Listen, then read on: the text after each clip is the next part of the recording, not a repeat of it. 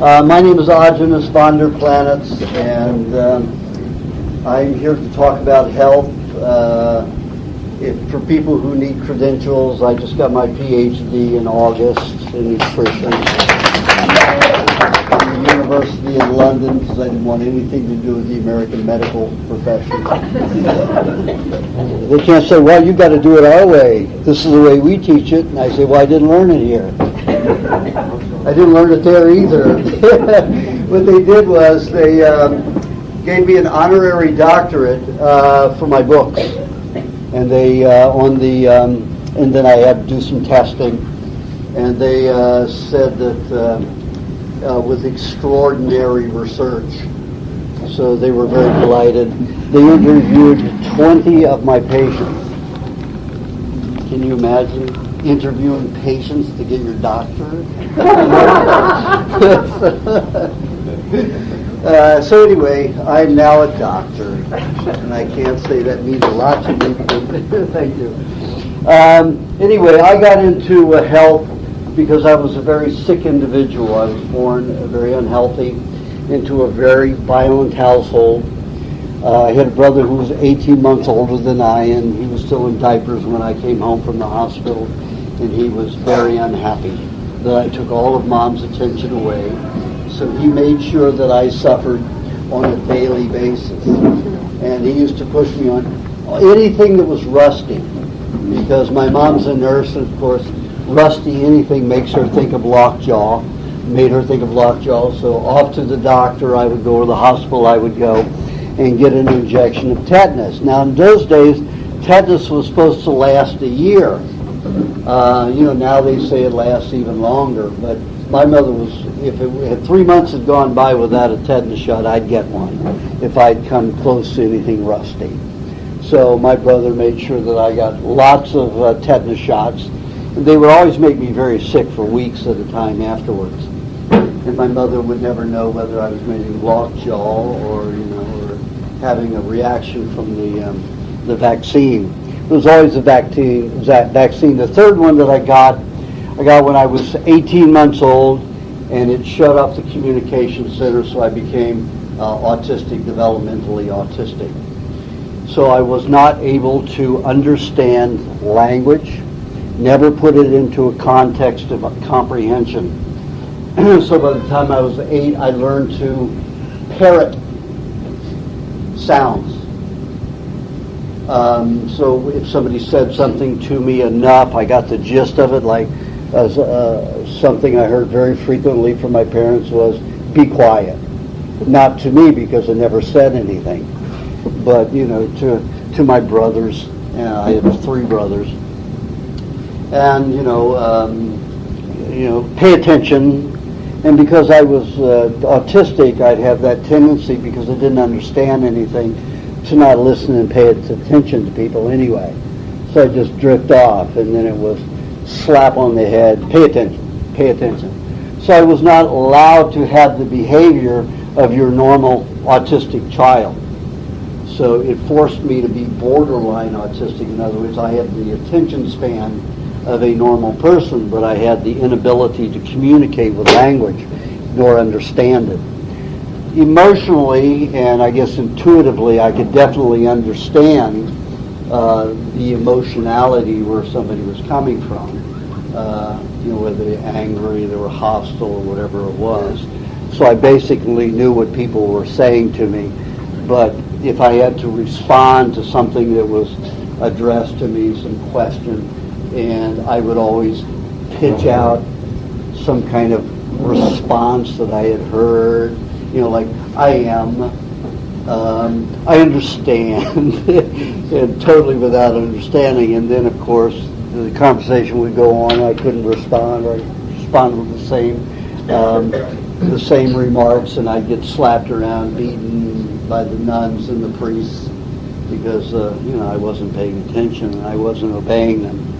And they didn't have any idea about children who were developmentally autistic. Mainly it was people pre-vaccine days that were born autistic, and then the developmentally autistic was not a common event and they weren't even acknowledging it in the late 40s and 50s when I was a child.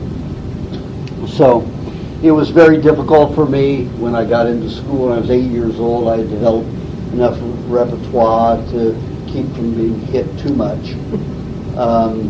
And I always picked a very smart, sensitive girl to sit next to so I could copy her hieroglyphs off of her page, because that's all it was. Translating the hieroglyphs from over there to here. Sometimes they were not even the proper letters, because I didn't understand. I was just copying designs. And so that's the way it went on. And then when I hit 12 years old, I developed, and I had to stay with my mother. I couldn't go play with the other kids. I couldn't play sports. I was too ill. I would keep a cold 3 to 5 months a year on the average, sometimes 6 to 7 months. So I learned how to cook. I learned how to sew. I learned how to, paint and do stuff like that. And then when I hit 12, I was diagnosed with appendicitis, and I had actually had peritonitis, which was a perforated bleeding small intestine. And they went in to take out the appendix, found it in great shape, took it out anyway, just in case it caused me trouble in the future. And that's the consciousness of the medical profession to this day. So from there, after that, I get injections probably every 2 to 3 hours. Once in a while, maybe 4 hours, but that may have been because I was asleep and so desperately in a coma sometimes that I didn't know that they may have shot me out more. But at the end of that 5 days, I was swollen, black and blue all over, and in severe pain. And that affected me from then, because I don't know how many of you know, in 96% of the vaccines that are manufactured, there are 76,000 trillion molecules of mercury. And if you don't know, mercury is the most lethal neurotoxin that is known to human nervous system, human body, any kind of animal's body. If you go to Calgary University in Canada, they did a DVD which shows neurons growing. You see all these beautiful neurons making their patterns. They drop a 2% solution of thimerosal. Thimerosal is the liquid mercury that they put into vaccines, and you can just see it just starts dissolving the neurons, taking it apart like that. It's only a 2% solution. So you can imagine, vaccine. And they're saying that your problem is the mercury in your fish. The mercury you get in the fish isn't even a fraction of a hundredth of a percent of what you get in one of those vaccines. And children are getting, here in Illinois, they're getting something like 128 vaccines by the time they're 16 years old. So you know how many neurotoxin molecules are in their system. And we've only found in laboratory tests, only found in the first 24 hours, 7% is relieved in the urinary tract, and 24% is relieved in the bowels. That's the maximum. And then after that, 0.5% for the next few days, and that's it. That means about 30% of that, all of those 76,000 trillion molecules remain in your body for a lifetime. And let's say it comes out at one particular time in your, let's say, small intestine. What happens? Your body cannot seal, cannot heal. The tissue will not bind together.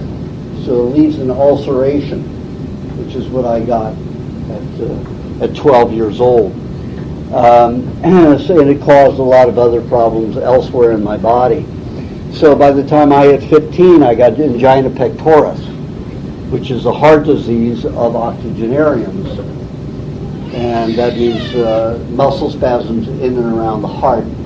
So I probably had about 300 non-possibly fatal heart attacks from the age of 12 15 to the age of 22, and 50 near fatal heart attacks, which I never got therapy for. I would pass out in school if I had a heart attack and just lie there. They could not find anything wrong in the heart, so they didn't know what was causing it. Of course, the medical profession doesn't look toward poisons. They always look to something natural. Well, is it the fat in your body causing a problem? Is there some microbe? Well, how about pollution? How about chemicals? We know the damage that it does. They never look for it unless forced to. Never look for it. Give you an example. I had a patient die a year ago of breast cancer. A patient that I never thought would die. She gained almost enough weight to get to a normal detoxification of cancer. Remember, cancer is nothing other than the dead cells, the inability of the body to dissolve and get rid of dead cells. But you have to consider what damage that cell and kill that cell. Normally not something natural. It had to be some chemical, some industrial pollutant. So when people start dissolving these tumors, there is a waste product that is full of this chemical that caused the problem in the first place, and the body has to deal with it. So I took her vomit and had one of them analyzed. The laboratory called me and said, somebody's poisoning your patient. I said, what do you mean? He said, well, there's 3,000 times the lethal dose of thallium in that vomit. And thallium, for those who don't know, is a metallic mineral like lead, almost as soft as lead, and almost as toxic as mercury. 3,000 times the lethal dose. She was a jewelry maker. And she had, her Bunsen burner going there, softening the metal as she bent it and shaped it. No mask, no gloves. 7 years. Stored in her body, all up into the lymph glands that went into her hands and arms, and into her lungs, all into these lymph glands that gave her breast cancer. And by the time she stopped her vomiting, the cancer, it was all gone in the breast. But she was too thin to recuperate. She couldn't eat. It went hard in the liver and she died. So there was no cancer cell killed her, no cancer killed her, no microbe killed her, thallium killed her. Toxic industrial elements killed her. And the only way you can get thallium in that kind of concentration is in metal. So whenever you have a disease, you'll know that 90% of the time it will be, and if it's any kind of a serious thing or near fatal or any type of extreme or chronic condition, it's an industrial pollution that's caused it. The minor things that happen from organic toxins that form are about 10% of our diseases, and none of them are lethal. Gout, arthritis, rheumatism, those kind of things can develop from cooked foods, and we'll talk about that a little bit later. So at 15 and a half, I started having angina pectoris and diabetes. Now, diabetes in my family is pretty normal. On my mother's side, I had 8 cousins who were diabetic by the time they were almost 16 years old. And so it wasn't unnatural that I would not get it. But it was very difficult. By the time I hit 16, I had almost leukemia, just diagnosed as anemia. I was very lethargic all the time. I had to smoke cigarettes, so I started smoking heavily at that time. Started having problems earlier, as young as 8 years old, so I started smoking when I was 8 to give me a boost. And by the time I had 16, I was doing 2 packs of Lucky Strike non-filter a day.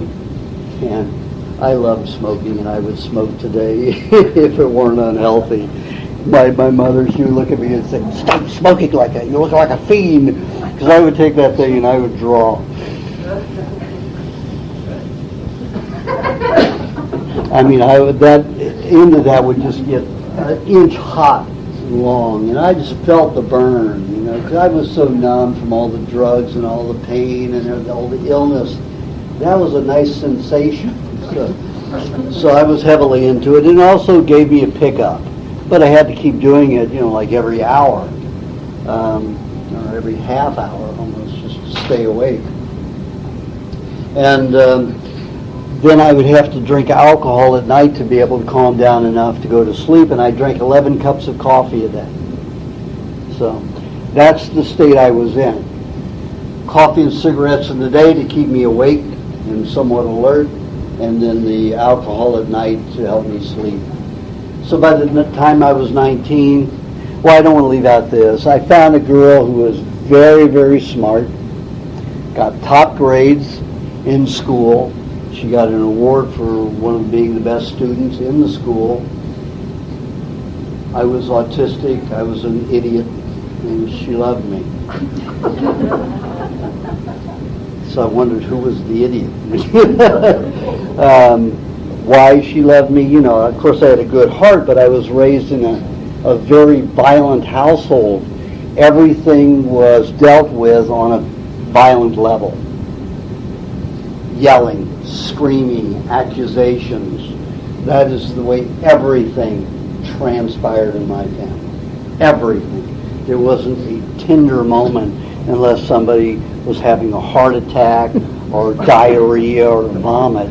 Then there was a little compassion.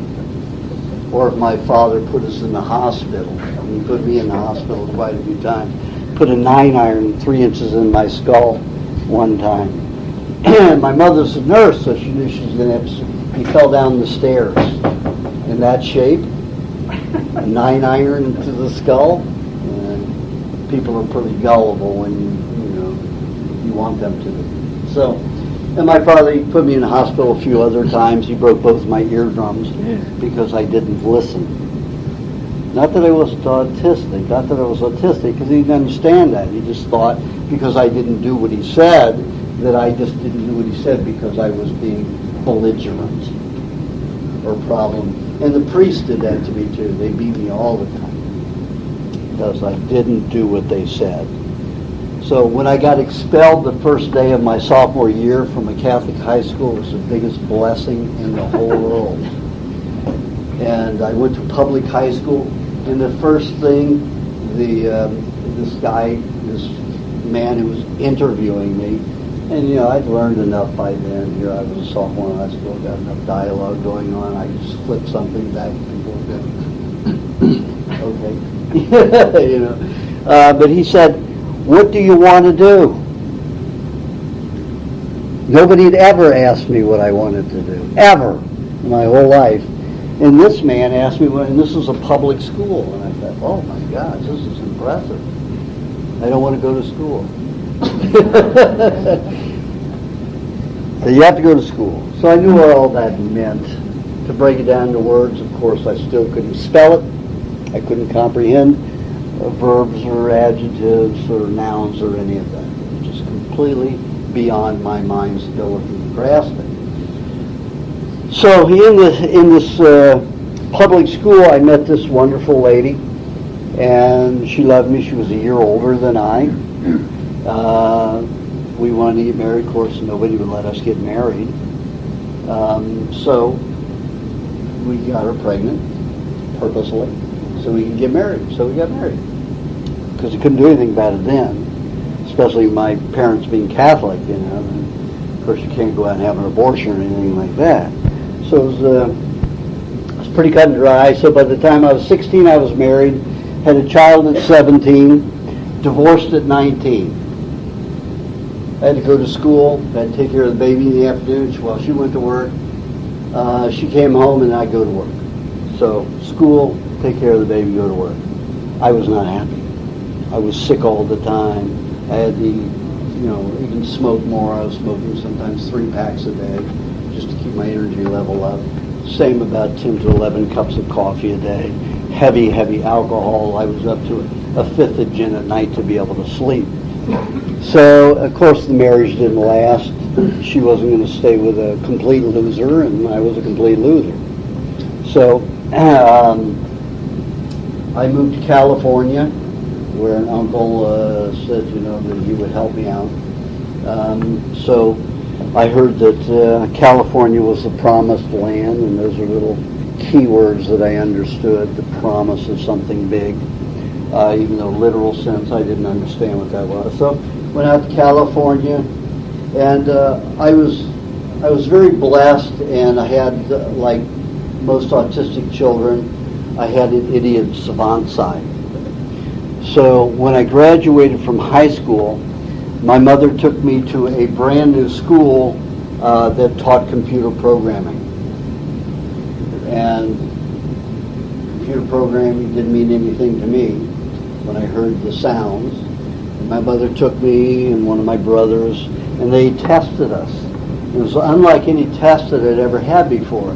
They tested me on figures and shapes and mathematics.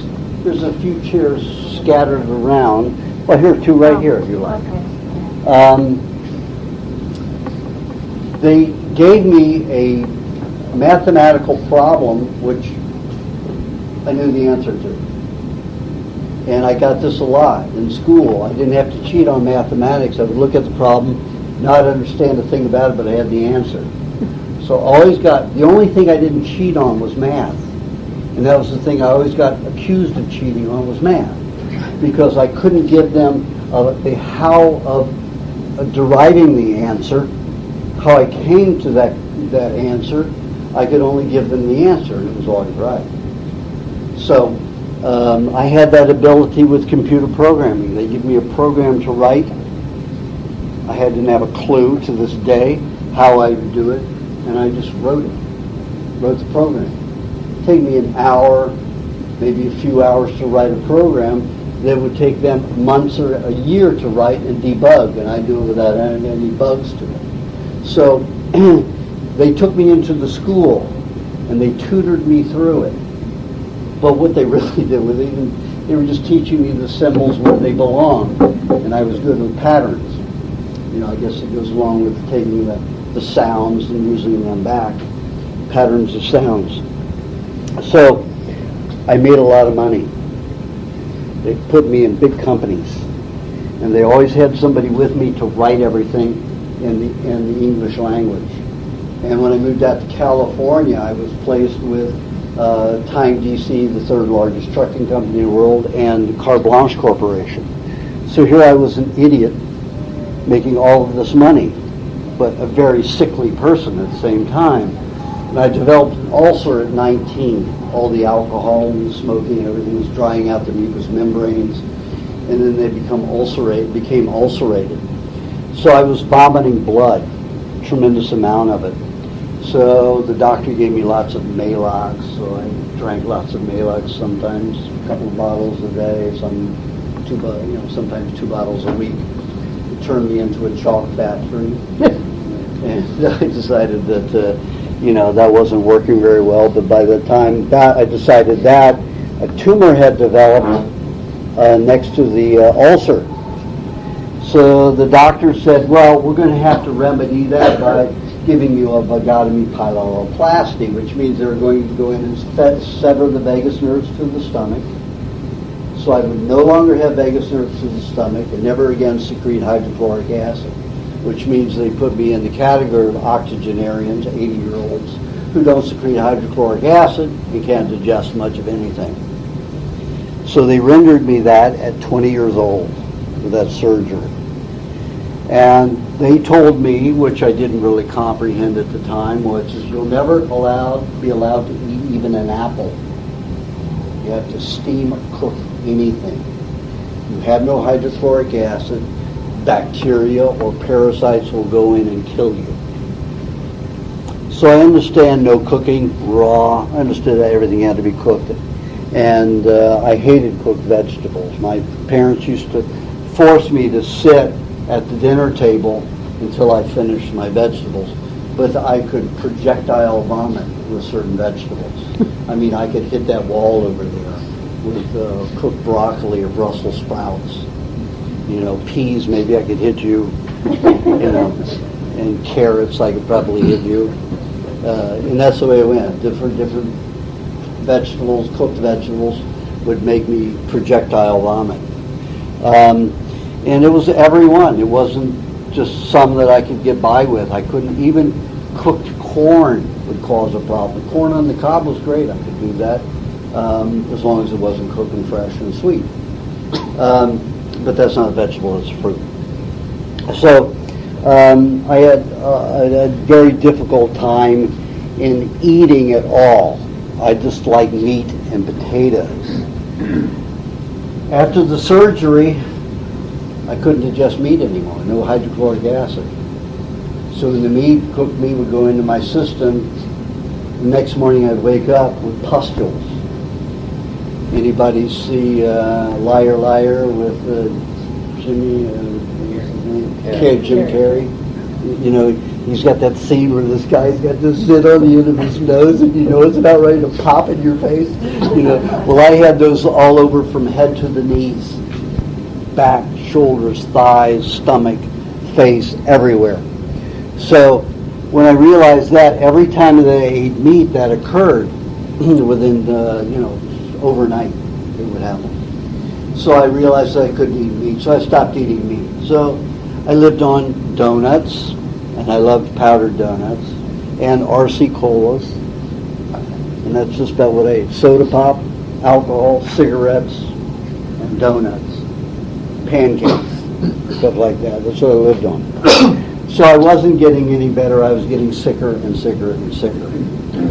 So within 2 months of the surgery, the incision keloided, which means it became tumorous, up to about 3/4 of an inch high, up to 1.5 inches, almost 1.75 inches wide in some areas. So it was growing quickly. So he said, now we got to irradiate that to stop it. So I had 10 weeks of intense radiation therapy. And have you ever taken clay? You know how malleable it is? What happens when you fire it? It's solid. That's what they did to my spine. So this was my movement. That's how I could move. To sit in a chair could take me 4 minutes. It was so painful to get into a chair and sit. I couldn't touch my knees unless I was sitting, and I could never sit up and sit straight because of that. They just fused the spine together by the irradiation therapy. They gave me blood and bone cancer, multiple myeloma. So the doctors were treating me very well. So then, with the radiation therapy, after radiation therapy with the multiple myeloma cancer of blood and bone, they said, now we have to give you chemotherapy. You know, you'll be dead in 3 months if we don't. And at the time, it was, we'll help extend your life, maybe. But what are the results of doing it? Of course, it was never explained to me. I wouldn't have understood it if they tried, because I was still autistic and dyslexic. So I went through the chemotherapy for 3 months. It wasn't intense like the 10 weeks of radiation therapy, but I was bald, I was vomiting, and I had diarrhea all over the place. With the spinal fusion, I was completely paralyzed now from the pectorals down, so I crawled on the floor on my elbows. I had quite a bit of money saved, because what does an idiot spend money on? Because I didn't think about boats, or I was never into sports because I was so sickly. There was nothing I could do. So what was I going to spend money on? And I knew nothing about investments or anything, but I had enough money, and even though it was getting chewed up during this time, doctor bills and everything, I still made them eat $80,000. I just pay them for their efforts to help. But I had enough money, so I had this house in Beverly Hills that I was renting, very nice 2-bedroom house, and I had to live on the living room floor. I was defecating and urinating in pots and pans and bowls and jars. And I had 2 volunteers that would come in. from the hospice. Hospice were first created then in 1968, 69, 68. And that was the first time that hospices came into being. And 2 volunteers came to help me out 2-3 times a week. They'd shop for me, prepare food for me, and clean the house and clean me. It was pretty bad because they had to empty all the stuff that was sitting around, the urine and the defecation. So the house was just stunk all the time. There's no way that I could, crawl on the floor, keep moving all the stuff. It would just splash all over. So that didn't work. And it would take me 30 minutes to get from here to the back there in the corner because I'd pass out every few feet and then wake up because I'd be so exhausted. So that's the way I lived for almost 2.5 years. And one of the volunteers was a 17-year-old African American. He was about 6'3" years old. He had lied, said he was 18 years old to be chosen to be one of the group called The Going Thing.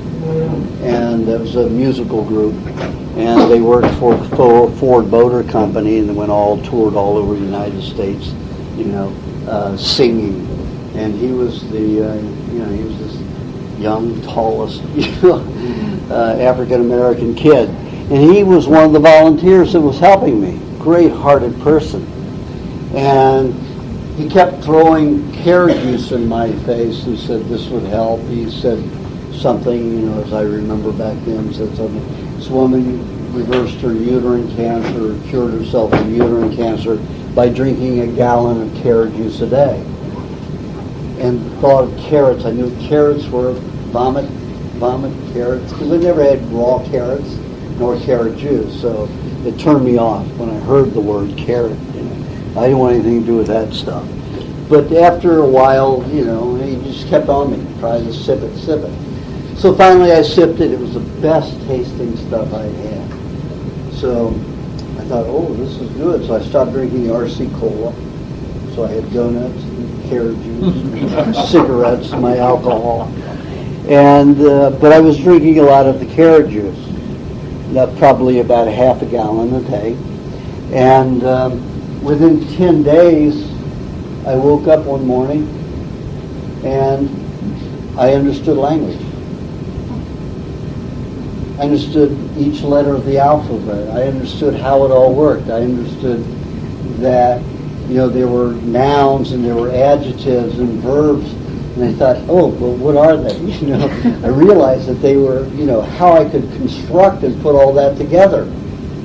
So, I got out some books, that I had attempting to do, some kind of comprehension. And I realized, language. So I called the kid, Steve, the volunteer, and I said, I have no money right now.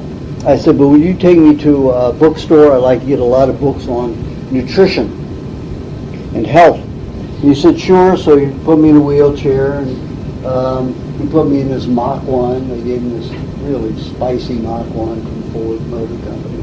It's convertible, so he could put me in there in the wheelchair and all that. So we went there, and I spent $110 on books, and that was in 1969. You'd get a hardback book for $1.95, a softback book for 25 cents to, 95 cents max. So I got a lot of books for $110. And one of them was Siddhartha, because when I had been able to, once I realized that I could start reading, I called my uncle, and he was surprised that I was having a conversation with him beyond the normal, just comprehensive dialogue stuff. Sound bites to me. And he said, I want you to get a book called Siddhartha. He says, you're a diehard Republican asshole, and your heart needs to open up. So that was that was the first book I read. It was only like 82 pages, and it took me a whole week to read it because I was in the dictionary constantly trying to figure out everything from my first book read. So I learned a lot about reading in that book. And I also learned a lot about people and nature, and there was other nature besides my diehard, mean, military-minded, hard-ass family.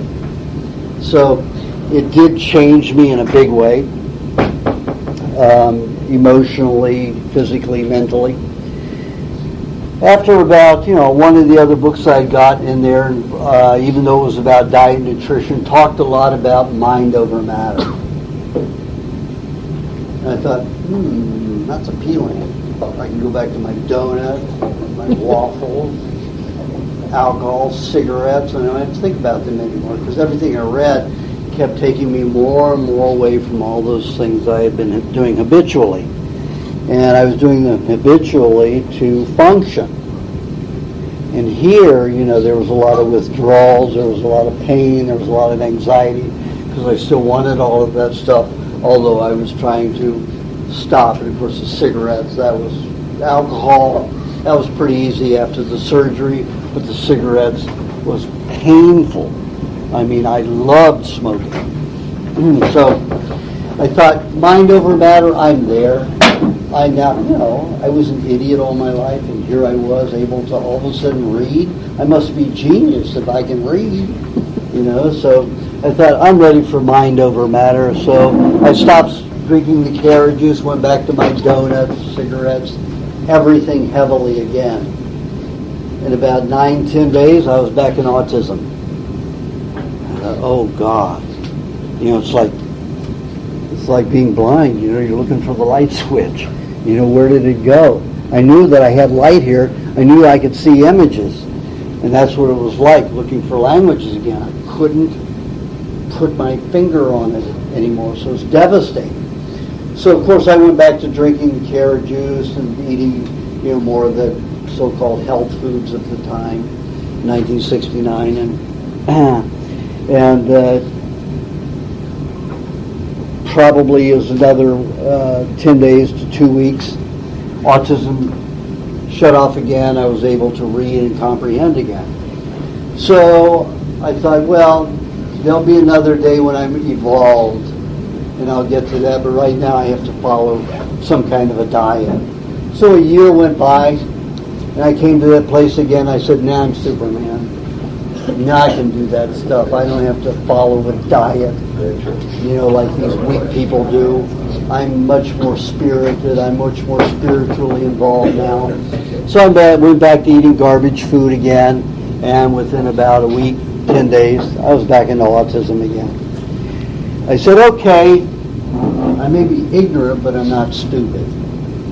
Obviously, this machine does not work properly up here on that other food in that other way. So I said that I'm going to have to take care of my diet probably for the rest of my life. And maybe every 10 years I might try it again. And every time I've eaten less meticulously, I've always suffered, but I've never gone back into the autism again because I never go back to eating donuts. So everything for me was an evolution of getting to the point where I am now. And getting out of that crippled stage took almost 2.5 years. So about when I hit 27, I was 21. When I hit 27, I had been mainly a raw fooder from 72 to 76, 73 is when I decided that I'm not going to learn, will reverse all of my conditions. I'm not going to learn how to be optimally healthy from anything from our society, because every book contradicted every other book. So everything was bad for you and everything was good for you. So everything was confusing. So I decided I'd go off and live off of a bicycle in a sleeping bag in the wild with the animals and Indians and stuff like that, and find out where it truly worked health-wise. So I did. I went off on a bicycle, living off the land all over North America, all the way from the Yucatan up to Alaska and across the United States 5 times. Lived with 4 different Indian tribes, lived with alligators, chipmunks, all kinds of different creatures. Swam with alligators every day, lived with coyotes, to find out what it was. And no animal in nature eats cooked food unless man gives it to it. And a lot of those animals will snub their noses at it and just leave it, except for dogs and cats. And it's mainly because they're starving. Because I throw it out to the coyotes and they wouldn't get near it. They wouldn't eat the garbage, nor would the wolves. So they had a discerning nature not to do it. So I was looking for the answers, and the 4 Indian tribes, it was the Mayan, the Yaqui, both in Mexico, the Sioux I lived with in Dakota, South Dakota, and then the Inuit in Alaska. There was another tribe, but they were almost the same as the Sioux in Canada. And they all told me, raw meat is what you need. I thought, wait a minute. I'm already evolved spiritually in this situation where I won't hurt another animal. I won't kill an animal for my sustenance, nothing. And I wouldn't eat even dairy at that point. I had started off in 72 as a complete raw fooder in February 72 as a lacto-ovo vegetarian. I eat raw eggs, I eat raw dairy. And then when I went off on the bicycle, I wouldn't eat raw dairy either. So I was a fruitarian. And that was pretty good for me coming from where I had been, because I'd never had any energy unless I was smoking cigarettes or drinking coffee. And the sugar, the high sugar and all this fruit made me manic. And to me that was good energy, high energy. Of course I'd pass out because I was diabetic, in another hour or two, because the sugar level would be sky high and then drop completely. So it was always up and down. I was passing out all the time. But it felt good to me because I had all this high natural energy. And I thought I was evolving and evolving. So the Indians kept telling me raw meat is what you're missing. And at the end of 2.5 years of living outdoors, I was in Alaska in early September, end of August, early September. And it was 1976. And they had dug up, they had a festival, and they dug up a lot of these hides wrapped around this moldy, stinky, foul-smelling stuff. It was green, it was black, it was yellow, it was orange, all these molds. And I had no idea that meat turned colors like that, with meat fat. I thought it was some kind of degenerative vegetation that did that. I thought, from my exposure in society was that meat turns into worms and decomposes is gone, and that's it. I didn't know that it molded, turned gangrene or anything like that. I knew that people turned gangrene because I saw it in my diabetic family. Their limbs would be, amputated, but I didn't know that meat would do that. So when they were telling me this is raw meat, high, they called it high meat, and that meant high in bacteria, gives you high energy, is what the Eskimos interpreted their word for high. And the children smell that stuff, they jump up and down with this joy and this excitement, and the adults were all happy smelling it, and I wanted to projectile vomit. It was horrendous. So they kept saying, this is what you need, this is what you need. And I was willing to try anything because the pain was getting excruciating again. The multiple myeloma was coming back with a vengeance. So if the temperature dropped below 50 degrees, I was paralyzed from pain in every bone, especially in the right hip and the right elbow and shoulder.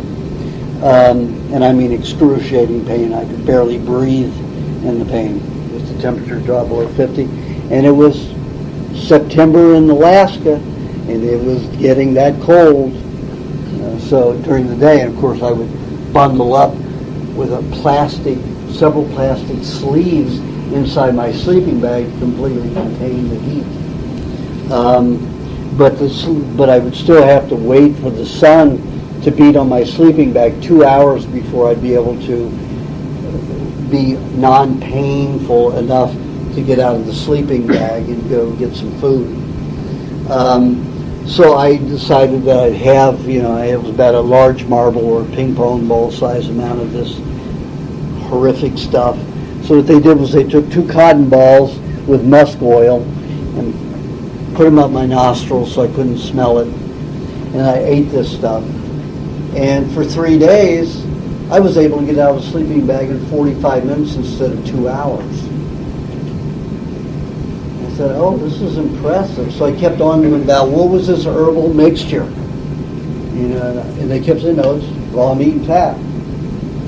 And I said, no, you're just trying to get me to raw meat. There's no way I'm going to eat meat. I'm not going to hurt an animal, and I'm not going to break out with pus all over my body. There's no way I was going to eat meat. And so they didn't give me the answer I wanted, and I was still painful. So I decided I wasn't going to bicycle back to California to the desert, but I decided I was going to go fast myself to death and end it. I hadn't found the answers, so I was just going to die. So I hopped freight trains all the way back down to Southern California in the desert near Palm Springs, near the Salton Sea. Picked an old Indian burial ground to fast myself to death. A bunch of coyotes lived there in the canyon. They'd come down and play a game about midnight every night, wake me up and play this crazy.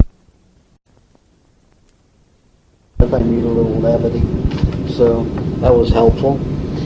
But one night, after about 2 weeks, they brought me a dead jackrabbit that they had killed, ripped it open from the throat down the stomach, laid it up on my bare feet, and it was warm and bloody, and I thought, oh, here's the Easter bunny. And they want me to eat this bunny. And all of a sudden, a whole repertoire of sound bites came back into my head from when my uncle was telling my brothers and cousins who were going rabbit hunting that if they killed a rabbit, they needed to cook it thoroughly. No pink, white meat at all. It all had to be brown and burned. Because if they didn't, there was some kind of organism in it that would cause them severe intestinal cramping and pain for 2 days, and they would die of exhaustion, dehydration. And I thought, ooh, 2 days, I like that. 2 days. It'd take me 40, 60 days to die fasting. Here already I'm, in dry heaves, I've got headaches, I'm in a desert, it's getting up to 120 in the day, and I have to climb up into the caves to get out of the heat so my headaches wouldn't be so bad. And it's freezing cold at night. It's like 80 degrees change from day to night. So I decided 2 days, I'm going to eat this rabbit. So I picked it up and started eating it. Raw. So it kept coming back up. So I thought, okay, I'm going to go back to the dinner table at my parents' house, hour and a half a night, 2 hours sometimes, getting those vegetables down. I can do it with this rabbit meat. So it took me about 5 minutes to psych myself into that, to start eating it. I learned to hold my breath so I didn't smell anything, chew it up enough without tasting it, swallow it, hold it, breathe very slowly through my nose and not my mouth, just to get it down and hold it down. After about 15 bites, it became pretty tasty. So I started devouring. And about an hour and a half, I ate 3.5 pounds of the 7-pound jackrabbit. And the coyotes shared the rest. They went off their way. I went back to my sleeping bag to die. And I knew I was dying because I felt good. And the only times I had felt painless and felt light, besides being drunk, was when I had near-death experiences. I died on the operating table twice, had to be revived, and then a drug experience, a recreational drug experience, where my blood pressure dropped to the point where I died. So I knew that leaving the body was the only time that I ever felt painless. Even on alcohol, I wasn't painless. But during that experience, I was painless. So I felt really good. And I felt like I was leaving my body. I was going back to the sleeping bag after eating at 3.5 pounds. So I went back in the sleeping bag and I woke up and I was not in the light. I was not anywhere else but in my sleeping bag. But it only took me 45 minutes to get out of the sleeping bag again.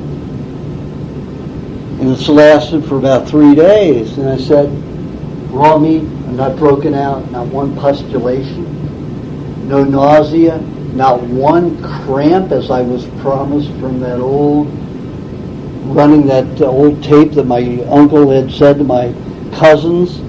And I had a vagotomy. So of course, those microbes would have got through and got me. Nothing like that happened. So I thought, that's the key, raw meat. That's just what they were telling me all those 3 years, and I had this concrete wall, a block about it. And this sidewinder rattlesnake went right by me at that moment. And I'd seen the natives do it many times. You go up and put their foot on its head, pick it up right in front of the rattle, spin around, snap its head off, peel it back, and eat it. And you've heard of the old snake oil medicine, right? It's true. Snake oil is one of the most healing foods there is. In all of these Latin America, snake is considered the most medicinal food that anybody can eat. Most medicinal, any food at all, whether it's plant or animal. So, and the oils, it takes a lot. You have to ferment them to get the oil to rise. And a lot of people were selling, other kind of oils than snake oil, and that's why I got the bad rap, snake oil. But snake oil was true. So anyway, I picked up this. I went bare feet, right up with my foot on his head. It was crazy. Picked it up in front of the in front of the rattler, whipping it around. I said, oh shit, what am I doing? I've never done this before. My arms are getting tired and I'm swinging this thing around. Fate's going to come back and bite me in the face. I said, what if his head doesn't snap off? What am I going to do? So as my shoulders were getting more and more sore, I decided I better take the chance. I'm going to die or it's going to die. Snapped, the head just went right off. Peeled it back, started eating. It's got a lot of bones, and it does not taste like chicken raw. It tastes like fish. So just a lot of bones in it. So there were 2 cats on a farm that was about a mile away, and I don't know how they smelled it, but they were right there with me eating the snake with me. And it really made me feel differently. It just eased all of my bone pain. Multiple myeloma is cancer of the bone. And when those tumors and things develop in the bone, you can't move anything without pain and be cold at the same time. It's like having rheumatoid arthritis magnetized 100 times. And that snake, within an hour of eating about half of that snake, I ate about 2.5 feet of that snake. And I felt really good. So, I started trapping birds and eating eggs and lizards and scorpions and tarantulas, and there's not a lot of meat on those things. Chipmunks, you take all the skin off, and what do you got? A little something about like this, 5 or 6 bites of food, and you have to eat the bones with it. If you don't, you're going to starve to death. So I decided I had to go and eat normal food. So I hopped on my bicycle, went around to all the farms, made deals to milk cows, milk goats, to shovel manure, to do any kind of chores in exchange for raw meat and raw dairy, cream, milk, butter. In about 3.5 months, I looked like a scaled-down Arnold Schwarzenegger. I went from 118 pounds to 150 pounds, 160 pounds. And I was big. And in that few months, my whole system here grew. Now, as a child, I never developed in the shoulders, only in the hips. They called me Fatty Arbuckle. and I was shaped like a Jewish pear. My father's Jewish, my mother was Catholic. So I got, so much guilt in my family, you had to go see the accountant before you see the rabbi or the priest. So here I am, 38 years later, and I was supposed to be dead at 21. I just started my 60th year last week. So I was supposed to be a dead man, and here I am. It's all work. Went back to Los Angeles to spread the word, and they all said, raw meat? You're eating raw meat? Are you crazy? You're going to get a brain fluke and be an idiot. And I said, well, I've been there and done that, most of my life. And this, I only feel good eating this way, so this is the way I'm going to continue eating. Every time somebody saw me eating either a raw lobster or, raw oysters or raw chicken, turkey, no matter what it was, you're going to get a brain flu, you're going to get parasites, you're going to get sick. So here they are. I heard that for 2 years, and then I started getting frightened myself. Am I going to be in a state like I was with autism? Going to hurt me? So for 13 years, I thought every time I ate it, I hope this isn't the time. Always that tinge of fear. And then after 13 years, never a parasite, I realized, wait a minute.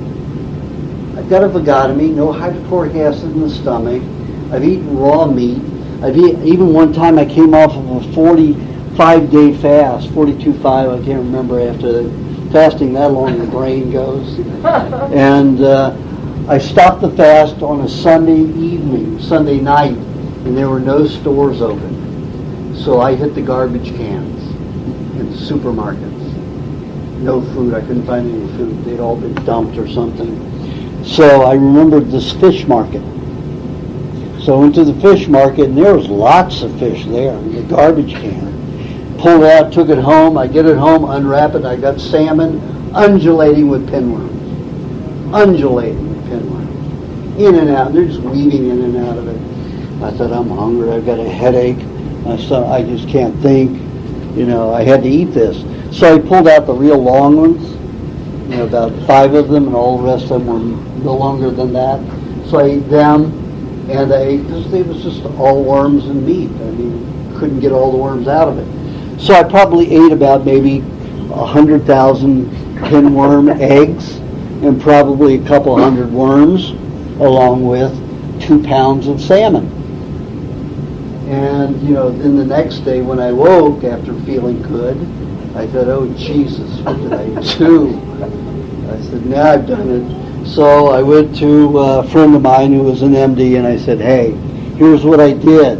He said, well, let's have your feces and urine and blood checked right away. 10 weeks, we checked everything.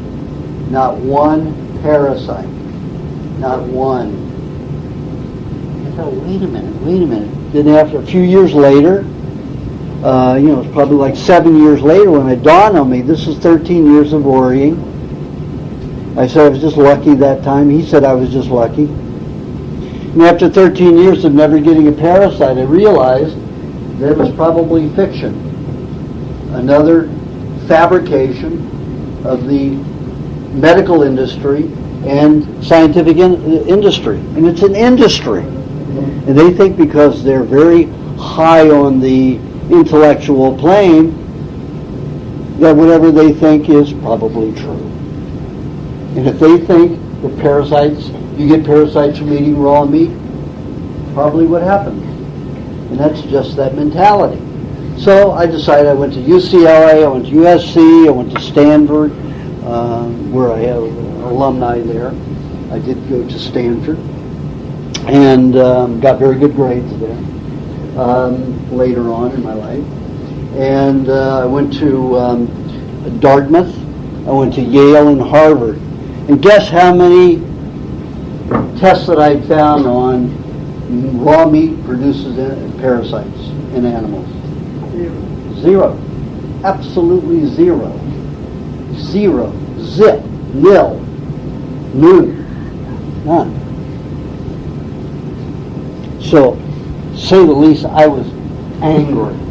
I was angrier than when I was angry about my, surgery and all of that. So,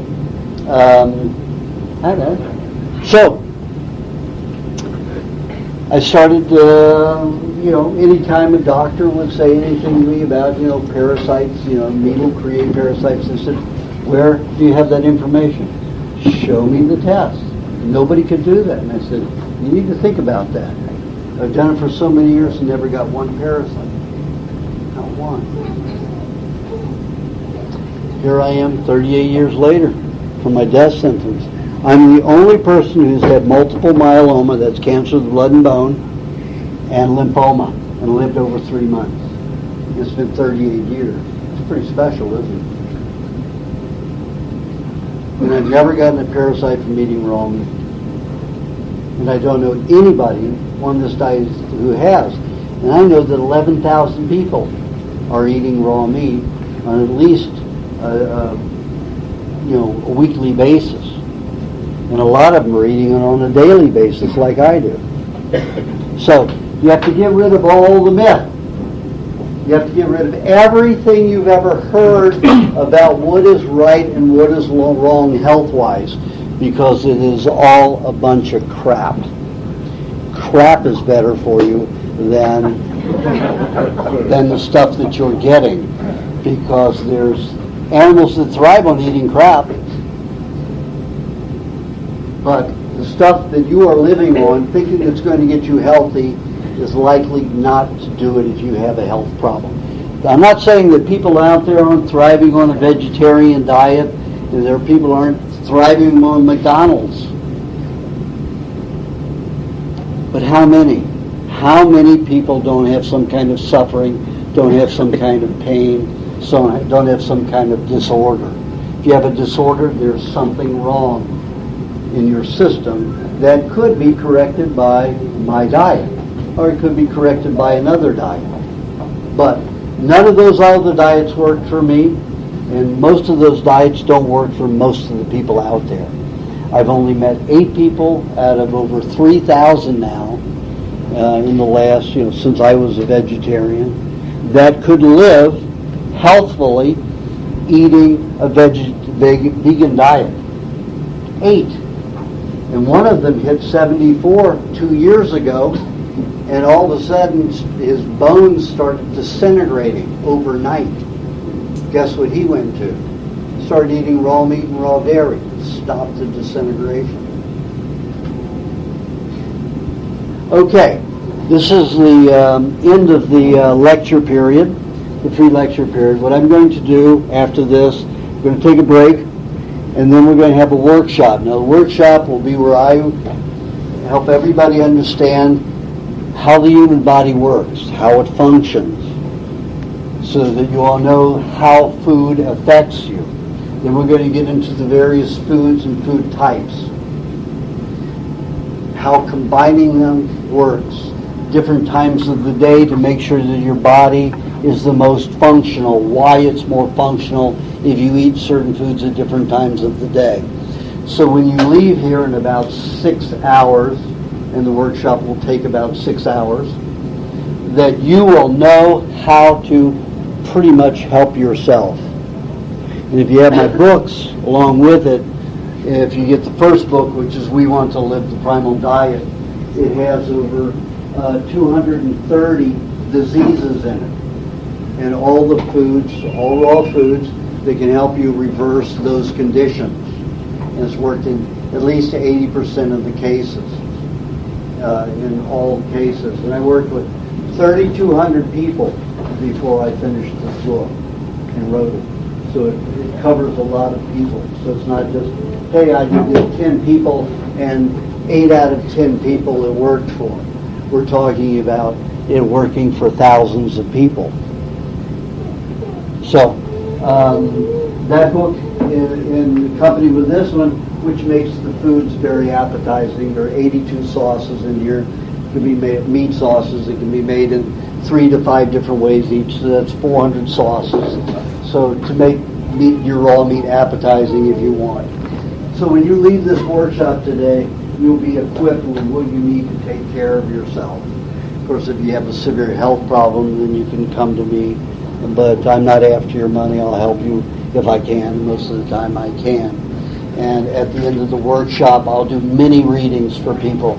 That means I look at the poems almost like the Chinese system, and I look at how your glands are functioning, your bloodstream. That gives me a 50% view of what's going on in your system, and I'll give you different foods that I think that will help you get started, so that it isn't more. It's easier for you to get started if you want to get started.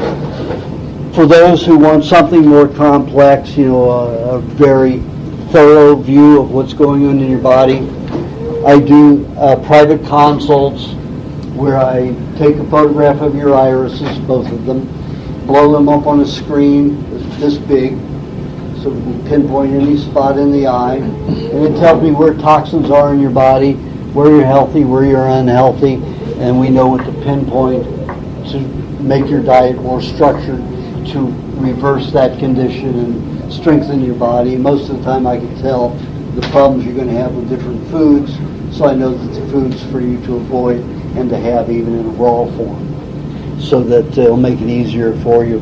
The mini readings are $30. Takes 6 to 10 minutes per person. The full consult takes an hour and 15 minutes, and that's $300. Do them Sunday, Monday, and Tuesday, and I think we're booked all the way through until Tuesday. To Wednesday. I only have 2 appointments left. 2 appointments left on Tuesday. So then Wednesday, all the way through to Wednesday so far. The workshop after this is $80, and that's a 6-hour seminar, and that's pretty cheap. In LA, you pay $1,250 for a 6 to 8 hour workshop. So I'm making it very affordable for everybody if they want it. So we're going to take a 10 to 15 minute break. Go out and get some food, because it's going to be 2.5 hours before, 2 hours and 15 minutes before I give you another break. And for those who want to sign up for anything, to Sherry and pay her, and then get situated. And then return here, and we'll get started. Thank you very much for coming. All right. As I said, we're going to first talk about the human body. As you know, digestive tract is the stomach and duodenum. They are one and the same. That's considered the first digestive tract. Herbivores have 2 to 4. We have 2 chambers in one, and that's the stomach and duodenum. It's basically the same area as the stomach.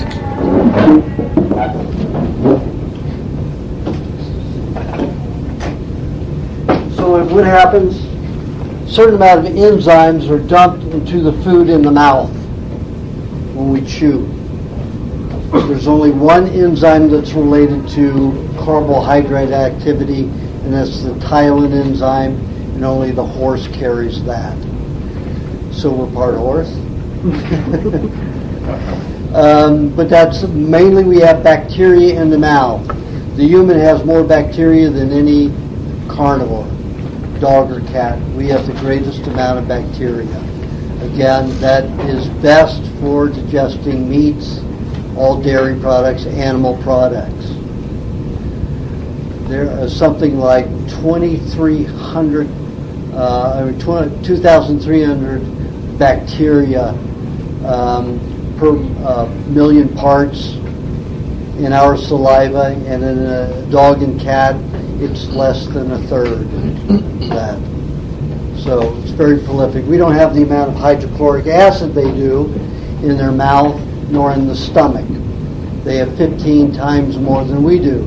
However, we have just as much hydrochloric acid that we secrete, but we do it mainly in the small intestines.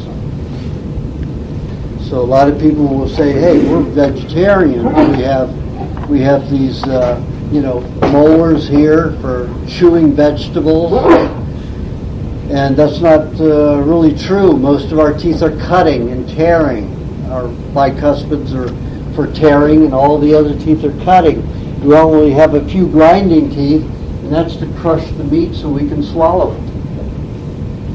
If you look at your vegetarian animals, they have all molars. Everything's a molar. And theirs is all for grinding.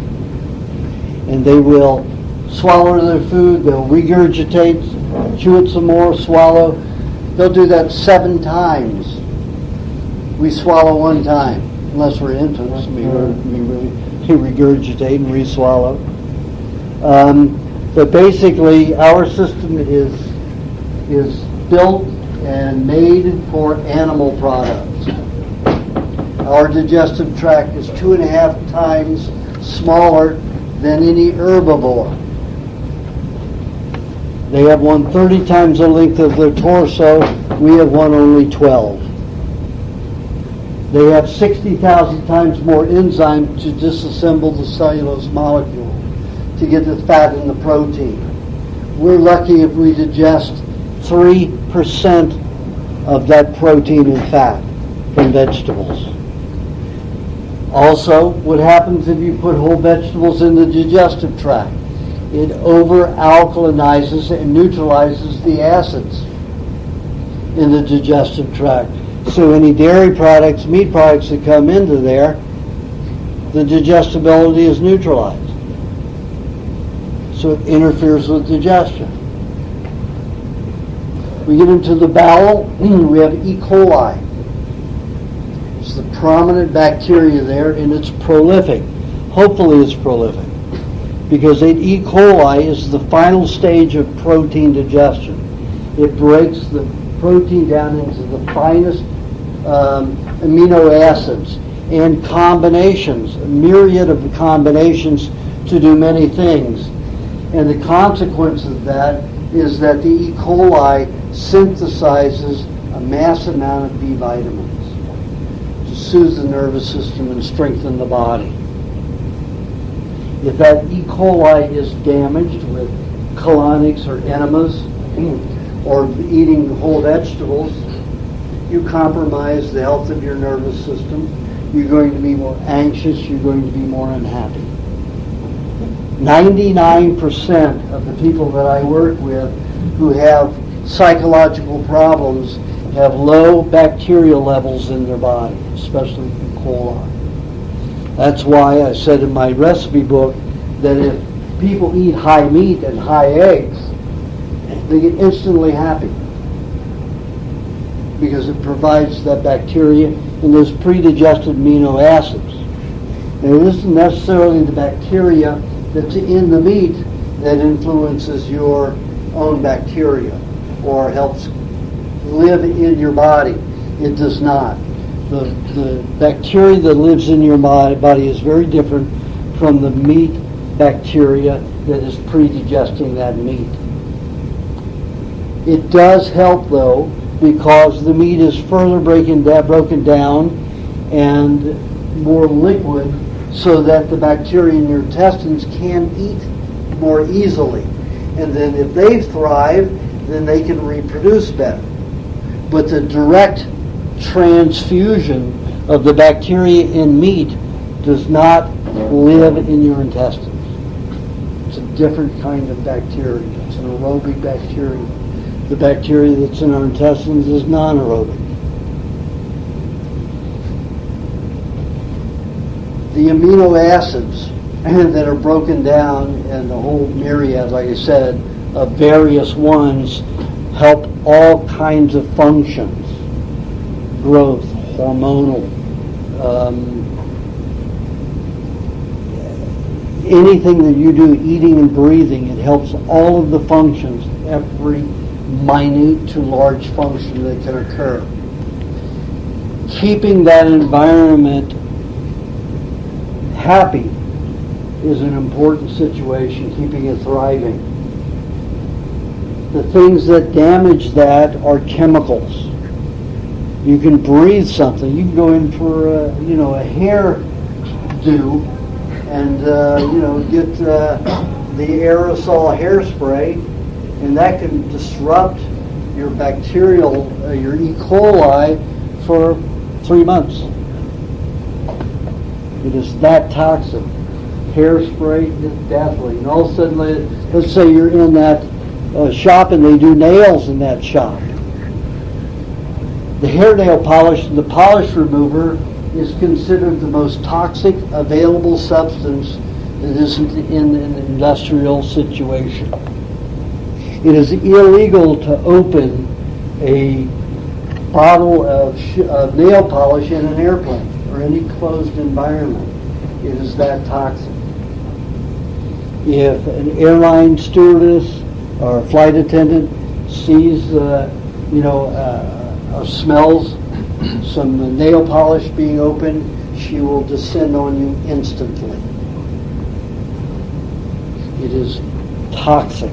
So if you're in an environment where you get hairspray and this nail polish,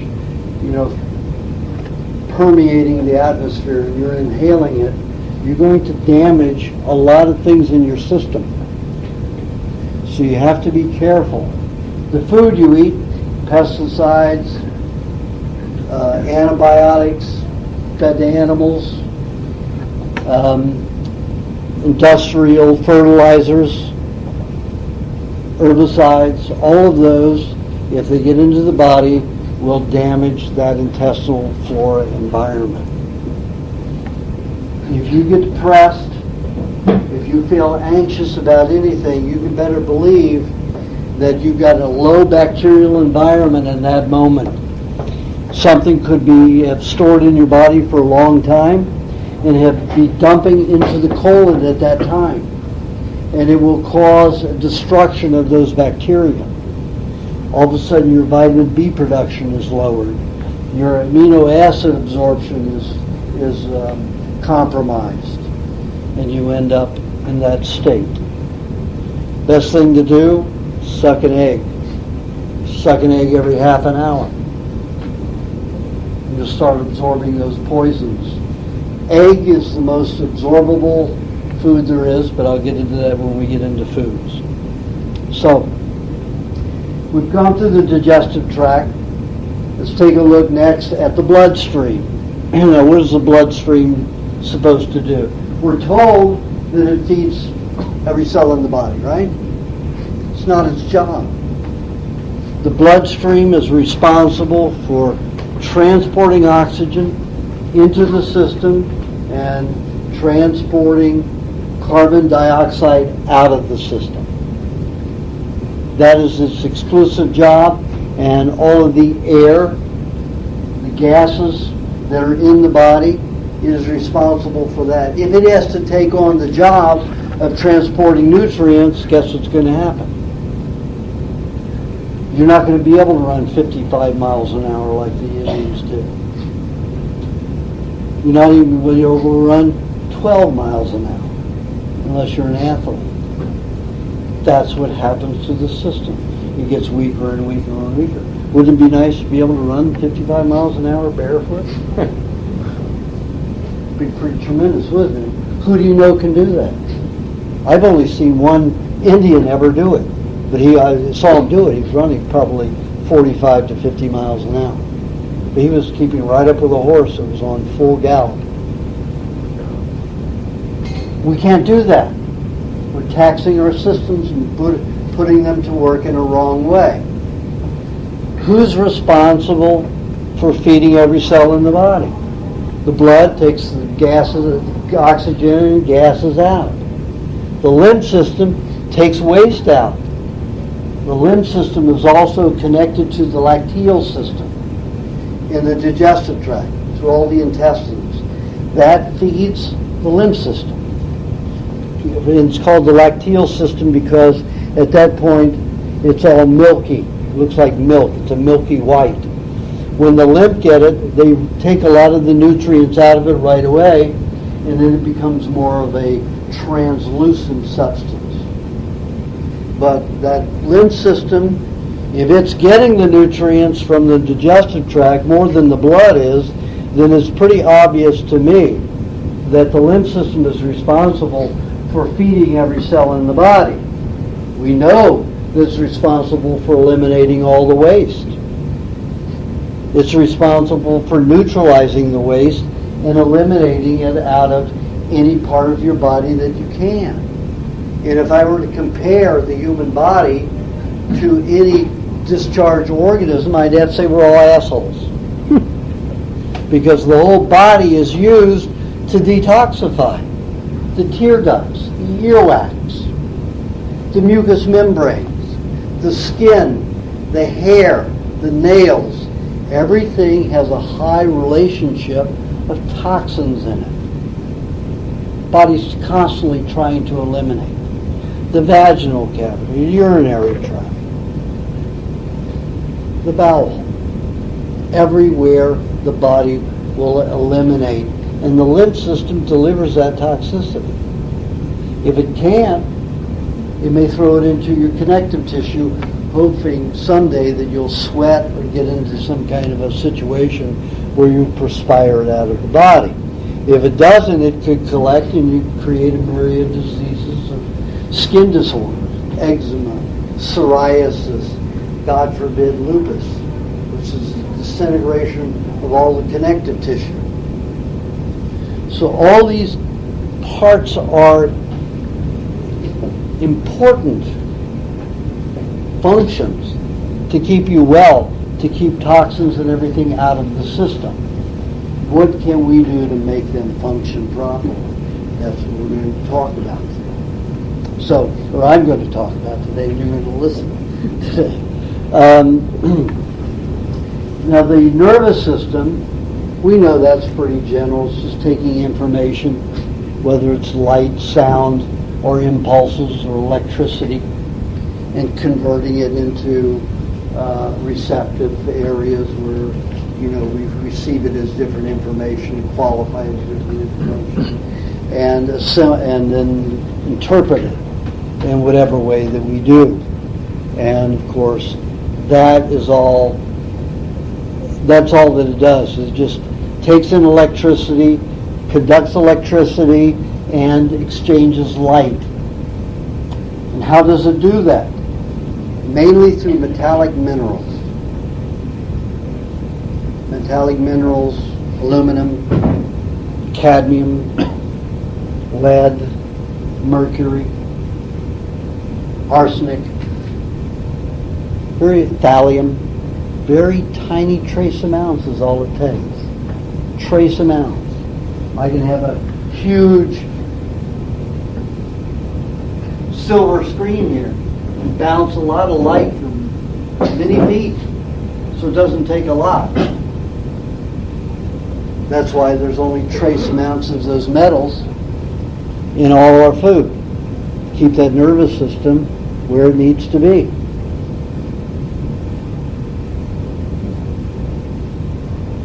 What happens if we can't conduct the light? We can't conduct electricity. We can't transmit the light, conduct the electricity. The brain doesn't work properly. We have autism, we have dyslexia, we have senility. We have all kinds of problems. And it just doesn't happen with the old, it can happen with the new. It can happen at any age, at any time. You can have one of those days where, those words just don't come. And then the next day it'll be fine. Well, on the day that it's not working, there's a big disruption in functionality. The nerve has a myelin sheath, which consists of 60% fat. The brain, which consists of neurons and very few nerves, consists of 60% fat. So you're all fatheads. And that's a good thing. However, the problem with that is guess where most of the poisons and toxicity stores in the body? In fat. In the brain. So, you can also call somebody a fathead garbage brain. You think about that, and then you get the idea of what's happening when you're out there breathing in pollution. Most of the toxic metals that go in the body go into the nervous system and brain. And we say, well, the brain has evolved in the last 10 years, or 60,000 years, that the brain is tripled in size in the human body in the remains that we find. Well, what has caused that?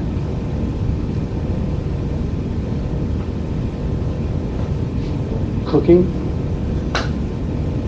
firing pottery, being exposed to pollution. The brain has to get bigger and bigger and bigger to have areas that can function if it's getting more and more toxic. Other animals don't cause that kind of pollution to themselves, so they don't need to develop a larger brain. Now, we men would be lucky if we could, grow some vaginas, because women will live 20% longer than men, because women discharge 20% more mucus and with it 20% more toxins.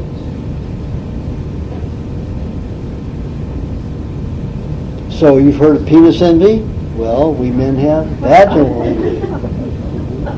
So everything is backwards. Everything is backwards. You women should be happier. Men are a lot more toxic. You can store more fats than men. That means that the poisons will be more likely to go into your fat instead of your cells, will damage the RNA and DNA. Retard function, weaken function. So, women have an advantage, and they need it, of course, as they're breeding children. Absolutely, because every time they have a child in this environment, they age 7 to 8 years, like I said in my book. They're giving up 7 to 8 years of their lives if they did not grow up on a raw food diet. And they're not eating a raw food diet for at least 7 years before they have a child. You have to think about all the things that cause health. And all of these are pertinent in the children too. And a lot of people think, oh, I'm feeling so good, I'll have another child. And then after they have another child, they went, whoa, boy, I got hit by a baseball bat. This is a big one this time. And it may take them 7 or 8 years to recover to where they were before they had the child.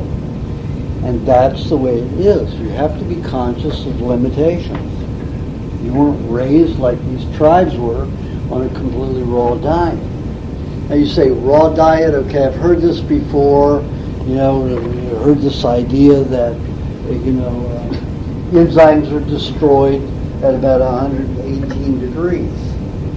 Well, if I put a blowtorch on you or put you in an oven for, at 118 degrees or 110 degrees, how long do you think if you were in that oven at 110 degrees, you'd live? And how functional would you be at 110 degrees? Most people get into 102 degrees and they can't function. They go for air conditioning. A lot of people die if they don't have air conditioning in the summer and the humidity. If they don't have heat in the winter.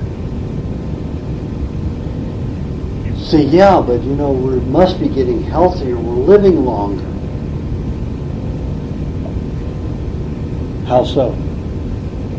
I remember the tombstones when I used to go through the small towns all outside here in Sheffield, about 110 miles west. My grandparents had a farm. There were people who lived very old, very young, about the same. Propaganda is good that we're living longer. More people are living, yes, and I see that mainly for a weather control, a temperature control reason.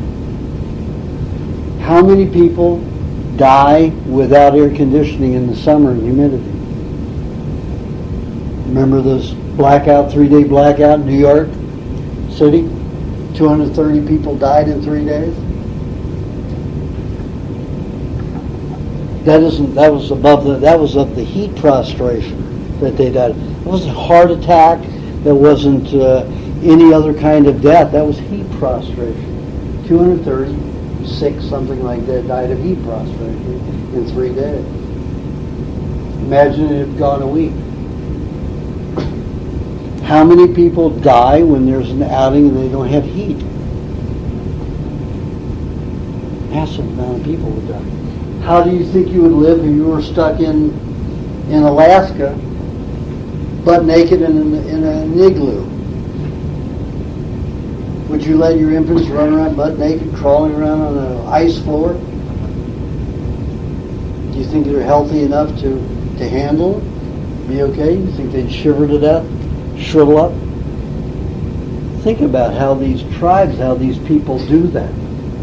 Our society is so weak, incredibly weak and so sick, that if we don't have our controlled environment, probably 80% of us would die. 80%. That's how weak the society is. 100 years ago, it wasn't that way. Everybody was tough. Nobody had central heating. Nobody had central air conditioning. So to me, maybe there's some people living older, but they're certainly not living healthier. So that's what we're here to find out how to do. Now, how can we allow the body to heat itself and cool itself better? In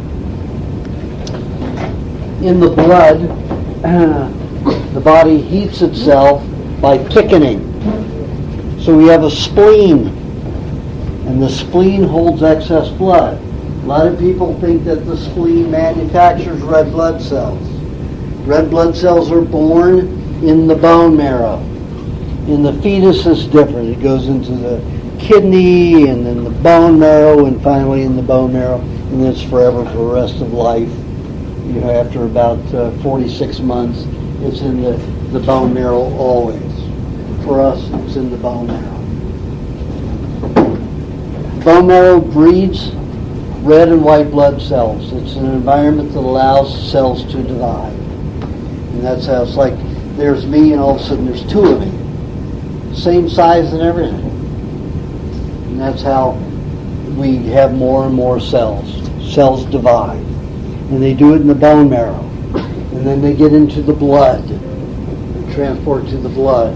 When the body wants to thin the blood, it'll take those red blood, some of those red blood cells, and put them in the gallbladder. I mean, in the spleen. And the spleen will hold it. And then if the body gets cold and it needs to thicken, the spleen will dump the red blood cells back into the bloodstream. And the kidneys will take out some of the water. Now, the kidneys have quite a job to do. They purify the blood. And the only reason they purify it is because the kidneys have to eliminate water. That is their sole job, to remove water from the blood. In that process, because of the high toxicity from cooked foods, especially uric acid and acrylamides, the kidney forms excess and poor ammonia, almost like a horse. Forms ammonia that strongly. The only other animal that forms that kind of ammonia, that high level, is a horse. And a horse has a digestive tract that causes, he has a slow digestion. He doesn't break his pulp down really well, so he has to have all this liquid go in and disintegrate as much as it can of the fluid and of the fat molecules. If you look at compare a deer or a goat, which have a similar, and a sheep, which have similar little balls, feces, you'll see that everything is very broken down. A horse eats differently. A horse eats mainly dried food. It's not eating fresh grasses as much. It likes dried food. And because that's highly toxic in its acids, it isn't alkaline like fresh grasses are, it has to produce a lot of ammonia so that it won't damage the kidneys and the bladder. We shouldn't be doing that. We shouldn't have to create that kind of ammonia. But we are because of that high toxicity. So, the kidney's responsibility is to remove fluid. When it does it, it has to purify some of that blood as it goes through, as a precautionary condition for the stability of the body. The body should not be, blood should not have to be cleaned that way, but it is. The kidneys remove the water, they leave all the red, they leave their body, their job when comes time is they remove red blood cells. They allow very few red blood cells to escape in urine. They promote, and then they use a lot of ammonia to help separate the blood cells from the rest of the fluid. So when you urinate, you're really eliminating blood with very few red blood cells. Whatever's in the blood is in the urine. If you have healthy blood, you have healthy urine, except with a little bit of ammonia added to it, or a lot of ammonia depending upon your diet. Now there are many races which drink urine. They're mainly vegetarians or low meat eaters, low animal food product eaters. They don't get enough protein, so they have to recycle theirs. This is big in India. A lot of people, probably at least 2/3 of the population drink their urine because they don't get enough protein. And that's not a bad thing. There's a lot of people. I've gone through times where I drank urine every day for 4 years, and it certainly helped me when I was a vegetarian. Without it, I would have survived. I did a test one time. I did a 32-day fast, nothing but water. And I was drinking about 2 gallons of water a day. I went down to 96 pounds in 32 days. Then I did a fast to see how long I could do it and drank nothing but urine and no water. I went 45 days and only went down to 123 pounds. Big difference. Huge difference. And it didn't take me 2.5 years to recover after the 45-day fast. It only took me a year and a half to recover. So fasting of any sort is not a good thing because the body eats itself. The bloodstream, if it goes without a regular supply of protein, the red blood cells become cannibalistic and they eat other red blood cells. It's like one day you just say, "Oh, I'm awfully hungry," and you eat your buddy next to you. You know? I'm awfully hungry. You're going to have to be my dinner. You know, and that's what happens. The red blood cells start eating red blood cells, and you know how many hours that takes? 5. If you're not eating regularly, if you don't eat every 5 hours, the protein level in the blood bottoms out to where the red blood cells become cannibalistic. The toxicity that results is tremendous. Now the tribes, besides the Samburu and Fulani, who eat mainly all raw foods, they can go hours without having that problem because their red blood cells are healthy. Red blood cells can eat red blood cells and not have a problem. But when the red blood cells have been washed in the kidney with ammonia, and they go through a lot of nitrate and benzene changes, and benzoic acid changes and citric acid changes, there's a lot of toxicity in the cells. And they start eating each other and it compounds it. So, you have to eat every 5 hours, something with protein in it. That doesn't mean grabbing a piece of fruit and eating it. Some kind of protein needs to be eaten every 5 hours to keep the blood strong. There's a lot of people that say, "Oh, well, the blood revitalizes itself in 3 days or 10 days. No, it doesn't do that. It takes 60 days minimum to regenerate every cell in the blood. Theoretically, 45 days if you were healthy. But none of us are very healthy, so it takes a minimum of 60 days. Then it takes minimum of how long to clean out the soft tissue in the body? 2.5 years to replace every cell.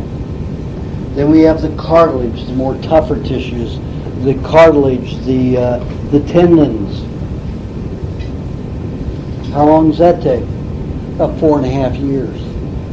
When we get to the bone, 7 to 7.5 years. According to the work of Pottinger and Howell in their studies with animals who were diseased, it took them 5 generations on completely raw food diets to become optimally healthy again. So if we relate that into cellular life regenerations, that means it takes us 7.5 years to replace every cell in the body one time. If it takes 5 generations, 5 times 7.5 is about, 37.5 years. So you figure about 40 years on an all-raw diet, and you will be completely well. As long as you haven't had any severe surgeries or you haven't had any chemical poisoning that's damaged the RNA and DNA in your body. But still, as healthy as you're going to get will probably be in about 40 years. And you say, oh my God, I'm not going to live 40 years. Why? I want to wait 40 years. I want a magic bullet. My God, if you find a magic bullet, bring it to me. I've been looking all the years, and there's no such thing. Nothing out there. There's a lot of hopes for them, but nobody produces any because they're all chemicals. The body doesn't know how to handle chemicals properly. It'll do a makeshift thing and work at it for a while and improve for a little bit, but then the other opposite seesaw happens. Creates a different kind of imbalance or damage in the system. So it doesn't quite work. So we have to keep alert about what does work in the body. And if you're eating properly every meal, you're going to get healthier every meal. Some people say to me, oh my God, do I have to do only 100% this diet? Can I do a little bit of this and a little bit of that? And I said, if you only had one raw food in your whole life, you would be adding benefit to it. Because you're going to add vitamins, minerals, enzymes, and everything in a nature that allows the body to relax and help itself. That's a pretty good way to look at it, isn't it? So every time you do something good, every time you give yourself some raw food, your life is going to improve. Of course, you have to look at the flip side of that too. And that's what we're going to get now. What happens if you cook food? You have chemical reactions. That's how chemistry works. Add a chemical, you add heat to it, all kinds of changes. What happened when they used radiation to destroy certain kinds of microbes or cancer cells in my body? It cauterized my spine. What did that do to me? Here the therapy created an invalid, a painful invalid.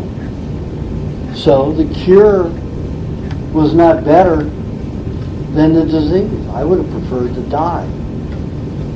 Not now, but back then the pain was excruciating, 24/7.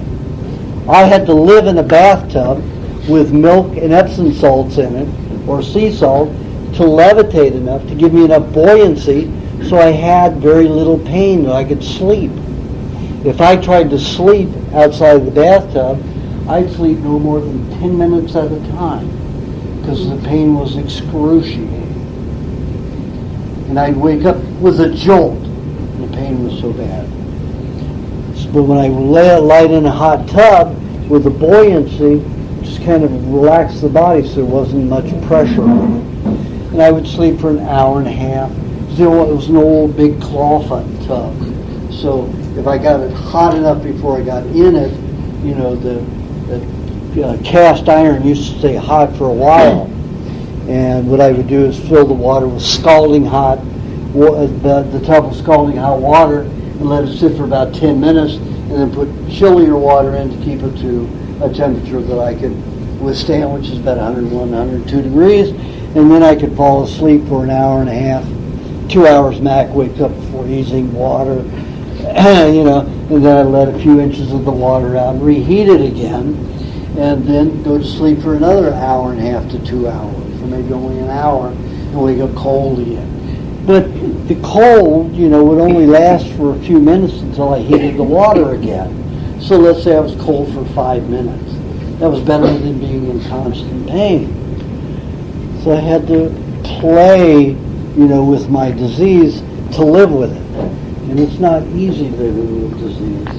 And you don't want to go to some therapy that's going to give you another condition on top of the condition you're already dealing with. It's rather absurd, but that's the way the medical profession approaches it, because they do not approach any disease from a perspective of let's make your body healthier and better. They say let's fix this problem, and it's always a mechanical perspective, and it's all about attack. Any disease is because of microbes, the bacteria theory. And boy, is that all wrong. And there's tons of evidence of it, but they don't give it up because their weapons are antibiotics and pills. And if they give that up, they have nothing. Because the doctors don't learn anything about health. They only learn disease and chemicals. Disease and chemicals. That is it. So if you're going for health, why in the world would you go to somebody who knows nothing about it? It doesn't make any sense to me. So where are we going to go to do this? Well, we know that all animals in nature are healthy unless man's encroached upon it with their industrial chemicals, or they've destroyed their food chain. They have nothing left to eat. Some of them will adapt and they start eating other things. Like bees mainly eat nectar and pollen. Pollen is a nut. Even under a high-powered electron microscope, it looks just like, almost like a walnut. It has a hard shell. As the shell hardens, as the shell dries out, it gets harder. And that's when we can't digest it. As long as that pollen is soft, we can just digest that shell with our hydrochloric acid. But once it's dry, we can't digest it. But the bees, if they don't have their honey and pollen, guess what they eat? Other insects and animals. They'll even eat themselves, just like chickens will. Chickens are the same way. Chickens are very carnivorous. They're scavengers, but they need their protein. And anybody who's been on a chicken farm, what happens if they don't get their protein? They'll eat a chicken. They'll all jump on a chicken and kill them and just peck them to pieces. And they'll do that, you know, once, twice a week. You know, about maybe 50 in the flock. They'll kill chicken about every 2-3 days. Let's do it. You feed them soy. Hey, that's full of protein, right? It's not the same thing. It doesn't develop a healthy chicken. Chickens get lots of diseases. Before we get into the food too heavily, let's just go into how the body takes care of disease. We know that the medical profession tries to handle disease with chemicals destruction. Always chemical destruction. Never nurturing. How does the body clean itself? Well, we know there are bacteria in there that eat certain things. We have phagocytes, we have bacteria, we have parasites that eat. If we observe what they eat, They eat degenerative tissue. They don't eat healthy tissue. They eat bruised or damaged or ill or toxic tissue. Now, if they eat toxic tissue, what happens to them? Let's say they're eating some cells that are degenerating, but the cells were caused, their degeneration, by mercury. So what happens if a parasite or a bacteria eats the mercury, the food that is parts of the subatomic cells, particles, like we have cells. Well, cells have cells, and it's a macrocosm to a microcosm. They get poisoned too.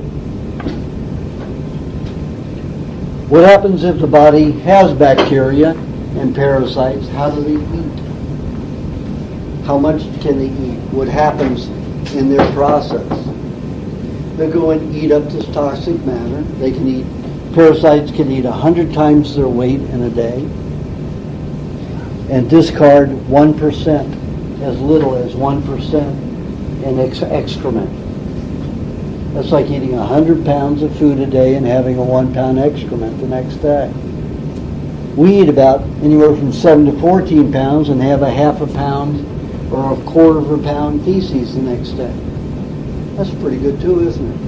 Well, can you imagine reducing to 1%? So that's a pretty good friend, isn't it? I'd say the parasites are your best friend. Bacteria can reduce it by 50%. They'll eat 50 times their weight and discard 2 to 5% waste excrement. But what they're doing is they're reducing contamination. Plus they have byproducts. E. coli produces a barotoxin. Why they call it barotoxin? It's a judgment. Oh, this comes from the waste. It's got to be shit, so it's got to be bad, right? So it's called a barotoxin. But what does that barotoxin do? It completely dissolves human brain tumors in 2 to 5 days when injected into the system. And the University of Toronto, in association with the Children's Hospital of Toronto, has been using the barotoxin from E. coli for 31 years to dissolve in human brain tumors, including the vessels going to the tumors, in 2 to 5 days. Now, why do we all eat shit and live? Because we're conditioned to think that it is terrible and contaminating and awful, and things like barotoxin are applied to things when it shouldn't be at all. Well, what happens if the toxicity is so great that all of your bacteria and parasites are destroyed and you don't have their help? Mass depression, chronic fatigue, lethargy, more depression, anxiety results. How does the body clean that toxicity now? It makes solvents. It makes body soaps. They're called virus. They are not alive. Virus are protein bodies, which disassembles particular minute exact structures of tissue. It can be intracellular. It can be extracellular. It can be cellular. But it's all produced cellularly. Viruses are produced by the cells. It's like you taking a coconut, taking the cream out of it, and making a coconut soap. That's what the cells do. It's not alive. They're protein bodies. There are 300,000 viruses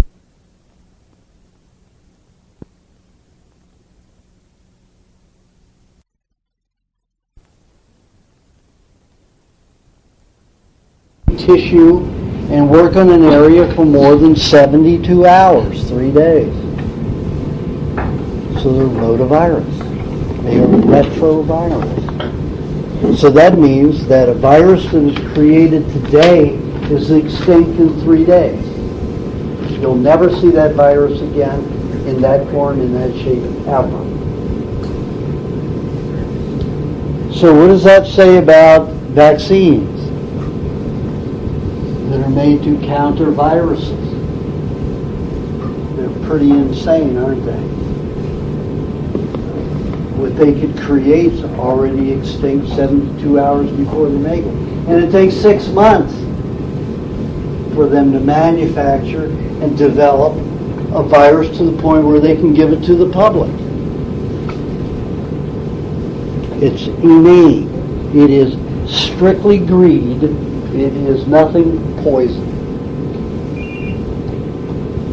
Pasteur, do you know how many animals survived his vaccine? No, 0. Absolutely none. Not one animal ever survived any of his injections. How did it become a big thing? Because somebody discovered that if they put a toxin in the disease that they were going to inject into a person, that was a good idea. Well, let's see, if I give a person disease while they're in a healthy state, before they get weak, they're going to build antibodies against it and defend itself of that disease. That's a great idea, but you're not looking at why the person has created a disease. A disease only becomes a disease. There's only a malady in the body if there's some kind of poison that is collected into the system, into a certain body part or a certain kind of tissue. So, if it's collected that tissue, it needs the disease, doesn't it? It needs to dissolve that tissue and rebuild it, or else it'll be non-functional. So you live as a cripple. I've got people who have no sense of smell. They go through their whole life, or whatever life they had after they lost the sense of smell, not ever being able to smell or taste anything. People who are colorblind because of mercury or a vaccine, the aluminum's in a vaccine. They go, and some are artists, and they go through life never perceiving color again. You have to look at the value of your life. Do you want to compromise your life by a treatment? Do you want to get worse instead of better? I'm offering you a way that you bring more life to the body, more sensation, more pleasure, more everything. And it isn't through the medical profession. It's through common sense study of animals and nature, including the human animal.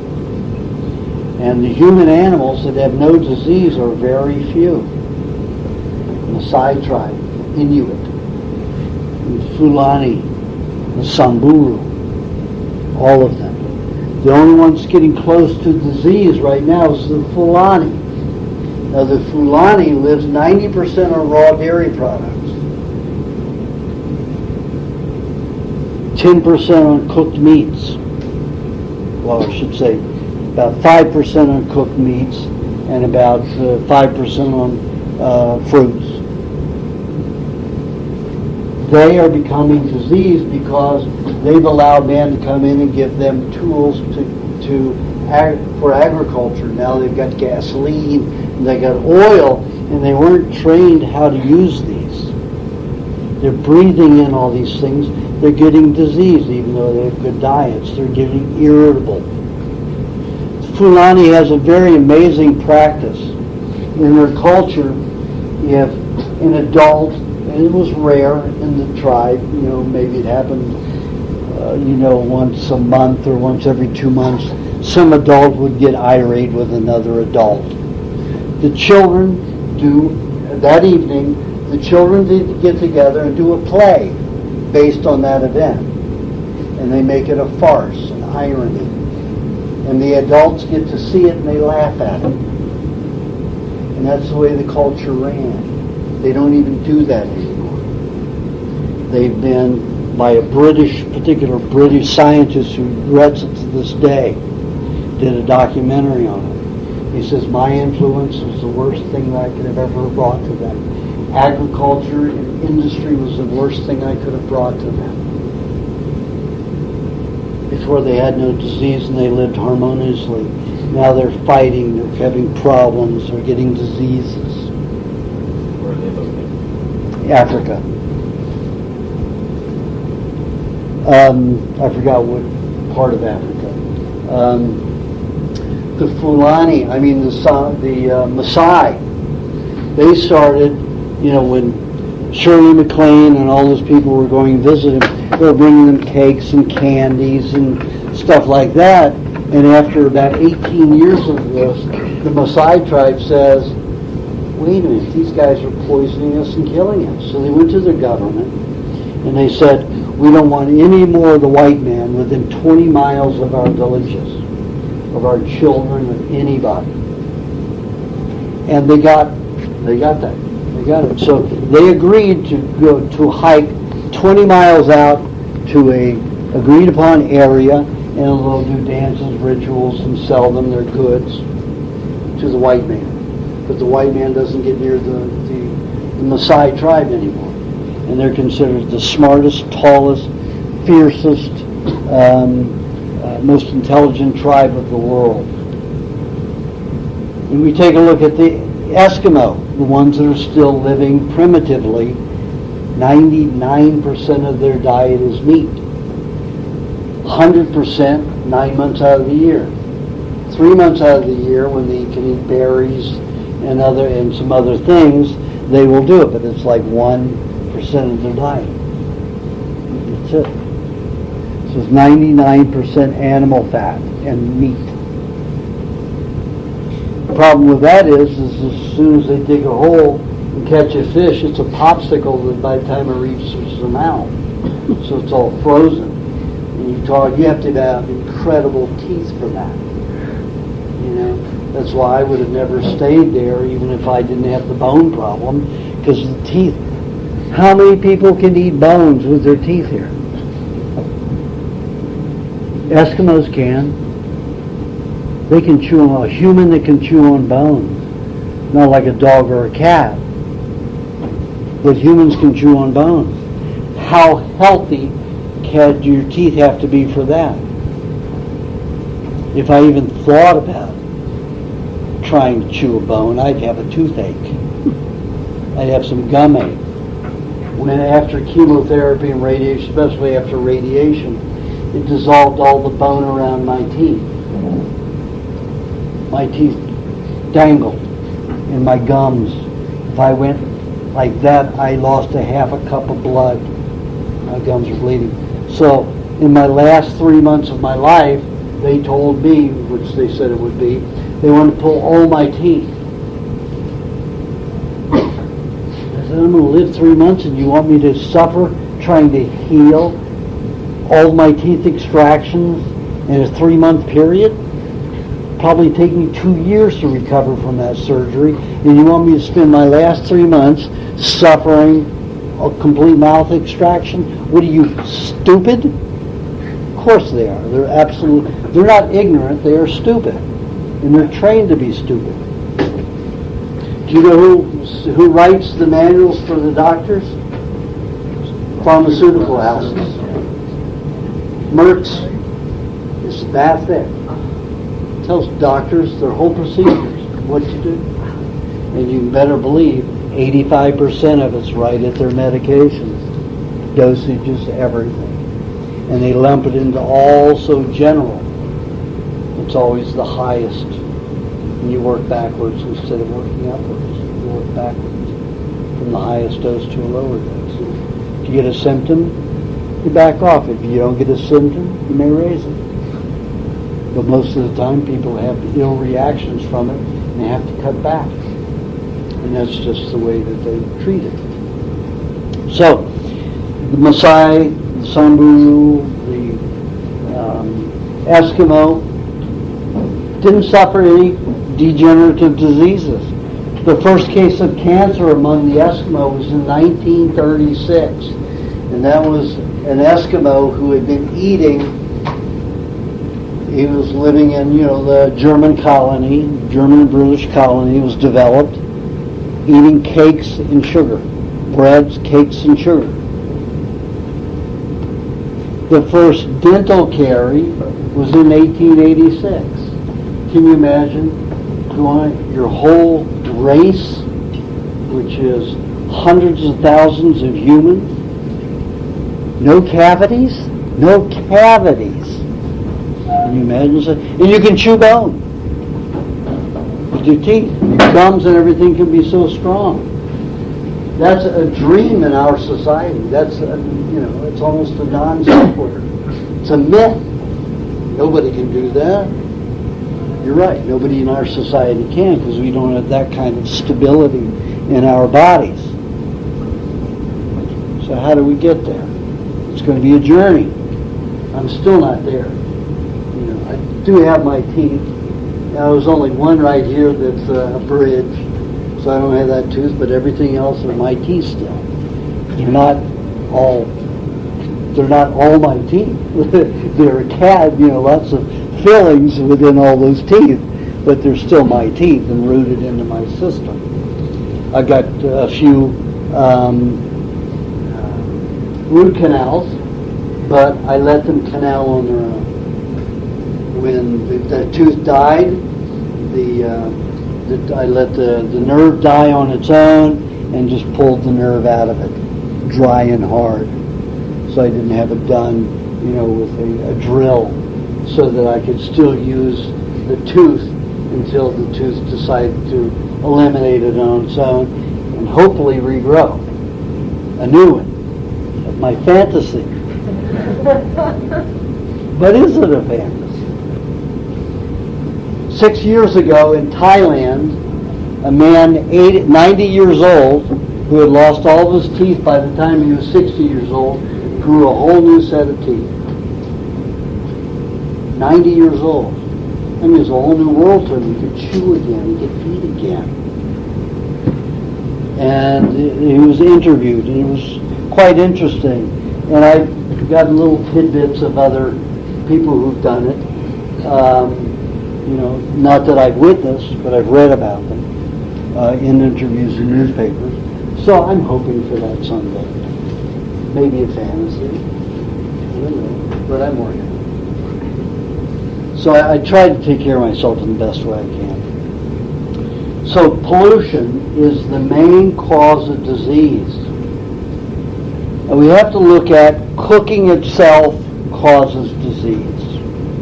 It's not just industrial pollution. Of course, cooking could be called industrial development because you're having to make a fire. You're changing the whole mechanical and chemical structure of something. So that could be called industrial, altering food. But what happens when we cook food, we not only destroy enzymes, microbes, bacteria, fungi, anything that's in that to make it a live substance that can ecologically renew itself is destroyed. Toxins are formed. I name about 36 of them in the recipe book, my recipe book. The red covered book did not have your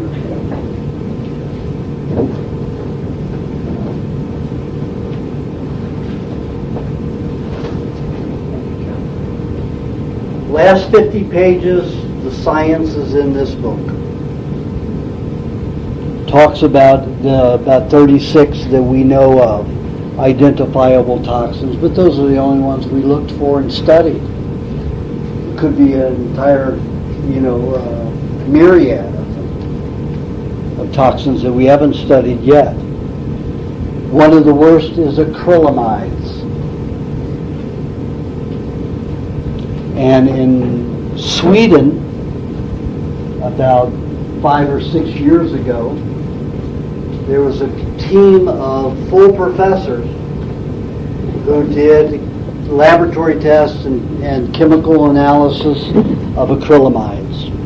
They found that cancer cells contained 60% of the constituents of cancer cells were acrylamides.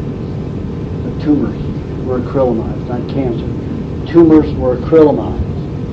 So they searched whatever caused acrylamides.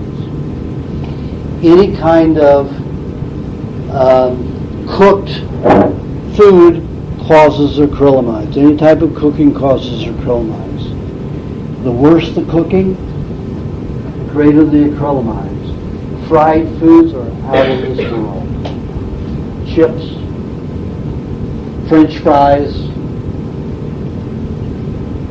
donuts, 1,500 and more acrylamides, whereas in the normal cooked, baked form, there's maybe 150 to 200. It shoots up to 1,500 and more, just from frying it. So, what they found was the higher the ratio of carbohydrates in the frying process created the greatest amount of acrylamides. So they thought that all cereals should be off the market. They thought the French fries and all chips should be off the market. Guess what happened to all those full professors when they came out with that announcement? They all are now teaching high school. They lost their full professorships. People came out, food industry paid, intellectuals were saying, oh, they did the tests all wrong and it isn't accurate. And nobody's followed up or backed that up because they know it's right. They don't want to disprove it. Why? Because they couldn't disprove it. So there's not been one fraction of research since on it.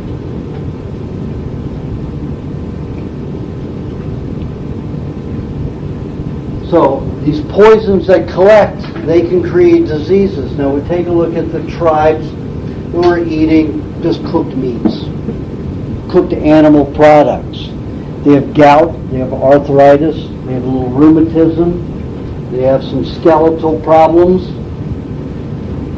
but no other serious diseases. When a tribe gets off into eating a lot of cooked carbohydrate foods like rice and things like that, we have greater amounts of disease, compounded liver deformations, all kinds of other diseases that become extreme. So cooked foods can cause a disease, but only 10% of the disease that exists in our population today. 90% of the disease that exists today, degenerative disease, exists because of pollution, industrial pollution that is not related to cooking. Mercury, phthalate, barium. They're dropping barium and aluminum from the sky in chemtrails. You're inhaling that. And if you study barium toxicity, you see the research by the FDA. They did the tests only so far, and you can tell they stopped because they didn't want to do it all the way. They saw that it was a neurotoxin, that it causes paralysis, that every test group of animals that were subjected to the barium, they showed, no toxicity, no change, but all the ones who had heart disease died. But only, and this is the way they worded to make it sound really non-threatening, because the military's dropping barium on us every day. Why? From the sky. Pardon? Why? They say it's weather control. They call it weather modification. However, I think that's just a smokescreen for dumping their chemical industrial waste. As like President Eisenhower said, our greatest enemy is the industrial, military machine. industrial military machine that is our worst enemy of peace and well-being. That was the statement. This was a general, a 5-star general who became president of the United States. And he warned everybody in the world, in the United States, our worst enemy is the military-industrial complex. Where are they putting all of their waste? They dump it illegally, the nuclear waste in the oceans.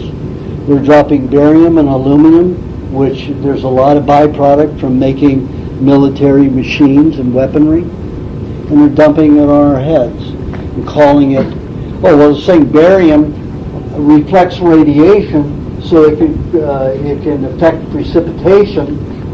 The aluminum can help knock the light back so we can collect more precipitation to have more rain. It's a smoke screen. Pardon? That's cloud seeding, is that what they call it? Yeah, cloud seeding, that's what it's called. But you can do cloud seeding that has nothing to do with barium or aluminum, and that's relatively non-toxic. So why are they dumping aluminum and barium on our heads and having us breathe it if they don't need to dump this kind of pollution when they know that they're toxins? Aluminum destroys the zeta potential, which is the ability for nutrients to stay suspended in fluid. Why do you think it causes Alzheimer's? The brain transmissions don't get to where they're going because the nutrients in the nerve serum is just dropping. It's not getting to where it's supposed to get. Why are they dropping that on our heads? Regardless about that, toxins, industrial pollution, industrial waste that is in our air, that is in our food, that is in our household, every chemical that you have for your house, everything that's produced has a chemical byproduct that gets into the water, into the air, in our food, in everything. In our walls, toxins, gas from the walls to 5 years minimum. Gassing the varnish will gas for 5 years off of a chair or any kind of furniture. 5 years. Plywood will gas for 25 years. That's why the Mothers for the Environment, I think it is, say that plywood and pressboard should never exist because it's so toxic to children. Developing children causes mutations. It causes a lot of miscarriages. So that is our major pollution. Now, how can we ward ourselves against it? Now, I mentioned being fatheads. What happens? Poisons go into fat if we have them. Fat is the most important protective nutrient in the body. Primary and foremost. Fat. And you say, Aajonus, boy, you're full of shit. Look at you. You're pretty thin up there, aren't you? What kind of body fat do you think I have on my system? 22%.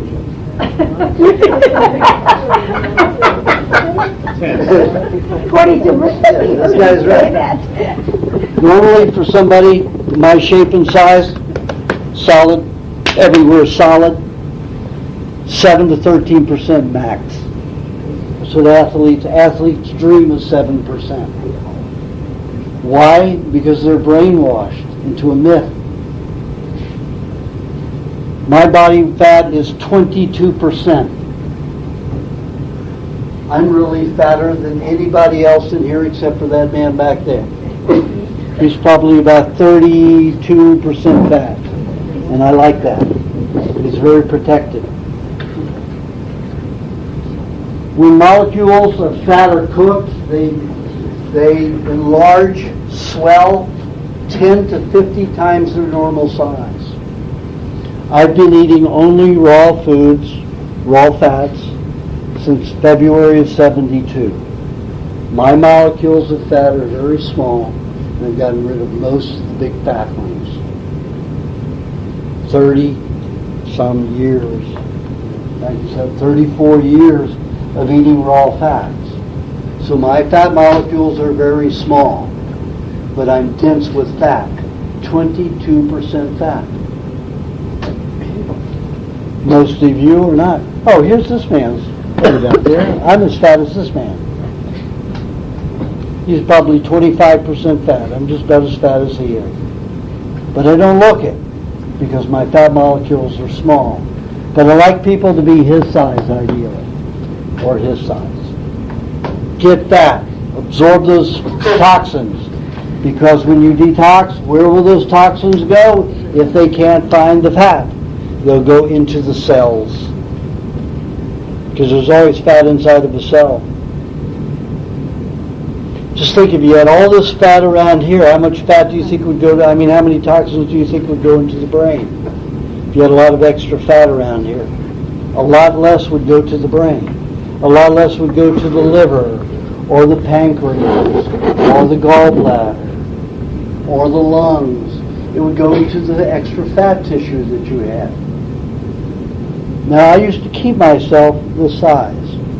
When I talked about, when I went into Los Angeles, spread the word, when I was a scale down Arnold Schwarzenegger, I was his size. And I never felt better in my life at that time. It was great. I felt protected. I never felt tinged with poisons unless I went to a heavy detoxification from the chemo, and it's still coming out. Radiation's still coming out. I got a rash right now from it. It comes out about every year and a half to 3 years. It goes to a good dose of it, eliminates it, and I feel even better, stronger. Look how I can move my spine now. And, 38 years ago, it was, excruciating pain. And that's what I did. I used to fall over a lot, just like that. The memory scared me. But, I can touch my toes, I can bend, I can do things.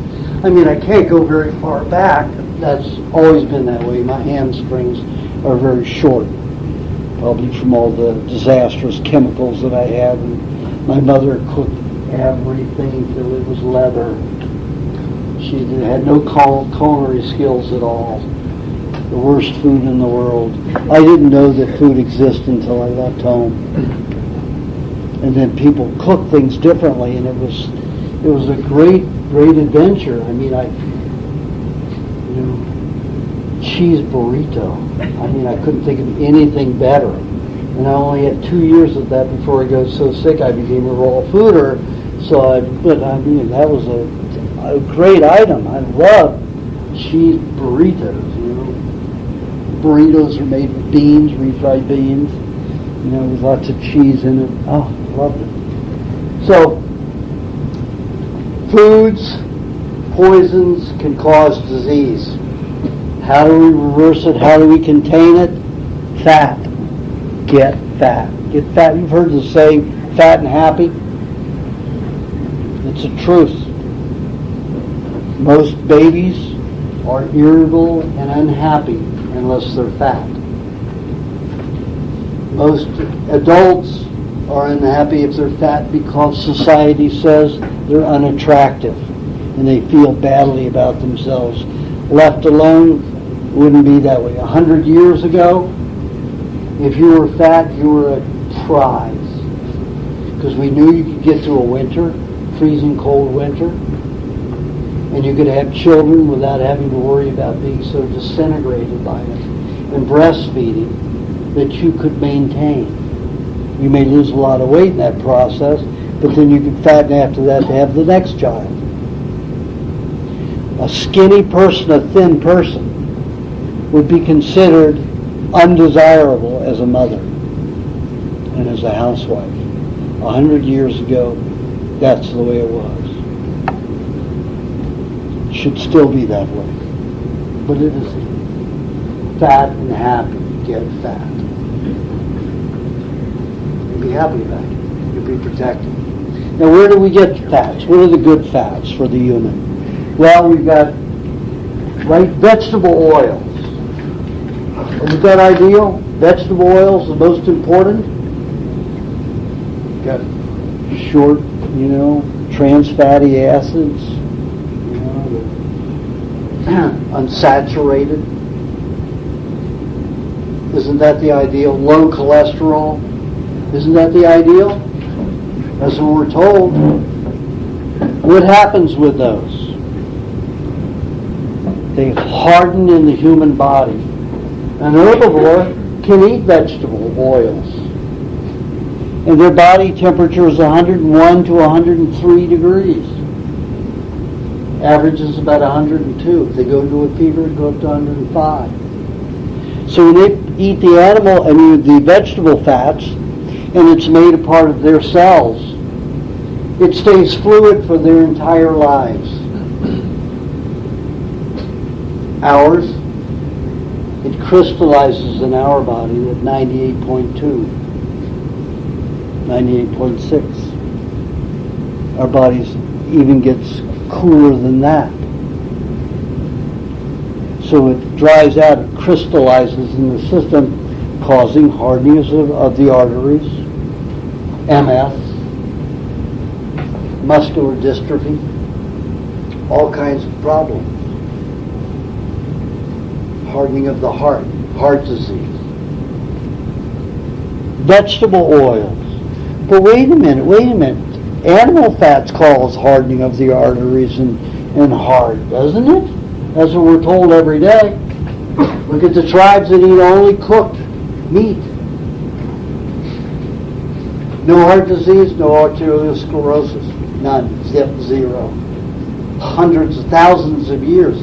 Borneo. Even the humans who were cannibals never had heart disease or arteriosclerosis. It exists in people who eat lots of cooked vegetable oils. So, there we go. Oils, not for us, are they? Not good at all. If you have a question, mark it down. If I don't answer it by the end, when we get into Q&A, ask it. So, vegetable oils are what? Safflower oil, all those oils that are said to be good, good for us. And they're not. Margarine, Crisco oil, all that garbage food will cause hardening in the system. Well, what about olive oil and coconut oil? They're a little different. They will not harden in the same way. But they will cause overheating of the body in some circumstances and irritation and caustic responses, because mainly that fat is used to cleanse the body. The body will start making a lot of body soaps, a lot of virus, to start cleaning the body. Now, I didn't finish my talk about viruses, did I? Bacteria and the parasites reduce the waste. What happens when you put a solvent? Let's say you go into your garage and you take a solvent to clean up the grease. What do you put it into? A pail of what? Water. And you've got the solvent that's broken it down. Now you have all this tar and grease, all this industrial waste product, plus the solvent itself in a whole bucket of water.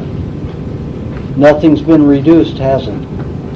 Your waste is not minimal now. It isn't taken from 100 to 1%, or it's not taken from 50 to 2 to 5%. You've taken something that's about 10% and swelled it to 100, 200%. Because now you've got all this contaminated fluid.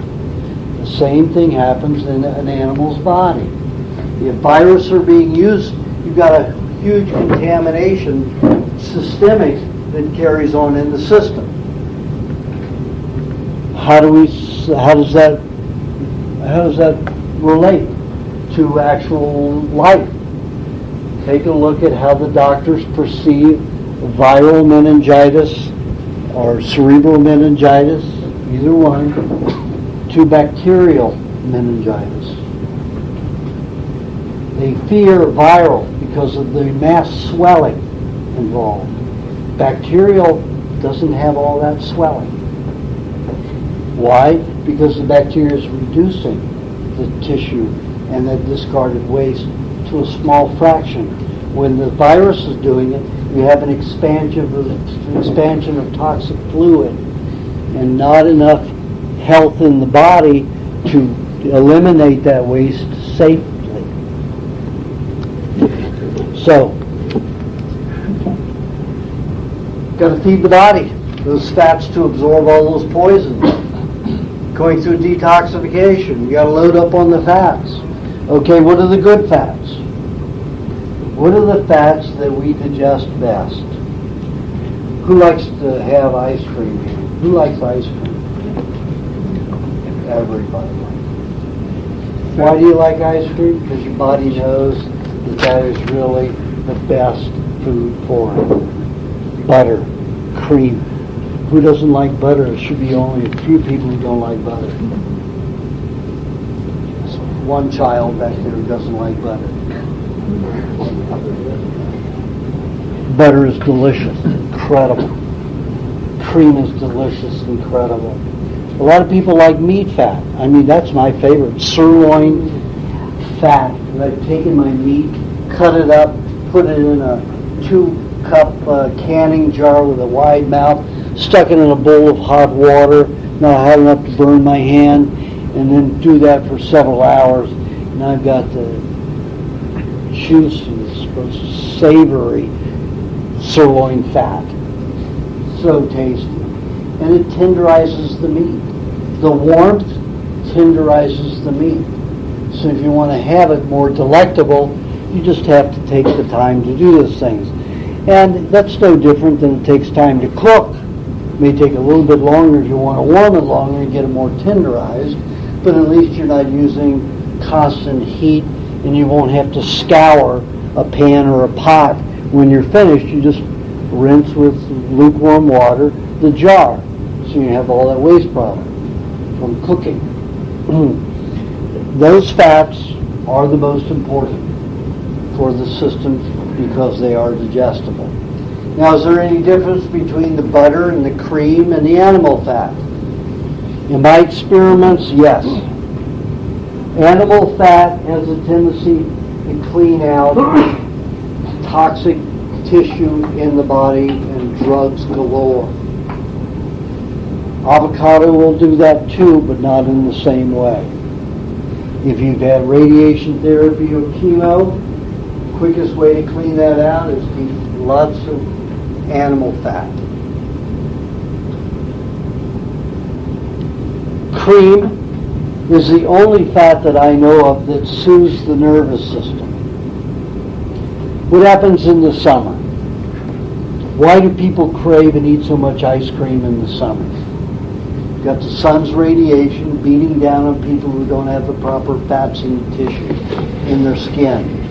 So the radiation normally is absorbed into the animal fat in your skin, transforms into vitamin D and absorbed in a myriad of complex fats, cholesterols, that aid the body in all kinds of chores. Strength, protection, energy, building, growth. Don't have the proper fats in the skin. If you were raised on Crisco and margarine, guess what's in your skin? You've got a magnifying oil that's going to burn when the sun hits it. Causes irritability. Too great a sensitivity on a cellular level to the sun's rays. So people go for ice cream to soothe the nervous system. Just drink down a cup of cream. Pretty nice, huh? Then you're sitting there, oh man, oh that was so good, but I can't move, I gotta go to sleep. Let me have a break here while I digest my cream. That's because the liver has to have a whole complex of enzymes to extract the water and make butter. And it does it to about 2/3 of the cream that you eat. 1/3 of that cream will be made into fats that retain the fluid, and all of it goes to the nervous system. Butter cannot soothe your nervous system. Only cream can. Cream in the milk or cream separate from the milk. Butter cannot. But cream is absorbed and utilized in all the glands and organs, and it'll never make it to the bones, the connective tissue, the cartilage, the lymph, and the skin. And even if you're eating a lot of butter, which does get to those areas, you've got to eat a tremendous amount at one time to get it there.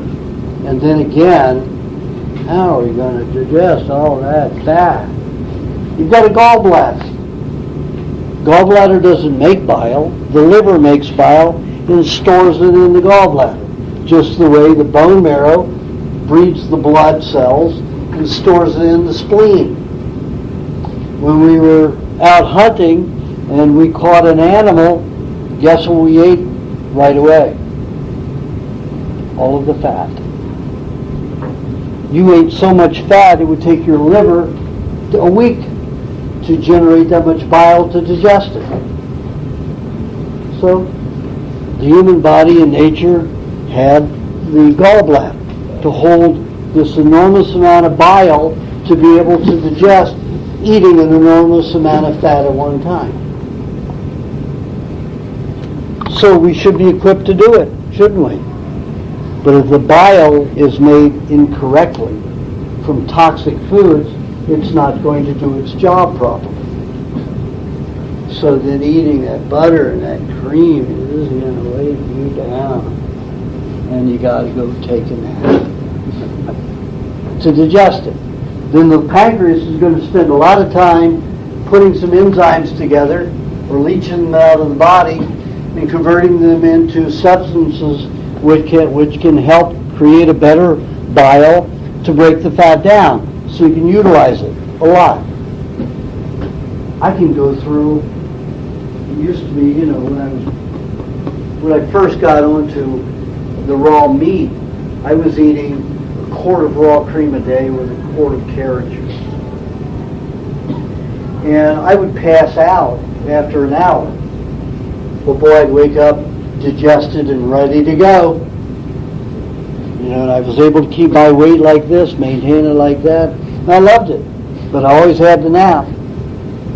Now I can eat a quart of cream and I don't get sleepy because my body can digest it now. But then I won't be hungry for anything else because my body's very satisfied and very satiated, having been, this many years on eating lots of raw fats and raw meats. I'm not an animal who requires an excessive amount except when I'm detoxifying. So, butter, the way that you can get the body to absorb it and digest it quickly is to make the moisturizing lubrication formula. And it's in the recipe book, I think on page 146. And that consists of lemon juice with egg and butter. Butter's preferable. I think some other fats like coconut if you don't have it. But butter is the ideal. And honey. Those four substances. That lemon in there helps the liver break or helps break down the fat so that you don't require as much bile.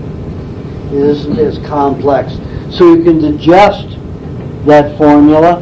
It's on page 146. Yeah, top. You can digest that formula so quickly that the stronger orphans that are getting the food first don't eat it all. Because that's the way the body works. Every cell in that body is a starving orphan. And the ones They're nearest the digestive tract, and then the systems get it. So the bones, connective tissue, the skin, and the lymphatic system don't get their supply because it's all absorbed. When you eat that moisturizing lubrication formula, it digests so rapidly that it does get to the skin. Evidence of that is that since I started using that formula with people with psoriasis, it used to take me 7-8 years to get it to a point where it was not painful. You can do it in 3 to 6 months with a patient now. Massive dead, dry skin all over the body, bleeding, cracking all over knees, elbows, armpits. 3.5 months. One elderly man, only 3.5 months to reverse that condition with that moisturizing lubrication formula. And you say, why do you make it so complicated? Why not just call it moisturizing formula or the lube formula? I needed to entice you. For the women, it's moisturizing. And it's very appealing to you.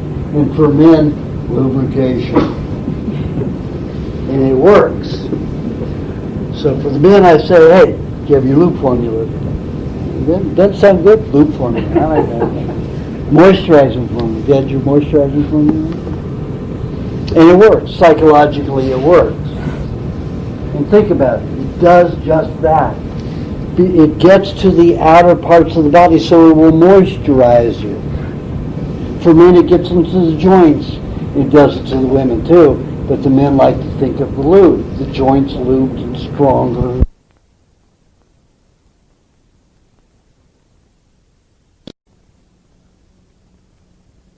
The fat's already liquefied. Well, you say the butter's already liquefied. However, it's not in a structure that requires very little digestion. In the egg yolk, the fats require very little digestion. There's still lots of bile that has to be mixed with the butter to be able to be broken down properly and digested and absorbed, assimilated and absorbed, and then assimilated again. In the egg, there's very little requirement for that. People who come to me with severe environmental allergies, sensitivities, they can't eat anything. People are allergic to anything. I give them predominantly eggs. People with emphysema, the same thing. Eggs, because it's so easy to digest. They're not going to have allergies. I've never met one person allergic to raw eggs.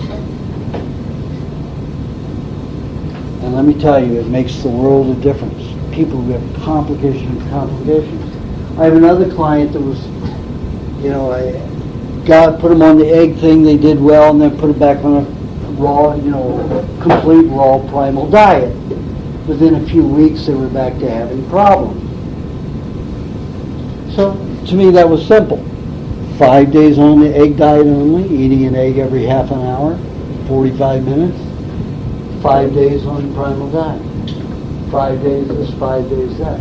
I've got infants doing that too. They're making tremendous progress. It works. Those eggs are phenomenal. But what about the biotin problem? Hello? Only in a laboratory does it come up with the biotin problem, the biotin deficiency. I eat 50 eggs a day, and I never show a biotin deficiency. I have never, ever seen a biotin deficiency from people eating raw eggs. I've seen it in some dogs and cats, but not in a human body. Never seen it. But, you feed dogs and cats need bones. So you're going to find a deficiency if you're only feeding them eggs. But a human, I fed humans nothing but eggs for 9 months without not one biotin deficiency symptom. 9 months, only eggs. eggs every day, up to 33 a day. No symptom, no biotin deficiency. So these people who get on this theoretical bend, because some scientist says that there's no way that you won't have a biotin deficiency. Like I said in my book, We Want to Live, I talk about when I see the binding of avidin and biotin together, it handles biocarbons. Guess why you have a lot of biotin? To handle biocarbons. That's its purpose. So if you have a biotin deficiency, you're going to have a lot of biocarbons built up. That's going to create a lot of deficiencies. I don't have to see that the biotin's released from the avidin. I want the binding of the avidin and the biotin. But people who are eating cooked foods sometimes don't have the enzymatic link to utilize the biotin-avidin coupling to remove biotoxins, so some of that will be found in the urine or feces. But it is a minute amount, doesn't ever cause biotin deficiencies. So all of this myth about a biotin deficiency, I've never seen the empirical clinical proof, because it doesn't exist. It's all theoretical in these scientists' minds. And these people who believe it. And it's a sad thing because that combination is so important. And you will not have the fats and the proteins together to help digest each other. And when I've separated them and applied them to people, have them eat the egg yolk 30 minutes before the other, it doesn't work. You need the protein to digest the fat and the fats to digest the protein. The effects are not the same with the eggs when you separate them. So get rid of that myth that is out there in the alternative health field, that the eggs should be separated or the white should be cooked and the yellow should be eaten raw. Forget about it. It's all bull. And it makes me angry. And then you got those people with sea salt. Oh, today it's okay to eat the the white and the egg, the yolk together because so and so said it. But the next week, somebody's much smarter than that guy, and he says that the egg yolk and the egg white shouldn't be together. And I believe that person. And that's what happens when you're seesawing on non-imperial experience. When you're not looking at the results of that, you're going to be confused. And whatever you think is making the best sense, whoever you think is making the best sense at the time is who you're going to believe. And that could be very harmful to your health. Eggs, if you're ever having problems digesting, if you're having any kind of problems and foods aren't working for you, suck an egg. Together, the yolk and the white together, you suck those eggs. Get you back into shape. And then if you go back into eating and you're still not right, predominantly eat eggs. Eat maybe a cup of meat in the evening, somewhere around 7 o'clock, and a glass of milk before you go to bed. If you're well enough to be able to digest the milk without an allergic reaction. So the egg fat is a very important fat also to help the body. And there are a myriad of cholesterols. Now, 60 varieties of cholesterols, and guess what? They're all good. This LDL and HDL garbage is another myth.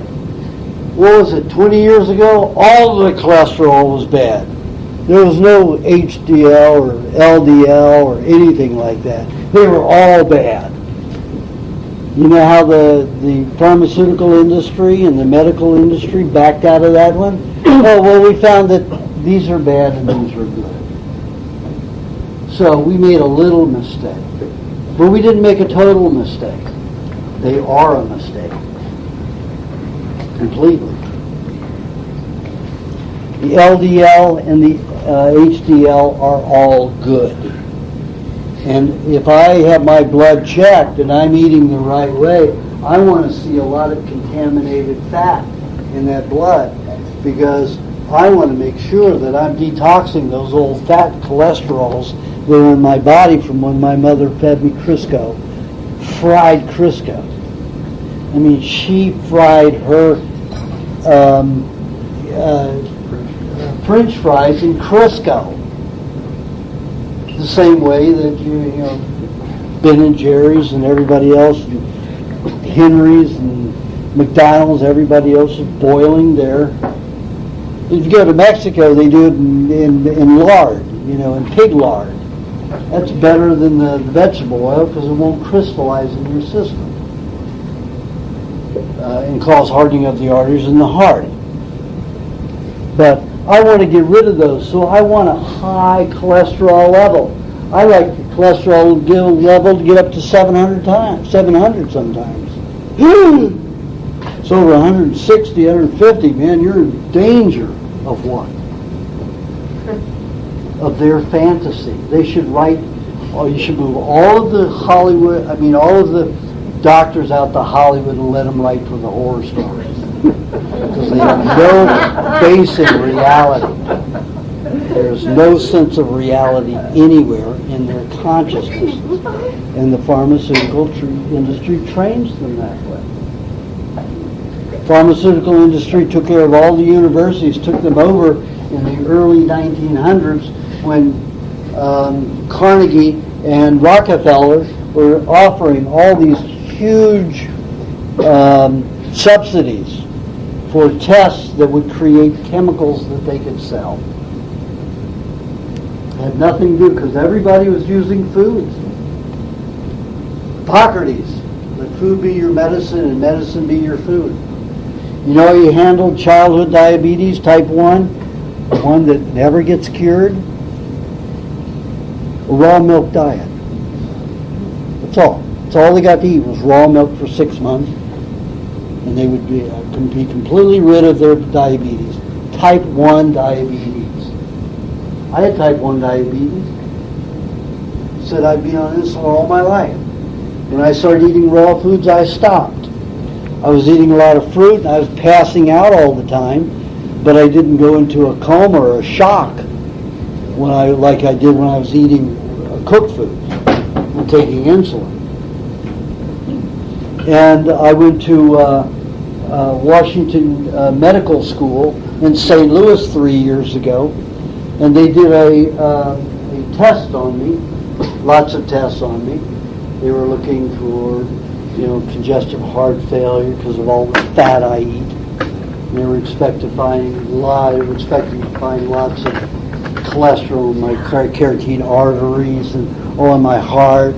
And they had the division of the school, the medical university, that was handling this test was mainly looking at vegan raw fooders. And they heard about me, called me and asked me if they could take a look at my blood and my everything. So I said, sure. So on my way to Chicago here, I stopped in St. Louis and went through the 2 days of their testing. And they found that my pancreas, I did a glucose tolerance test. I allowed them to put sugar in my body. Oh my God, I was like this. I couldn't write, and my head was just shaking. But they found that normally if your pancreas working, every half hour lower the blood sugar about 30 points. And it'll stop right around 102, 104. Mine went all the way down to 54. Just kept grabbing it out of there. And they said that's the best pancreas that ever seen working in their lives. And I said, and I was a type 1 juvenile diabetic. That's the difference. And they spent 20 minutes. We had 5 cardiologists around me. I'm lying on the gurney, and they've got this, ultrasound going around my heart, different angles, trying to find all the congestion and the all the fat in there that was going to kill me. Because, I eat like sometimes a half a pound of butter a day, plus, a half a cup to a whole cup of cream a day, plus all the animal fat, plus, whatever else I'm eating that has fat in it. Eggs, 10 to 50 a day. So, or 8 to 50 a day. So, they spent almost 30 minutes with this thing, and they usually do it in 5-10 minutes.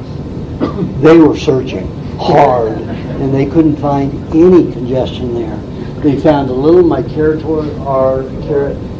artery on the left side, but it had been, when I was a young boy, 20 years old, it was 5 times more congested than that.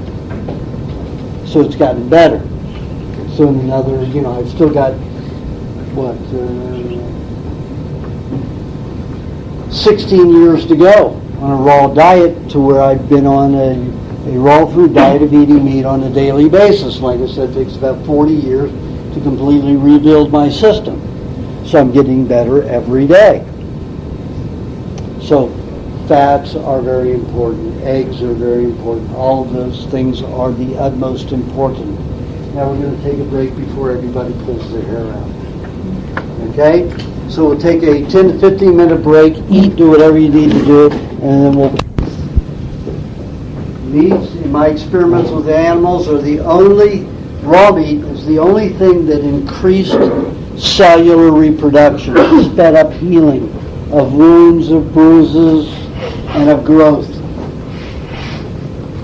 Cooked meats didn't do it.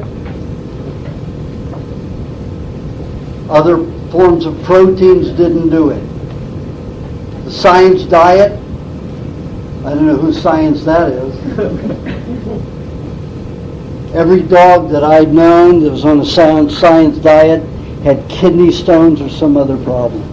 The most ridiculous bull advertising scheme I've ever heard and seen. I had one man, my publicity agent at MGM, when I was an actor, making money to pay for my research. It was good money. I mean, I could make like $60,000 for one day's work. It's pretty great. And they paid for a lot of laboratory experiments. When I gave humans meats, raw meats, they healed and grew, and we could see in the laboratory the cells were producing at a greater rate. And only when they ate raw meat, and I'm not talking about just beef, I'm talking about any kind of flesh food. Any kind of flesh food I call meat. There was a lot more cells that were produced. Healing was sped by at least 2 times, sometimes up to 5 times. So, raw meats are the only proteins that I ever got that reaction with. Eggs did not do it. The protein in eggs allows for a restructuring of cells that already are alive, but in the analysis, it did not increase cellular division. Milk, the same way, unless milk was never refrigerated. Then in about 65% of the subjects, cellular reproduction increased, cellular division increased. If the milk had ever been chilled or refrigerated below 55 degrees, cellular division was normalized, which is a slower rate. So you will never find milk that hasn't been refrigerated to about 36 to 40 degrees. And if you get it from organic pastures, it's been 32 degrees. And if he tells you that it's not been chilled for more than 36 degrees, he's a liar. I'm talking about Mark McAfee, Organic Pastures. He freezes everything. The milk doesn't get solid, but he freezes everything. The butter, everything is frozen. The butter is solid. He freezes the butter until it's solid. Sometimes you'll find the milk in the stores, or I find in the milk, crystals in it, ice crystals in it. You don't get ice crystals in milk unless it's at 32 degrees or lower. When I caught him on it, doing it, he said, well, I'm doing that, it's okay, it doesn't harm the milk. I said, how do you know, Mark? Well, I know. I said, how do you know, Mark? What tests have you done to show that, well, Sally Fallon and all those people said that freezing doesn't harm anything. I said, how did they know? Did they do an experiment? I don't know, but they know. So, talk to Sally Fallon. Just what she believes. Because Weston Price said that vitamins weren't destroyed by freezing. Well, if you don't have the enzymes, if you don't have those enzymes to utilize the vitamins properly, what good are the vitamins? And you need enzymes to utilize anything in the body. Now, I did tests that gave 14 animals, well, I was the 15th animal, frozen and unfrozen meat. Same meat, same cut, same animal, frozen and non-frozen. Those of us that ate it raw, and that's all we ate. Well, I ate a little bit because I couldn't just eat that, but the dogs and the cats, we fed them in that group. That's all they got. They got nothing else. They got no butter. They got no dairy at all. They got no honey. They got no bones. All they ate was the frozen meat. The other group, the same meat. That's all they got was that unfrozen, non-frozen. The group that had it frozen started developing skin problems. Some of them within 3 weeks. All of them within 6 weeks. Mainly extreme within 10 to 12 weeks. One of them got scurvy. The group that ate it non-frozen, not one problem. Their skin, their coats were beautiful. And the ones that ate it frozen, some of them were losing their hair. Or two of them losing their hair. That's how extreme it got. So, after that, I decided, okay, they say that, I knew that skin disorders could be repaired pretty quickly with butter. So I said, the only way I'm going to know if frozen butter, and let me tell you, I went around and around for 6 months with Sally Fallon, a lot of other people, about the frozen butter is not as healthy. And that milk, this food right here, in here, this whole thing, I wrote this first thing with Dr. Douglas's stuff, this report in favor of raw milk. We got the law changed. And when we designed this whole thing, I wrote it with a woman who was putting it together, and I had another scientist and me. We had both of our laboratory analysis that showed that frozen butter was not as good, that there was damage to it, and that it didn't cause the reversals of disease like the non-frozen meat. So Sally pulled so much weight, it was pulled out of this package here. In my experiments with those animals, I fed them frozen and took the sick animals, so there were 7 of them. And I took those that were the worst diseases and put them with the non-frozen butter, and then those that were less damaged with the frozen butter. I mean the non-frozen butter. And did I get that right? The worst cases went with the non-frozen butter, and then the less worst cases went with the worst cases went with the non-frozen butter, and the less worst cases went with the frozen butter. Freezing the butter. Yes, it screws up my mind. I want to get this straight. The animals who were the worst off got the non-frozen butter. The ones that were not as bad as the others got the frozen butter. So you'd think that those who were the worst off would take longer to heal. They healed 3 to 5 times faster than the ones who had the frozen butter. And they weren't as bad shape as the ones who ate the non-frozen butter. 3 to 5 times faster their skin healed. Certainly evidence to me that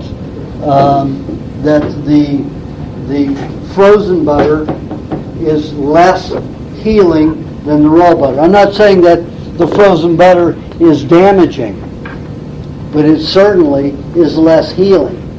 3 to 5 times less healing.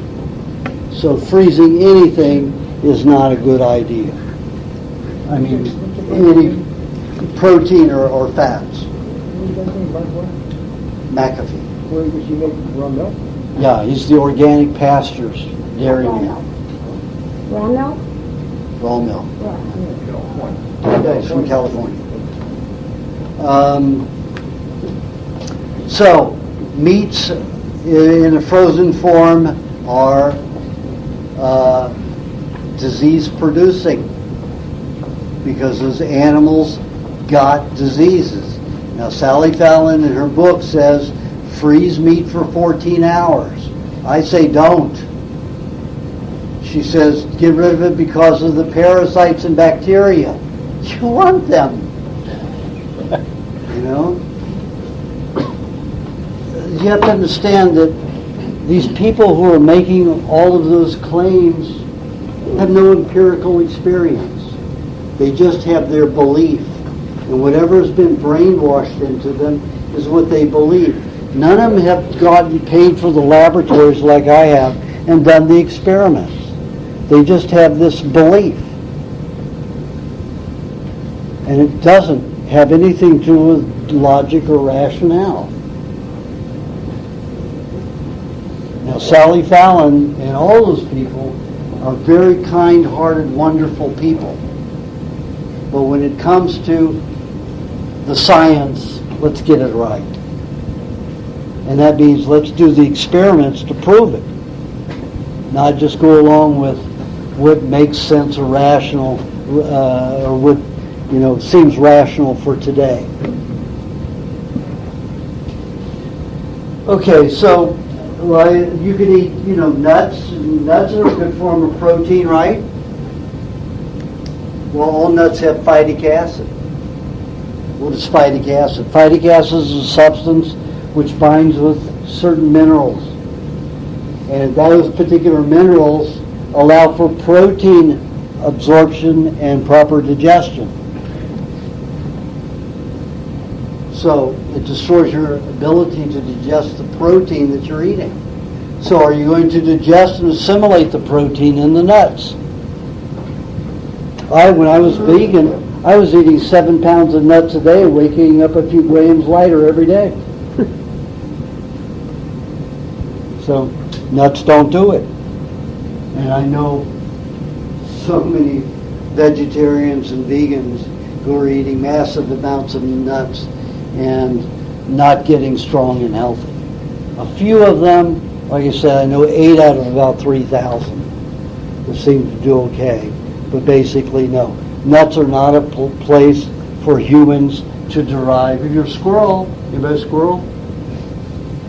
No, nobody's a squirrel, then nuts aren't for you, are they? Oh, we got one kid back there who's a squirrel. His father put his hand up. And then you've got grains. Well, grains, this is like nuts. Nuts contain 15 to 30% protein. Well, grains contain what? 5% to 15% protein. Can you digest grains? Phytic acid in grains too. Well, there's lots of people that say that if I germinate the grains, it destroys the phytic acid, it alters it.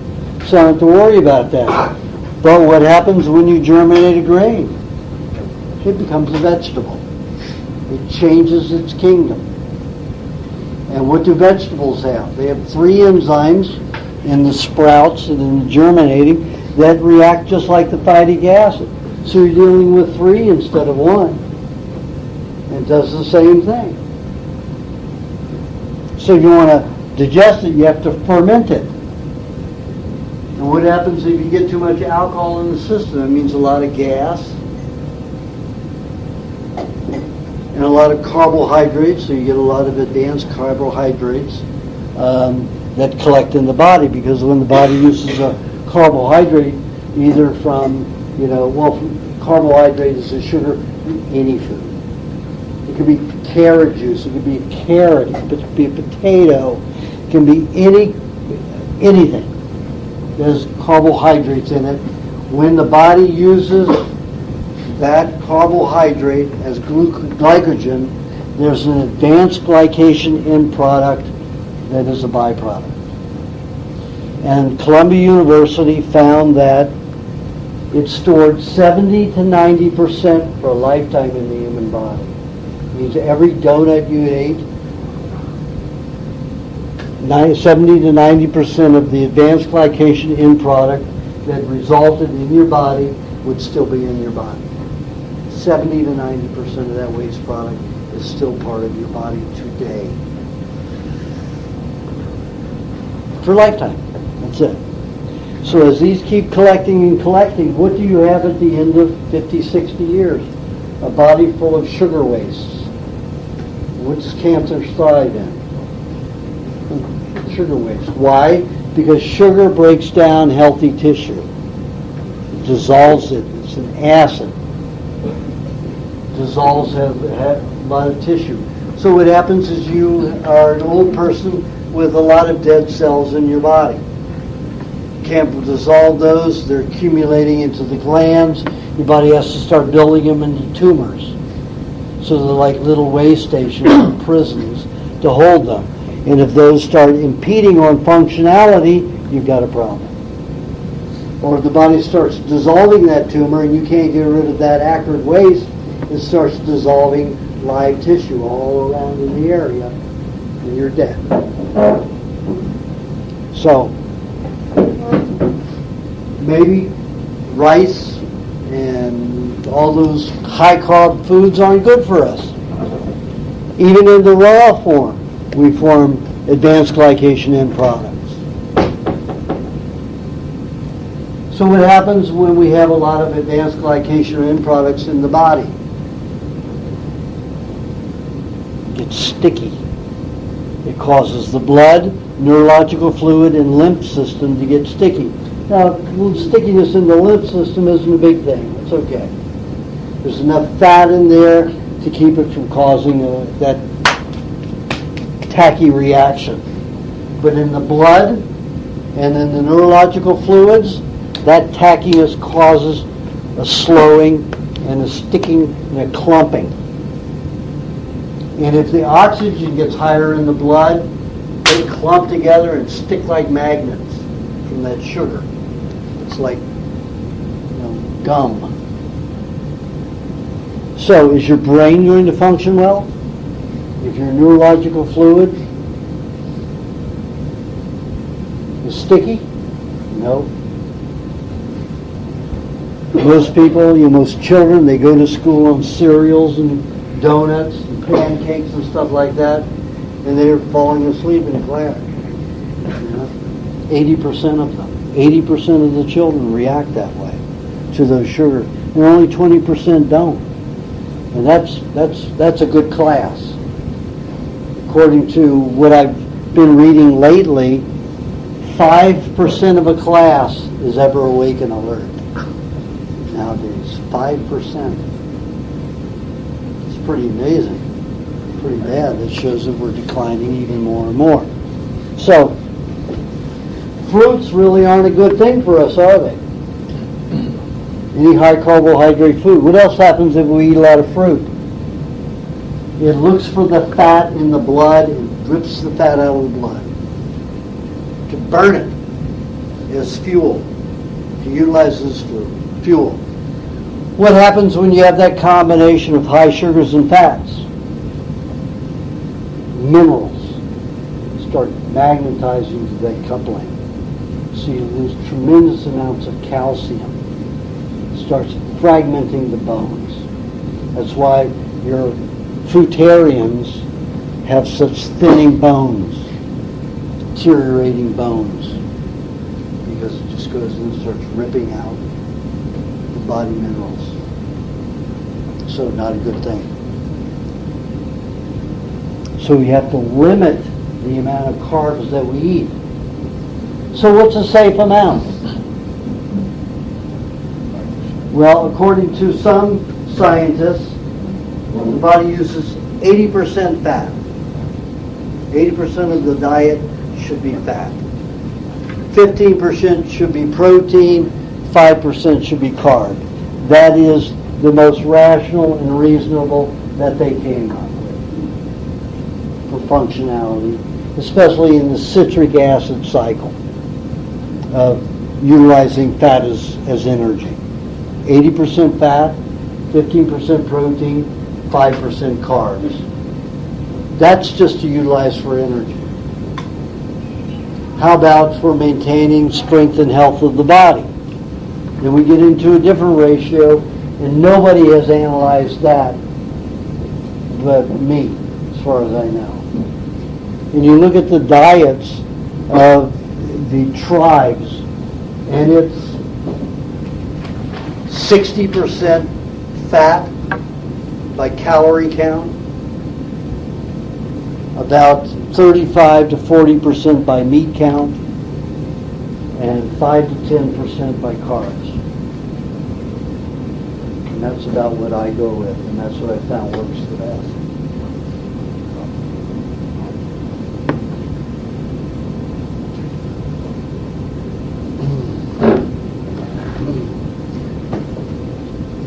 What happens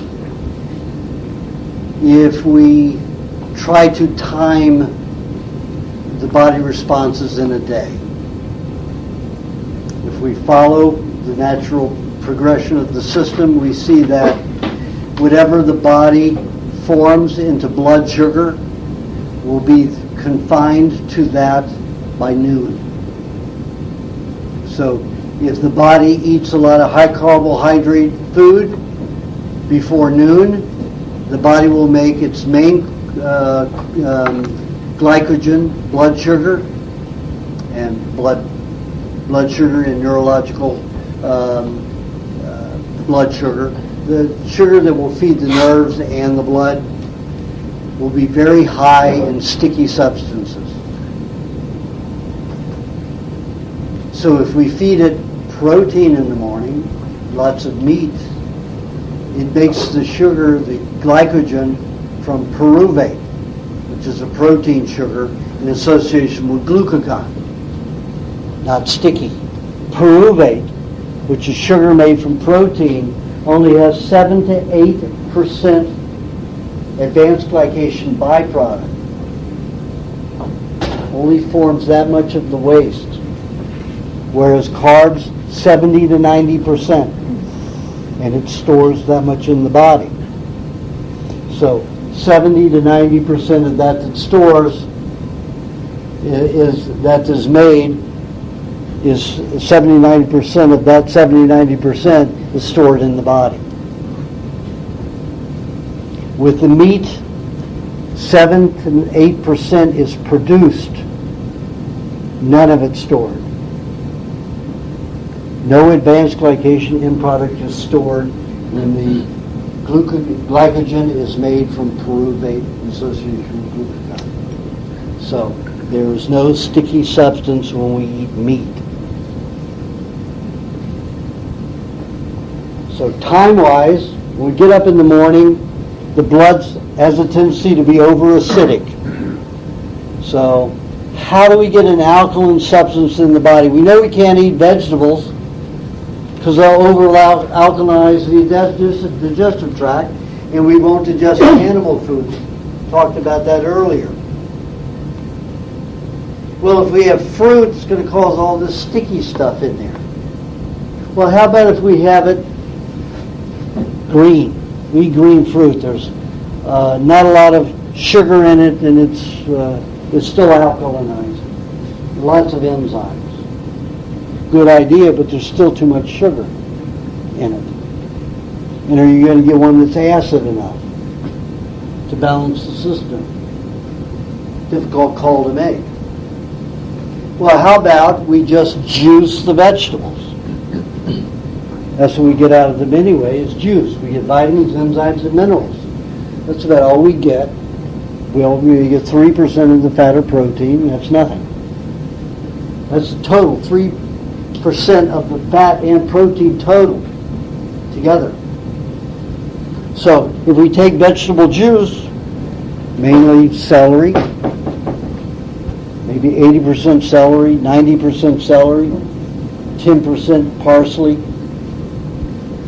we've got enough of the chlorophyll in the parsley and enough vitamin E and vitamin D, everything in that parsley to alkalinize the blood and make the bloodstream alkaline. We're not out to alkalinize the intestines because we don't want it alkaline.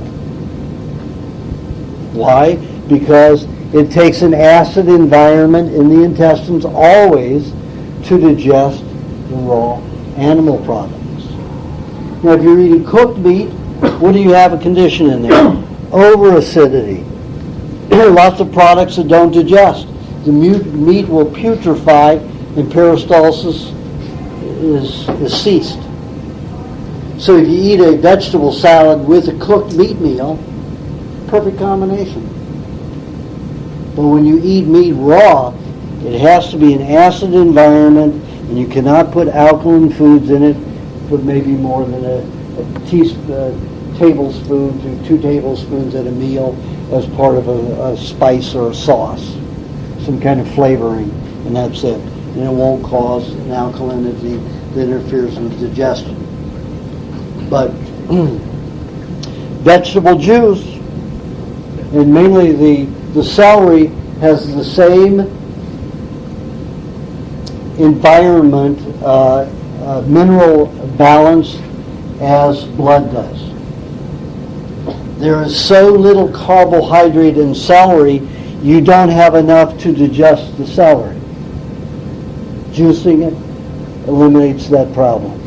So you've got almost a zero environment of carbohydrate in the celery. You've got a lot more carbohydrate in the parsley, but you're having such a little amount of it that it's not enough to cause any other issue other than the sugars will help you deliver the minerals. The minerals will help you deliver the little amount of sugar to boost digestive abilities. The juice will be absorbed by the time it hits the bottom of the duodenum, so it never gets into the digestive tract to alkalinize it. That's the key. If you're eating whole vegetable matter, fiber, you're going to be releasing alkaline fluids all throughout the digestive tract, and you're going to impair absorption of animal foods, and that's a problem. So we have vegetable juice the first thing in the morning, 8 to 16 ounces, depending upon your size. Big person, 16 ounces. Medium person, 12 ounces. Little person like me, 8 ounces. And under 8 ounces. Some people even 4 ounces. That'll give you all the enzymes and minerals and vitamins to get digestion going. Most people get up and they want coffee or soda or something like that to give them a jack up and then to get the digestion going, but it isn't a good way to do it.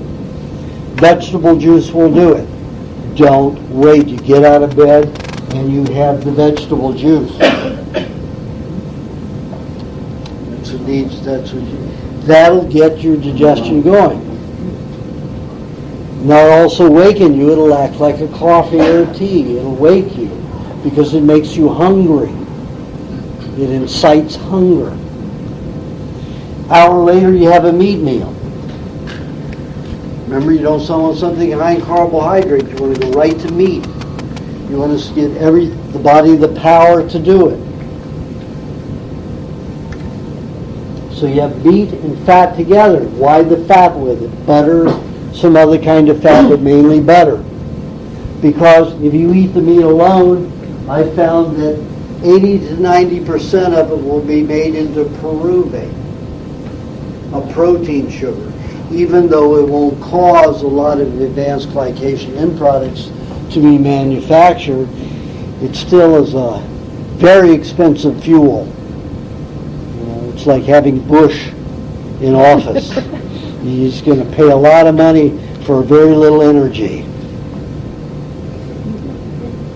And it's a huge waste of your money and meat-eating experience. You want meat to regenerate the body and to make a clean body blood sugar. So if you eat the fat with it, you won't burn the fat. Burn the meat. You will have it there to heal and build and strengthen your body, and you'll get younger instead of older. Now, the reason I say older is because aging and deterioration is associated with age. Older we get, the fewer cells we have in the body. And you've seen those old people trying to walk across the street. You're thinking, my God, my whole life's going to go by when this person's trying to cross the street. They have maybe 23, 24% of their body cells alive. Has to carry 100% of the weight, and those cells aren't very healthy. That's a lot to carry. If you're eating this kind of diet, and you're eating that raw meat with fat, you're going to have the ability to keep dividing cells, so every day you get younger. I didn't have this kind of vitality when I was 10 years old, or at any time. Now I'm this old 60-year-old man, and I can just go on and drive you people crazy because I have so many more cells alive in my body than I did then, and energy. So you want that you want the fat with the meat.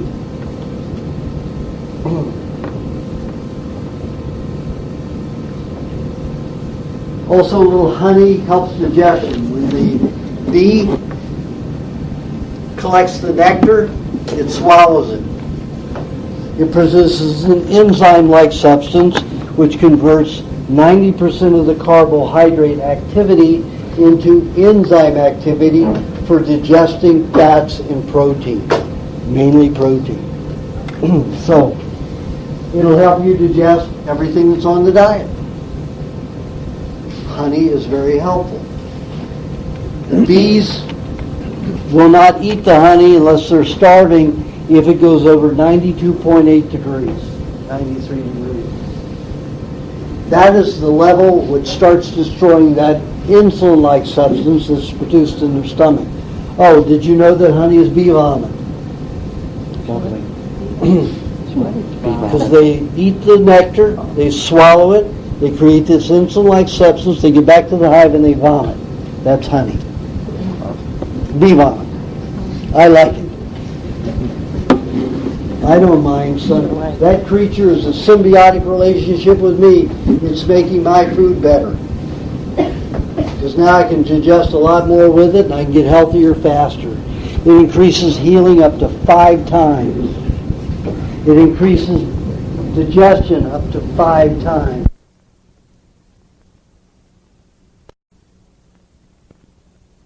For 24 hours. You don't want to move. Honey, even on that garbage, cooked food, will resurrect digestion. So you imagine what it can do to the raw food. So honey is a very important food. If you overeat it, some people can overeat it, it'll cause a dissolution and a detoxification.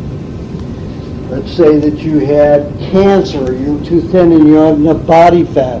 It can cause massive detoxification in your system because it'll start dissolving tissue like a virus. So you have honey. So you have to be careful.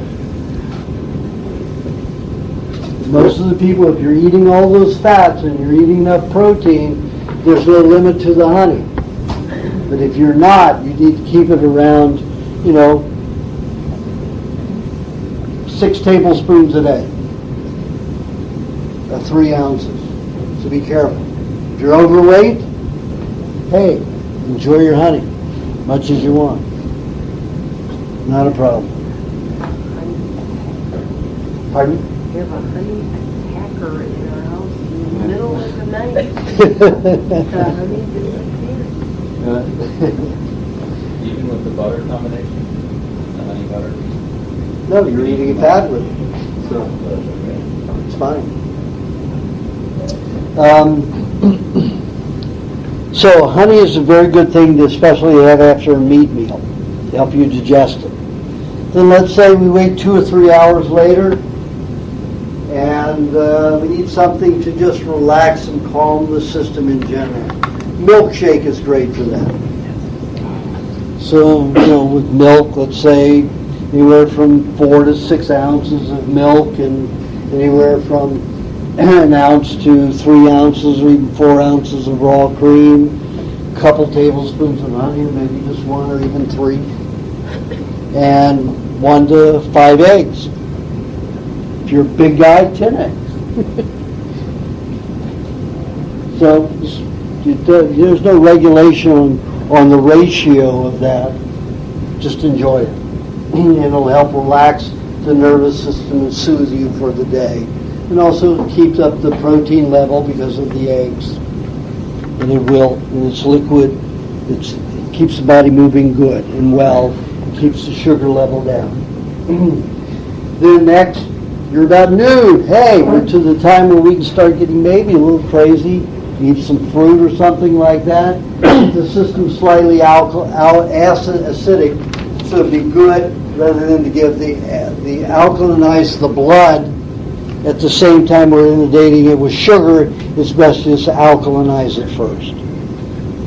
So another vegetable juice. Same vegetable juice, it's fine. Same vegetable juice all the time, it's fine. If you get into other vegetables, spinach, collards, cilantro, you're asking for detoxification. You better be ready and healthy for detoxification. And I haven't even finished writing that book yet. So I think you should just wait. I don't suggest anybody force detoxification unless they've got a serious health problem that is caused by that toxicity that they need to eliminate. I think that the body, from my experience, it's better you just let the body detoxify as it chooses. You just take care of your diet.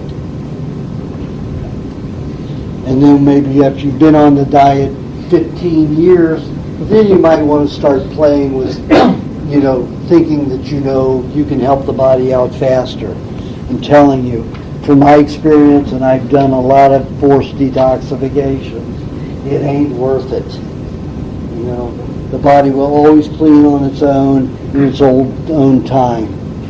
If you don't have a serious disease caused by that particular toxin, don't force it out of the body. Every day as it comes. Enjoy yourself.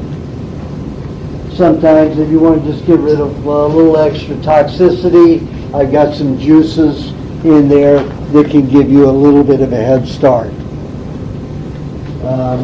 But if you start fermenting, cabbage and a lot of things like that, remember, a lot of those people will tell you, that's our ancestors used to ferment cabbage, used to do a lot of fermented vegetables.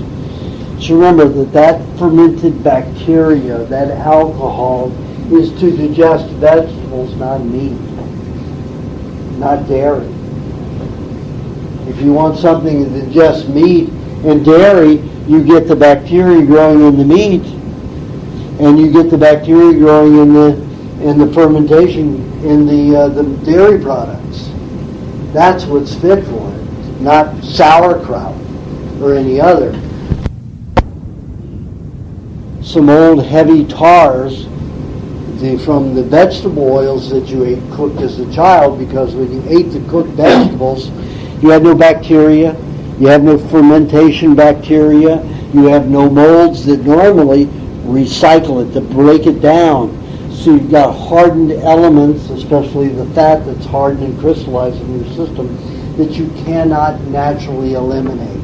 There's no cyclic process to break it down. So if you eat some fermented vegetable juice once in a while, you're going to add to a detoxification. That's part of the detoxification, and you can do that once in a while, but be discreet about it. Don't do it very, very often, because you'll force a detoxification. I guarantee you're going to have enough detoxifications. This diet does not cause detoxifications unless you force it. This diet does not cause detoxifications unless you force it. People are sick on this diet just as much as they're sick on the other diets. But this diet doesn't add toxicity to your system that needs detoxification. This diet provides nutrients so that when you detoxify properly and you heal properly. Other diets don't do that. So detoxifications are chronic symptoms that go on and on and on. Take, for example, somebody with Crohn's disease or inflammatory bowel disease. They'll live with it their entire lives. Why? Because they're eating cooked nutrients that have toxicity. They're breathing and taking in elements that cause poisoning of the system, and they're never getting the environment right. Put them on my diet, especially just that. Put somebody on Crohn's disease. The food's so bad, their intestines are so bad, food is passing into their blood.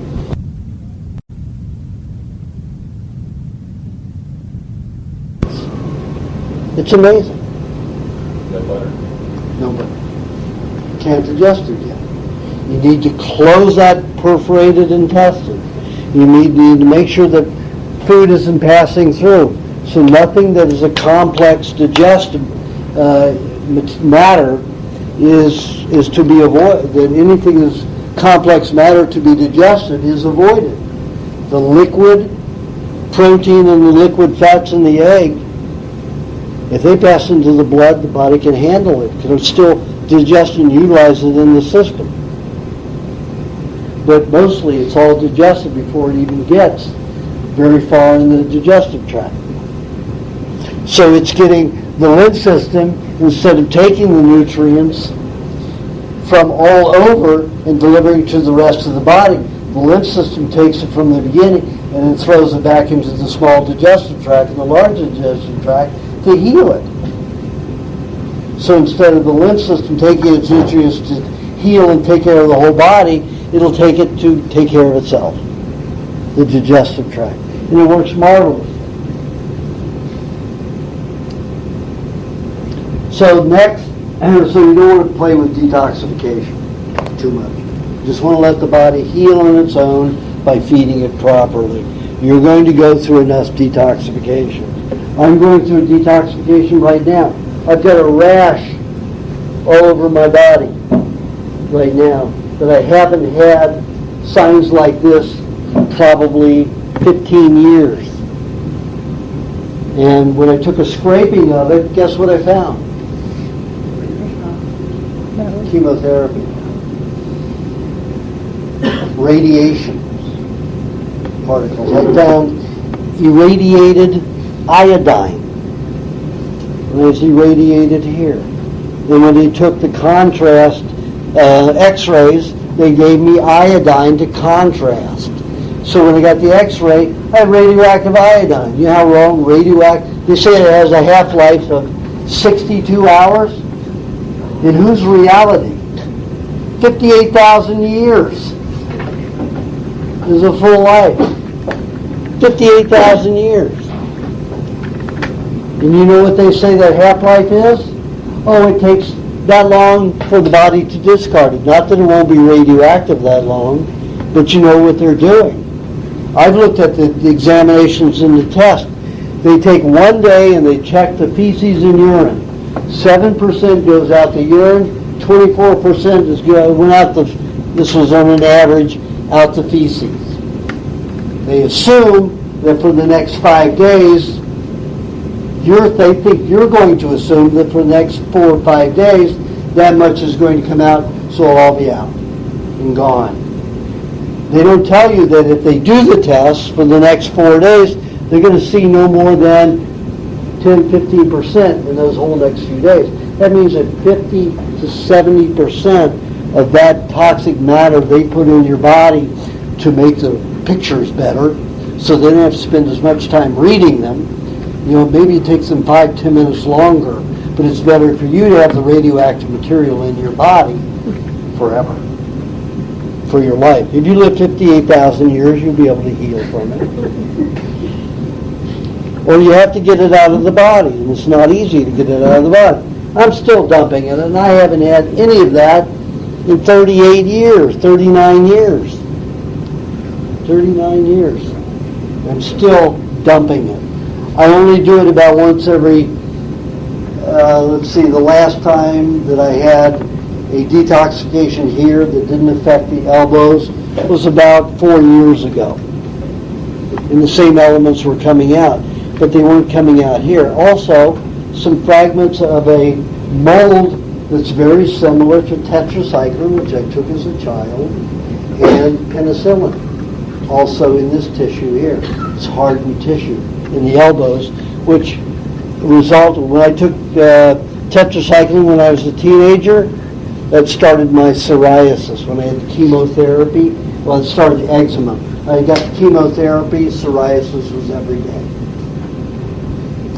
Now, this is the first time I've had it, probably 15 years. And back then I had it for about a month. This I've had it for about 3 weeks now. I'll probably have it for another week or two, and it'll be gone again. So I keep getting better every day, every year, every minute, as long as I take care of myself. So in other words, I'm going to be like those kids who can do things the older I get. You know, so I'd just say I've got 16 more years to go to be completely healthy.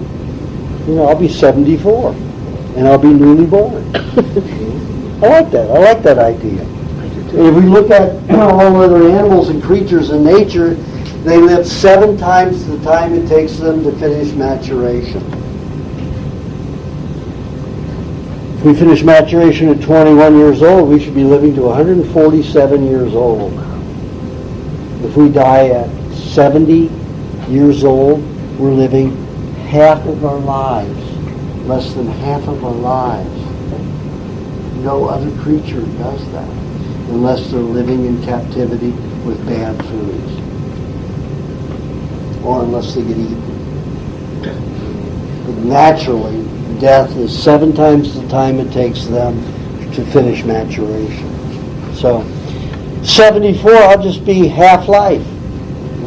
But I really don't care how long I live. I want to live healthily while I'm alive. Because all that other stuff about life, age, and extension is theoretical. I don't know.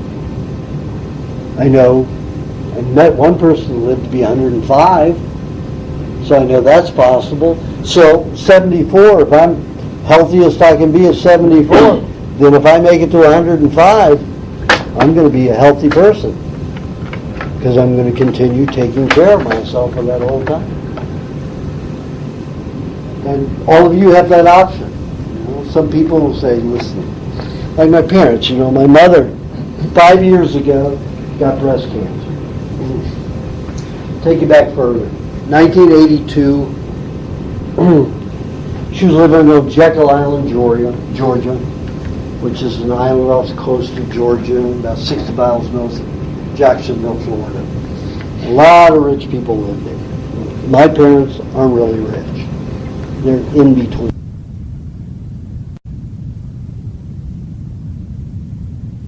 doing all this turmoil, living there unhappily, not having the friends she liked. Probably had one friend there, and that was it. She has a lot of anxiety, crappy diet. She didn't like my father. She didn't like anybody except me. And why she liked me, I don't know. So I was a vegetarian and not a kind one.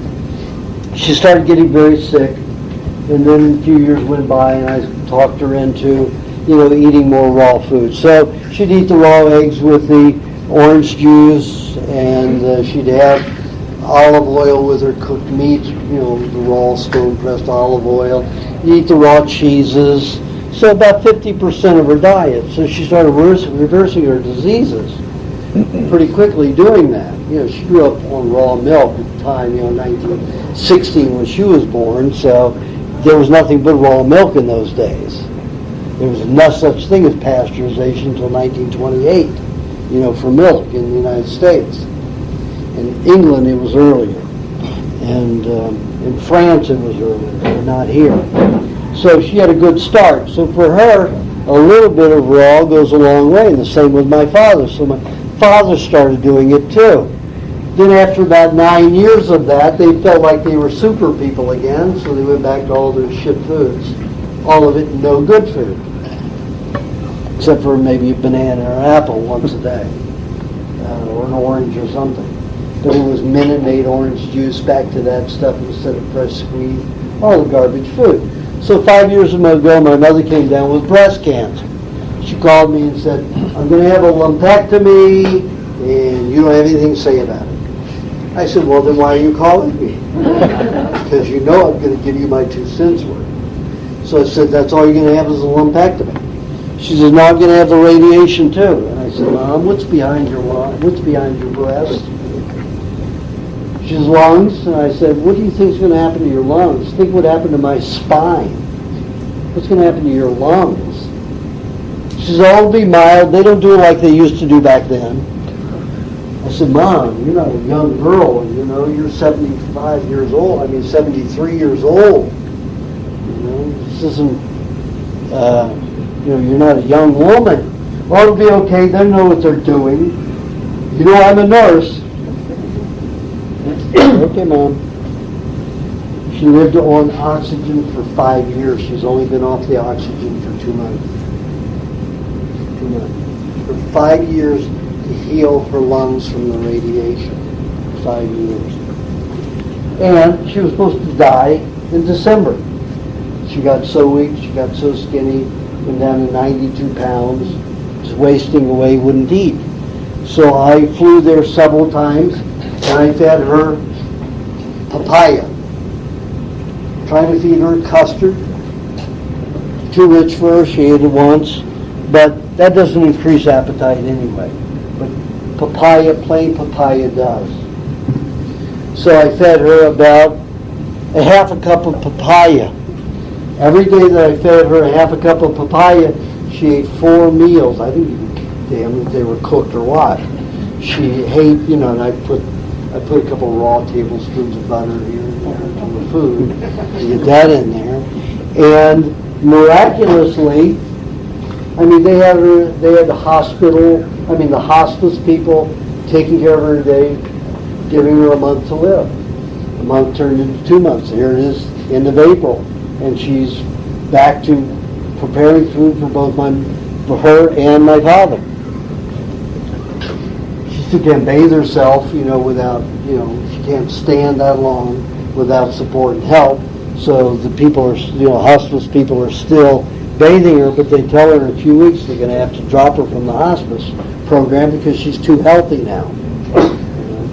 So even a little bit with that type of person who grew up on raw milk and a lot of raw foods back in those days, it wasn't easy to cook everything back in those days. You had to light a fire. There were no stoves like there are now. So go and turn a dial. You went out and you collected, you had an outhouse. She grew up in Alabama with 12 brothers and sisters. You didn't have time to cook everything. You made most everything raw. So she had a good start. All of those people had a good start. The sickest people were always the children who belonged to rich people. Why? The rich people all had the conveniences. They could have everything cooked, and anytime the child got sick, guess where they went? To a doctor. Who's always injecting them or giving them some kind of pill. So you see all these little brainy little kids, they're all so weak with their glasses on that are a product of rich people. Very sickly. Because they're always tended by the medical profession, unless you have somebody who doesn't believe in that system and got rich. And there are very few of them, because it's considered high class to be able to take your children to a very high class doctor. And those are the worst kind. So, next on the diet is the fruit. You've alkalinized the blood a little bit, so in the afternoon you want to have the fruit. You don't want to have fruit which is going to cause detoxification. High sugar causes alcohol in the stomach, alcohol in the system, and alcohol always causes detoxification. And we want a little bit of detoxification every day. So one fruit meal a day, and this is the time to do it, midday. You won't disturb yourself from sleeping at night, and you won't cause the problem of over sugar production in the morning that makes the brain sticky and sluggish. And the blood. How far after that? Vegetable juice? So the vegetable juice, and then after that you have the fruit. At 9. Well, hour and a half, 2 hours, unless you get too hungry quicker. You can always suck an egg in between to stretch it out. A couple eggs.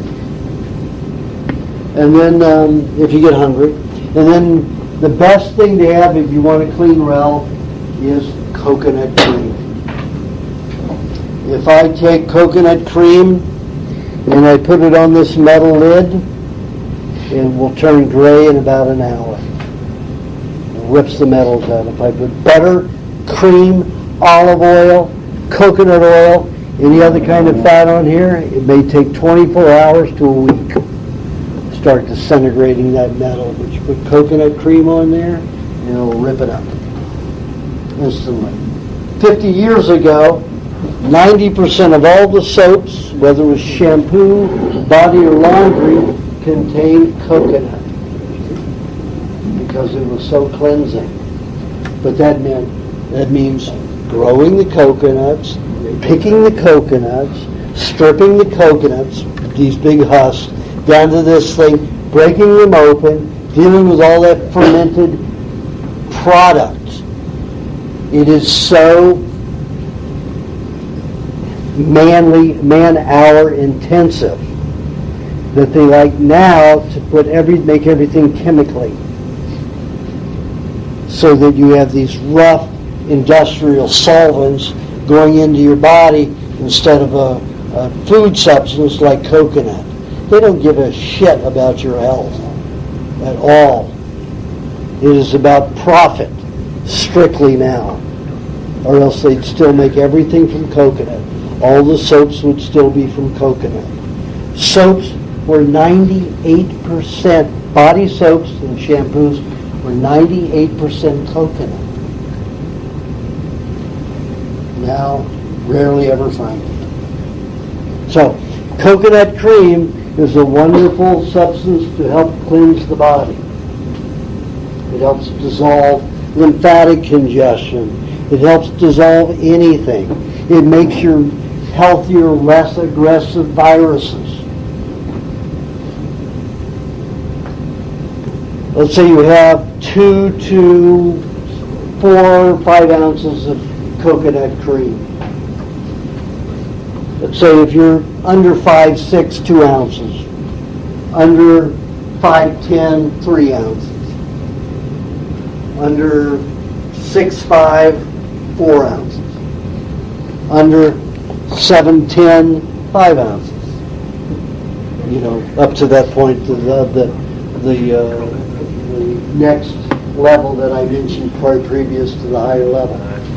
So, have that in conjunction with a piece of fruit. And if you want to reduce the alcoholic reaction, because the more alcohol, the greater the detoxification. So let's have unripe fruit. In Asia, the people under 30 never eat ripe fruit. Now the kids are getting all this garbage information from our TVs. Let me tell you, you wonder how they can afford it. They make 50 cents a day, living in the jungles like that, and they have a TV that will cost them 5 years of wages. And they've all got a TV. Who pays for the electricity? Our companies go over there and give TVs out and let them have electricity. Because you know what they're doing? Everybody wants to become part of America and the consuming public. And guess what 99% of the commercials are? Pharmaceuticals and fast foods. Pharmaceuticals and fast garbage food. And they're buying it. It's terrible. So anyway, unripe fruit is the best thing to have. Was that lower alcohol? Pardon? Because it has a lower alcohol content? It has a lower sugar level. Right. The more sugar, the more alcohol that's created. The coconut tree, you said 5. Pardon? For 5 feet, 6 feet, you said 4 ounces? About 4 ounces. If you're 6 feet, about 6 feet. Yeah, a day. Yeah. Then have a little bit. Now, if that starts detoxifying, which it will do a little bit, you want some animal fats with it to bind with those poisons. So you need some butter and or cream. So tablespoon of butter, half a tablespoon of cream, or half a tablespoon of butter, tablespoon of cream, tablespoon and a half of cream. And if it's a fruit that you're eating that won't cause a lot of stinky gas, then you could have an egg with it. Like if you had a custard, with papaya and egg and coconut cream. That would be a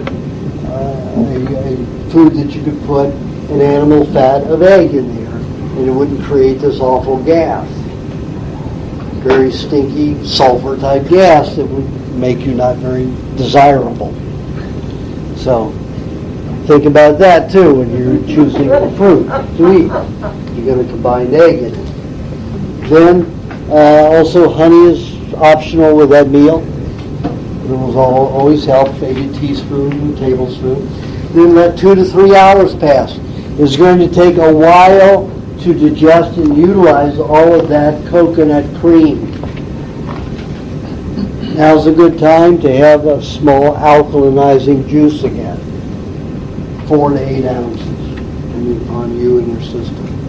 If you have that juice and you find that it's 2 hours and you're still not hungry for meat, and you just don't want to eat anything, next day you cut that juice out.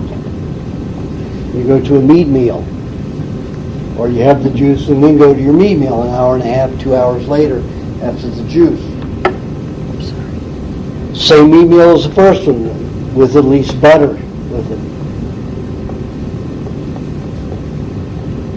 Then if you want to balance the body, calm it down, sleep well, have another milkshake or some milk before you go to sleep.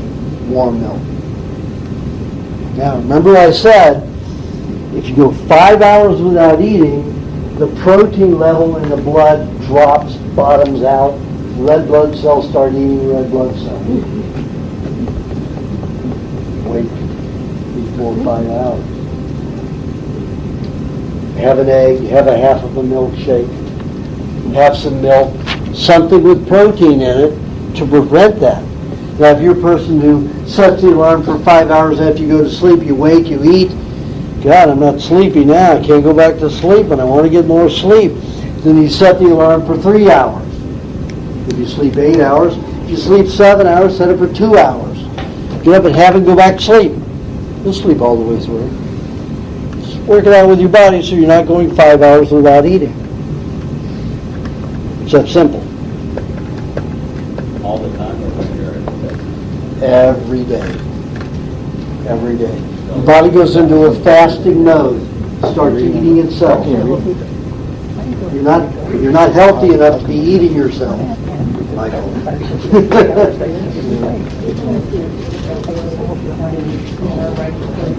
Doesn't make any difference. 5 hours, the protein level. You could be 700 pounds and the protein level will bottom out. You'll have plenty of fat, but you won't have the protein. And that's what causes the red blood cells to eat each other. Those are in the later. Those are in the latter part.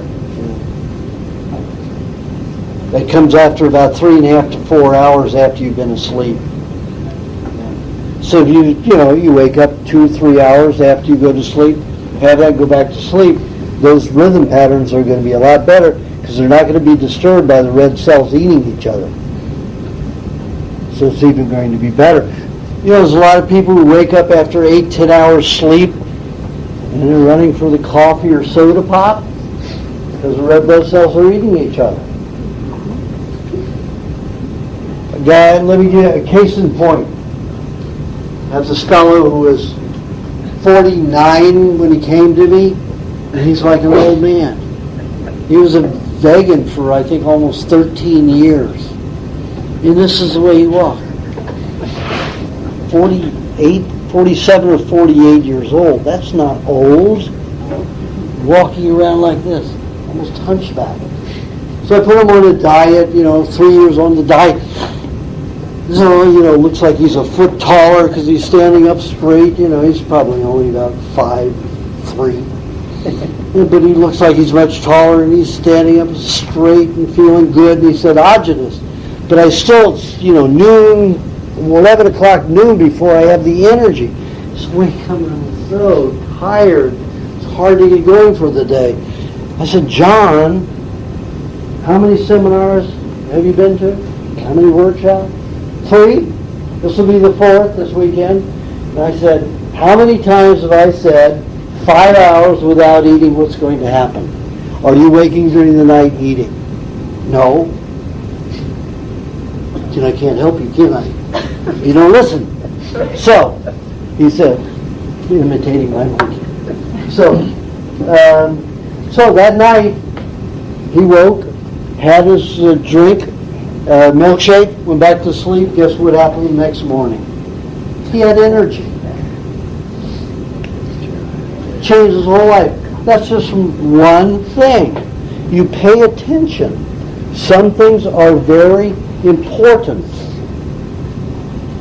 It may not work every day because you may be going through a healing state. And in a healing state, you sleep more. 90% of healing happens in the sleep state or one of the advanced alpha states. Doesn't mean you have to go to sleep to heal, but your body has to be in a very sedentary alpha state to heal. And most people don't get there unless they're heavy meditators or they're in bed sleeping. That's why 90% of healing happens in the sleep state.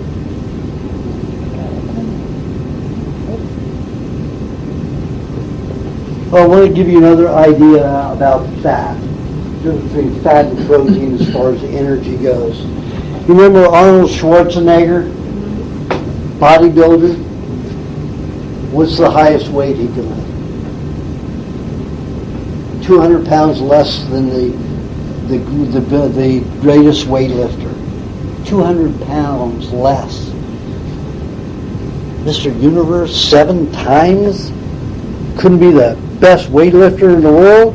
No, because it's about fat. It's about fat loss. It's about muscle popping. Your weightlifters are all fat. Your wrestlers are all fat. Why? Because the greatest amount of energy comes from fat. Sumo wrestlers. You know how much strength is in one arm of those big fat people? One of them picked me up literally by my collar with a little finger. I'm 170 pounds. Can you imagine picking up 70 pounds with your little finger? These guys are incredibly strong. Incredibly strong. That's fat. Fat is so important. Yes, back there, young man, you need to eat your fat.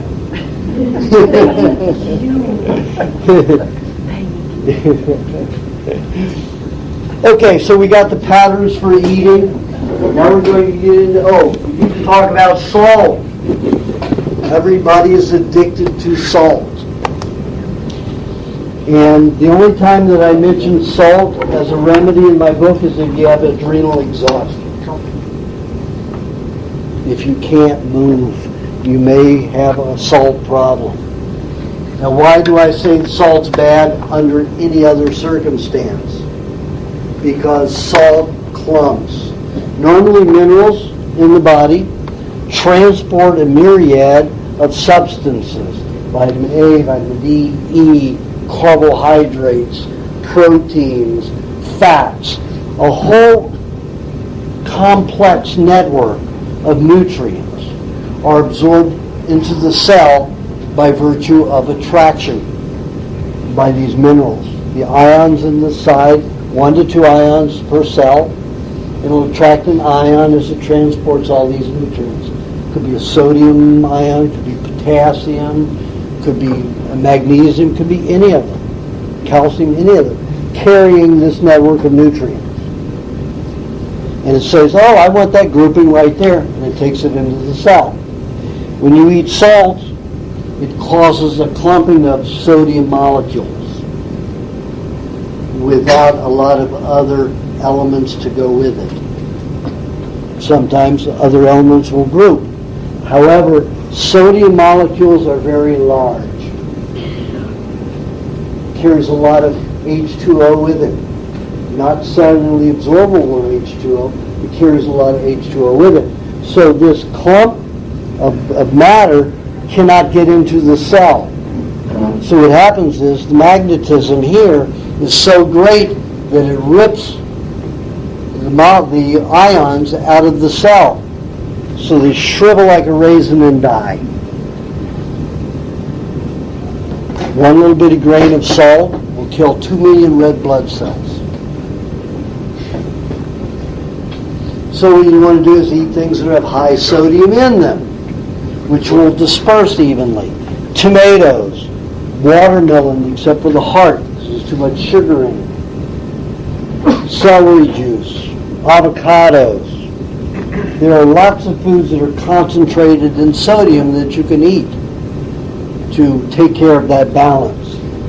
But if you have adrenal exhaustion, meaning you just don't want to move, and I don't mean in the morning kind of lethargy where you haven't gotten up and eaten during the night, but I mean just general fatigue, chronic fatigue that was caused by adrenal exhaustion, then salt could be indicated for that particular problem only.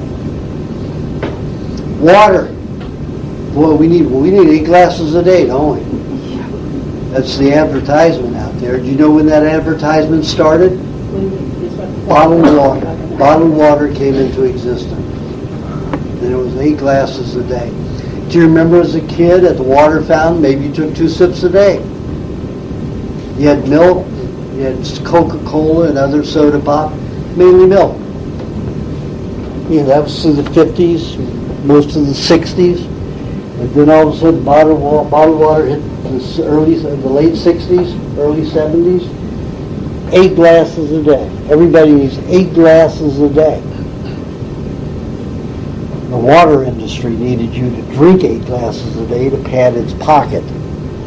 Water consumed is less than 10% cellularly absorbable. What is water? When it rains, what happens? It dissolves the earth so that plants can eat. So it is a solvent. If you look in an archaeological book, in a textbook, archaeological textbook at any university, even any high school, the first element that is listed as a solvent is water. So it will dissolve your own intestines. It will denature your own nutrients in your intestines. Not a substance to have very often, unless you have no alternative. But you have vegetable juice, you have milk. Milk is 86% water. Meat, 45% water. Every raw food contains H2O that is 100% cellularly absorbable. Water in a bottle is not. It carries no nutrient value with it. And it leaches and leaches and leaches. So it's preferable to eat foods raw so that you can utilize the water in them. If you're going to drink water, and you will need a little bit because you're so toxic with industrial waste, you do need some water. In the winter, I'm lucky if I drink a cup a week. Fall and winter. In the summer, I usually drink a cup a day. If I'm in Asia and I can't get juice, I may drink 4 cups a day. But let me tell you, after 6-7 weeks of doing that, my whole body has changed and I'm not happy. And when I get back here, I'm sucking milk like, an infant that's starving to death. To replace all of that stuff that I dissolved. My whole nature is not as good. So when you do those things, it's a risk. It's not optimally healthy.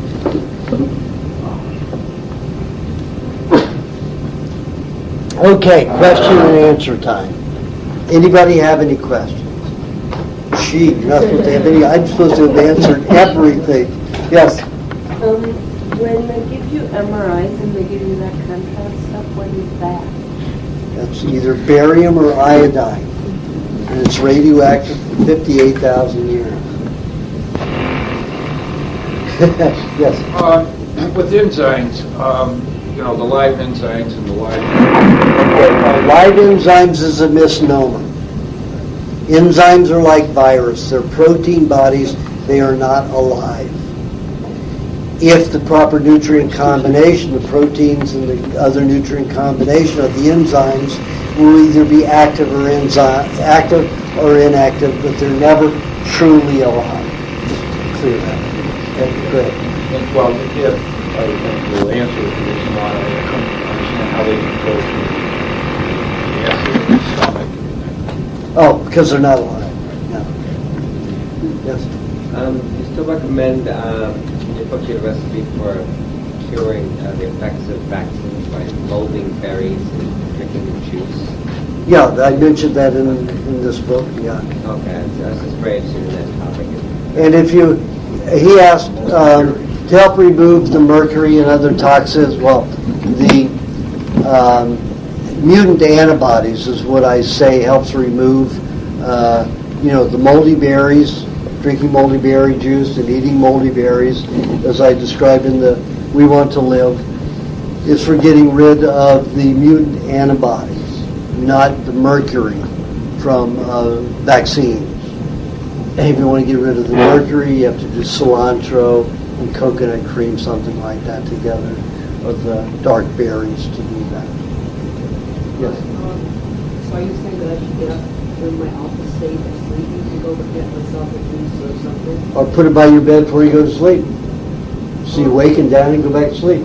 But I never wake up. I should sleep 12 hours. Shouldn't do it. But it should be protein though, right? Not a juice. Correct? No, it should be a juice.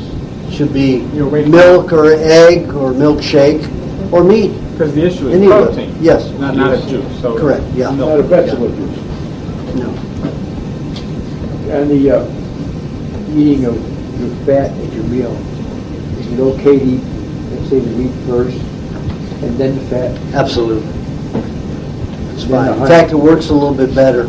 If you eat your meat before the fat, you will digest it more rapidly. because the protein will already start being broken down, and you'll make the enzymes. Remember, almost all enzymes are like 70% protein structures. So your enzyme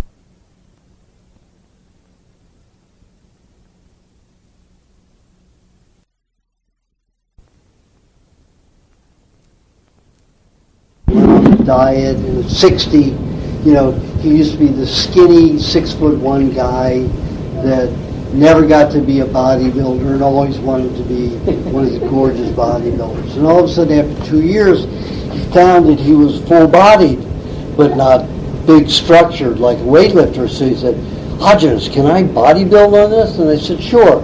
Just with a pound of meat twice a day, eat a whole lubrication formula. And he said, okay. So in 2 months, he gained 6 inches on his chest and 4 inches on his arms. Gold's Gym, you know what they accused him of? Steroids. Pumping steroids. He says, no, I'm telling you, it's just raw eggs and raw meat and raw butter. Sure it is. And he's been pumping iron now for 3 years, and he went from about my size in the shoulders to about here. He's huge now. Huge. Yes. I seasonally do buy organic pastures butter because I can't really get it to last all winter when I buy it. So you're saying, no, I always order it at first, that's not good. So would you say not buying it? I wouldn't buy anything from organic pastures if you have an alternate choice. Only if it's your last choice. But I've got a product list that gives you many suppliers. Well, I have it as a supplier, but I find that those run out, and you have to buy it in the summer, and then after 12 weeks, it's turned into blue cheese, and that's just not better. Well, there's a lot of other farmers. So you just say keep trying. Yeah, just try more farmers. The coconut, you give me the metal lid, is that, do you want that dissolved thing when you buy coconut? Yes, you want the coconut to go in there and dissolve that toxicity and remove it. Which toxicity? Any kind of toxicity. Remember I said that it helps dissolve lymphatic congestion, metals. It'll dissolve almost anything. And last one is, lately I've been needing to satisfy the urge to grind things with my teeth. And I know what you say about the vitamin acid in the sunflower seeds or nuts, but what satisfies it is my teeth, sunflower seeds. And just, I need that grinding. It's just Okay, such a craving. take celery and chew on celery and spit out the pulp. That was I had thought of it. It's not as satisfying as. You think it's even more satisfying. Do you think so? Be surprised, It's yeah. like the texture. It's that you can't really feel that in your diet. Yeah. That chewing, grinding. Or you want something crunchy like a Okay, carrot. grab a bone, chicken bone. Right? That's true. Really? The Eskimos will sit there and chew on a bone all night. It's just unusual craving. Do it. Also shows that you're fat deficient when you have that problem. Really? Too many sugars in the body. And She doesn't look like she's fat deficient. Very. Only for the first year did I get her to get fat. Now she won't get fat ever. You still have 20%? But a woman's supposed to have 27 to 30. Yeah, I know it's lovely. 22 is okay for a man. 20% is okay for a man. And how much per woman? 27 to 30. No, we don't. Yes. How long do you think relatively to switch out, let's say, bad fats out of the body to ones that are more conducive to? It's taken me 34 Oh, this is not like a... years to get to where I am, and I probably have another 5% to go Okay. out of my bones. So it's Now, when I went to that, I had a hip size that was large. My hips were larger, my shoulders were smaller. Now, in the last 5 years, I've been removing the bone structure here and changing it. So I've gone from hips this size to hips this size. My bones are denser and harder now and smaller. How did you do that? But just took my body that long. It took 30 years to get to that point where it started working on this bone structure that way. Yes? Along those lines, do you agree with what Sally brings out, Sally Fallon, with the primitive diet people have a broader space of dental structure and room for their teeth and don't have the... Well, that's from Price. Yeah. And Price was a theorist. He was not a scientist. He went around observing, and he had a great imagination like archaeologists do. There's no facts about it. If I can take you to the Maasai tribe or the Samburu tribe, and you have one guy that looks like a jaw structure like yours, and another guy has a jaw structure like him, in the same tribe, and they're all eating raw foods. Or do they have all room for their teeth? That's different, yes. There's problems. If they get off on a bad diet, you're going to have dental occlusions and not enough space and all kinds of problems. Whereas if you're on a good diet, you're not going to have those problems. Right, yep. All that. What about cavitations? Someone that already had the drill a couple of times, and is now not eating chocolate much, but what would you tell her? If I've only seen people under 25 able to really regenerate dentine and what do they call that? The tubules. Right. To regenerate tubules and dentine, I've only seen that in people under 25 who are eating lots of dairy that was not refrigerated. Well, she's had a lot of constant infection that's seeping, the mycotoxins that are seeping into the bloodstream and keeping it under the teeth. Okay, there's the main problem there. Remember I said the brain contains the most toxic metals?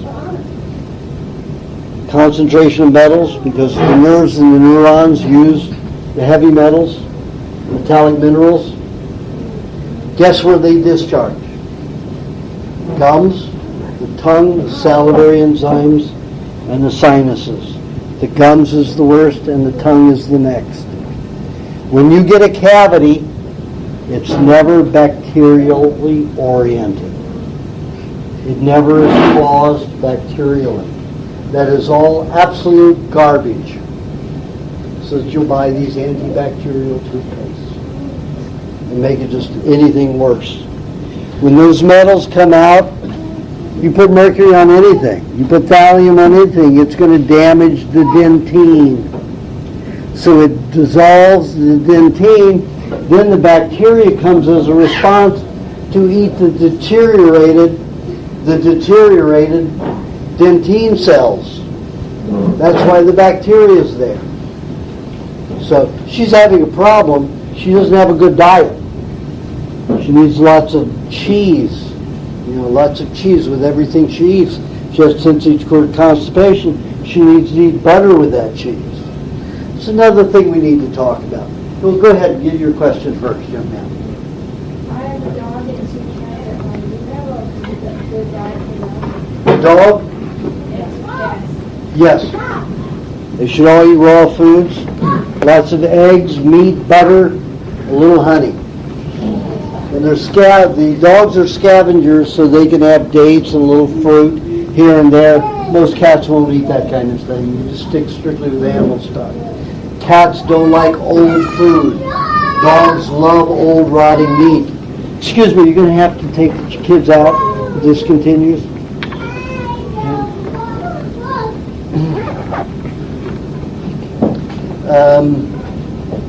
Cheese, the cats like fresh food. They don't like old food. Dogs love old rotten food. They thrive on it. In fact, I have coyotes that visit me almost every day in my home in Malibu up in the mountains. Bye. Bye. I'd like you to stay, but you have too much energy. I know. Bye.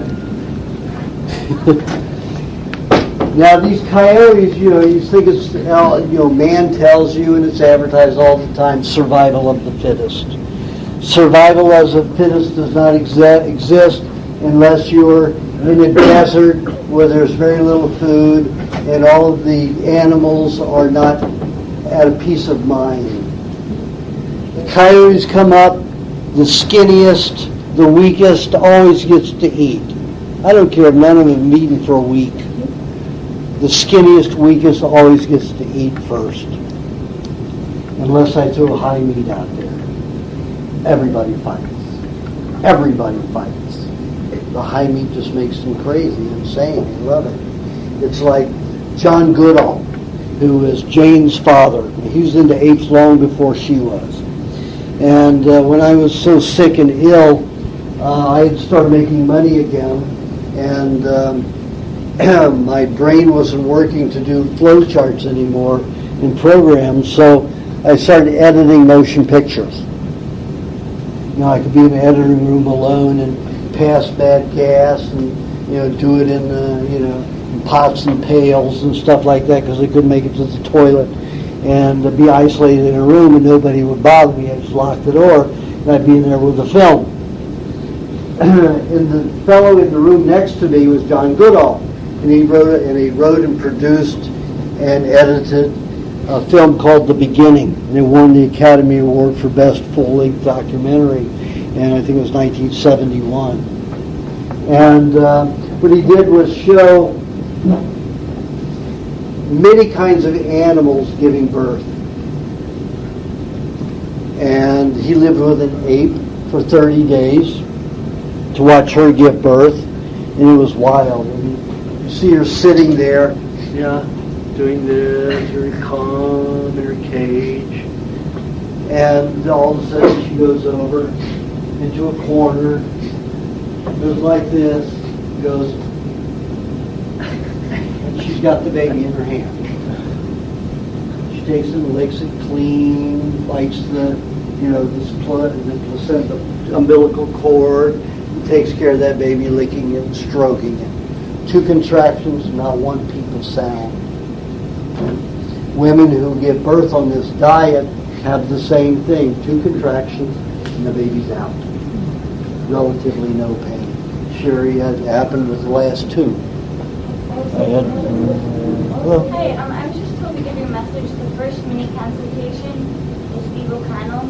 Okay. And the second is Oliver. Okay. Thank you.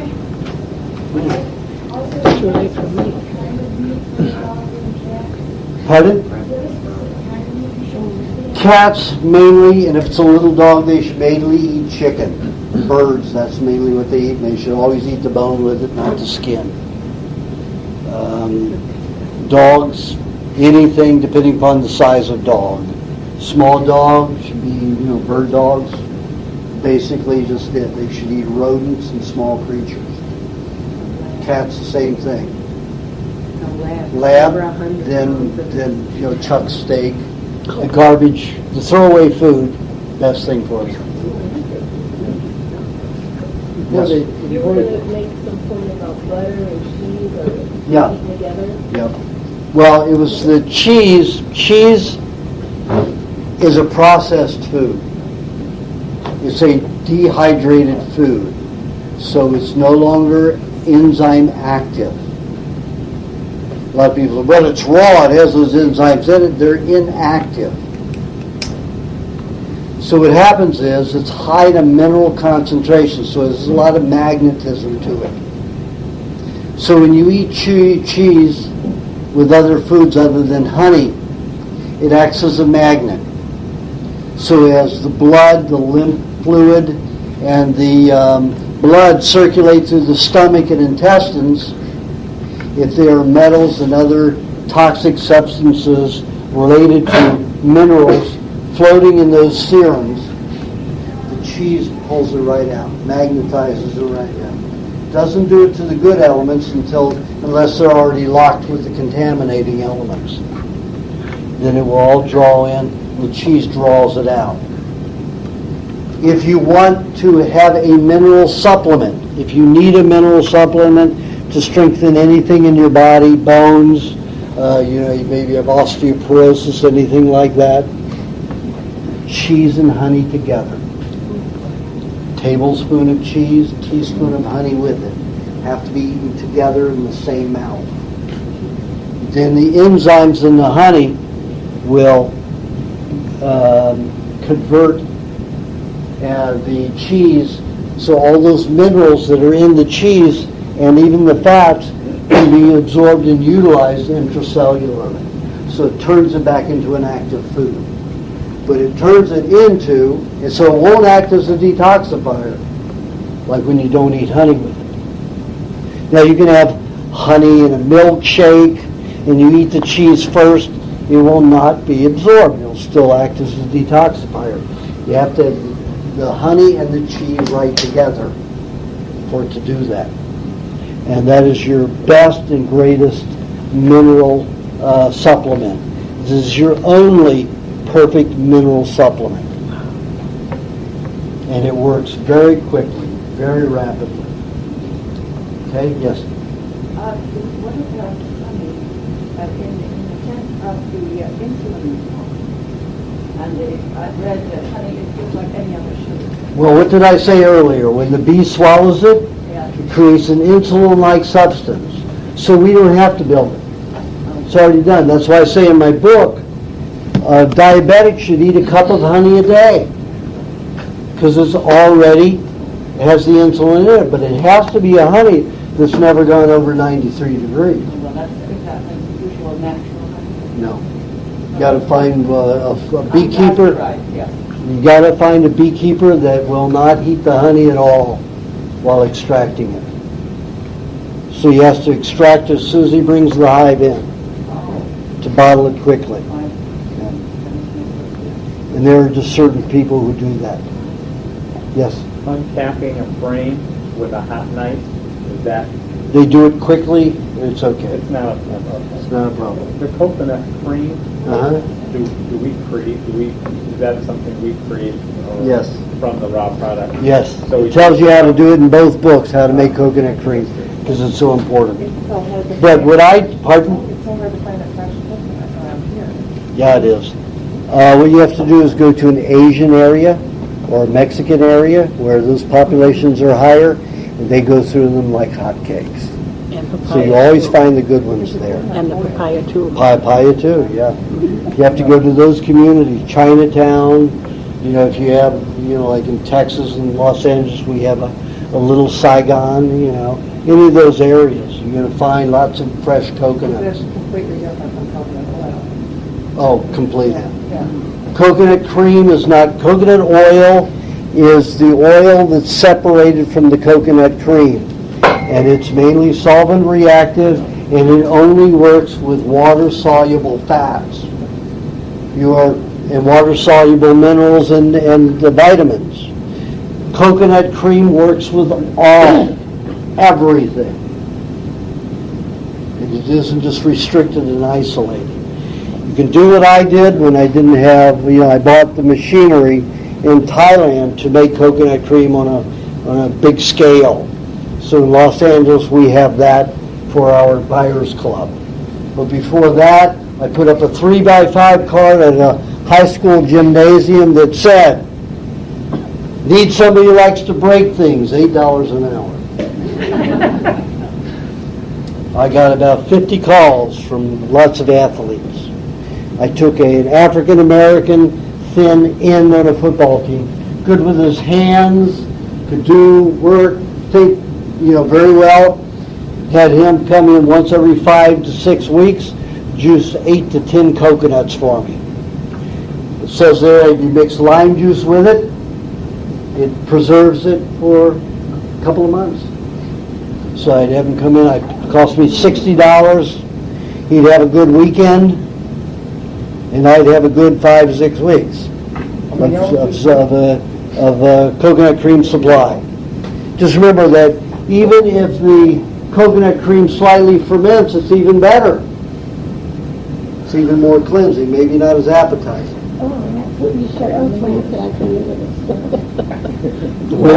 Whip. And also another good thing to do with fermented coconut is to brush your teeth. Man, does it dissolve plaque. There you go. Yes.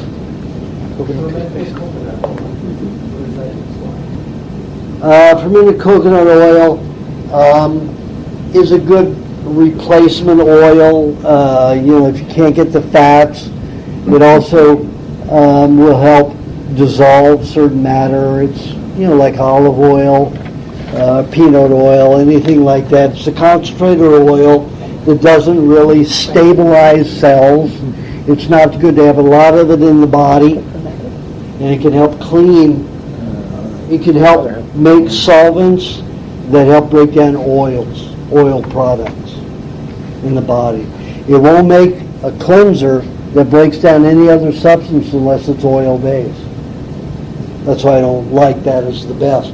Like coconut cream, where it can dissolve, it can make viruses and other kinds of solvents that'll break down any kind of toxicity in the body.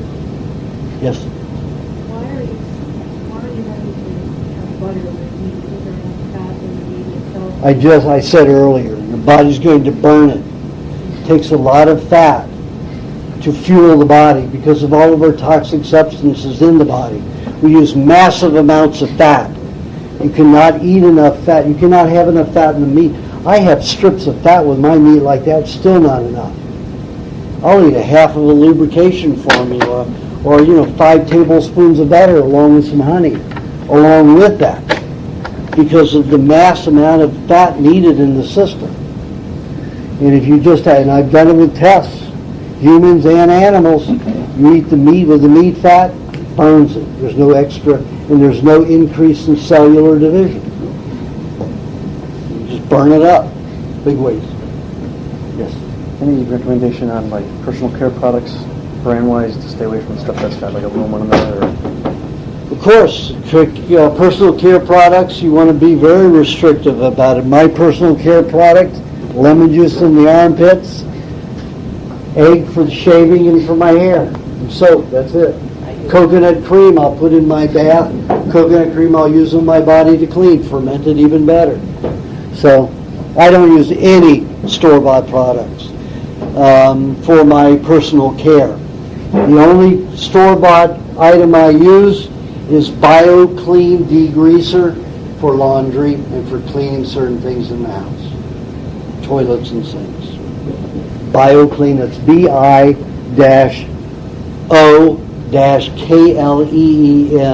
degreaser.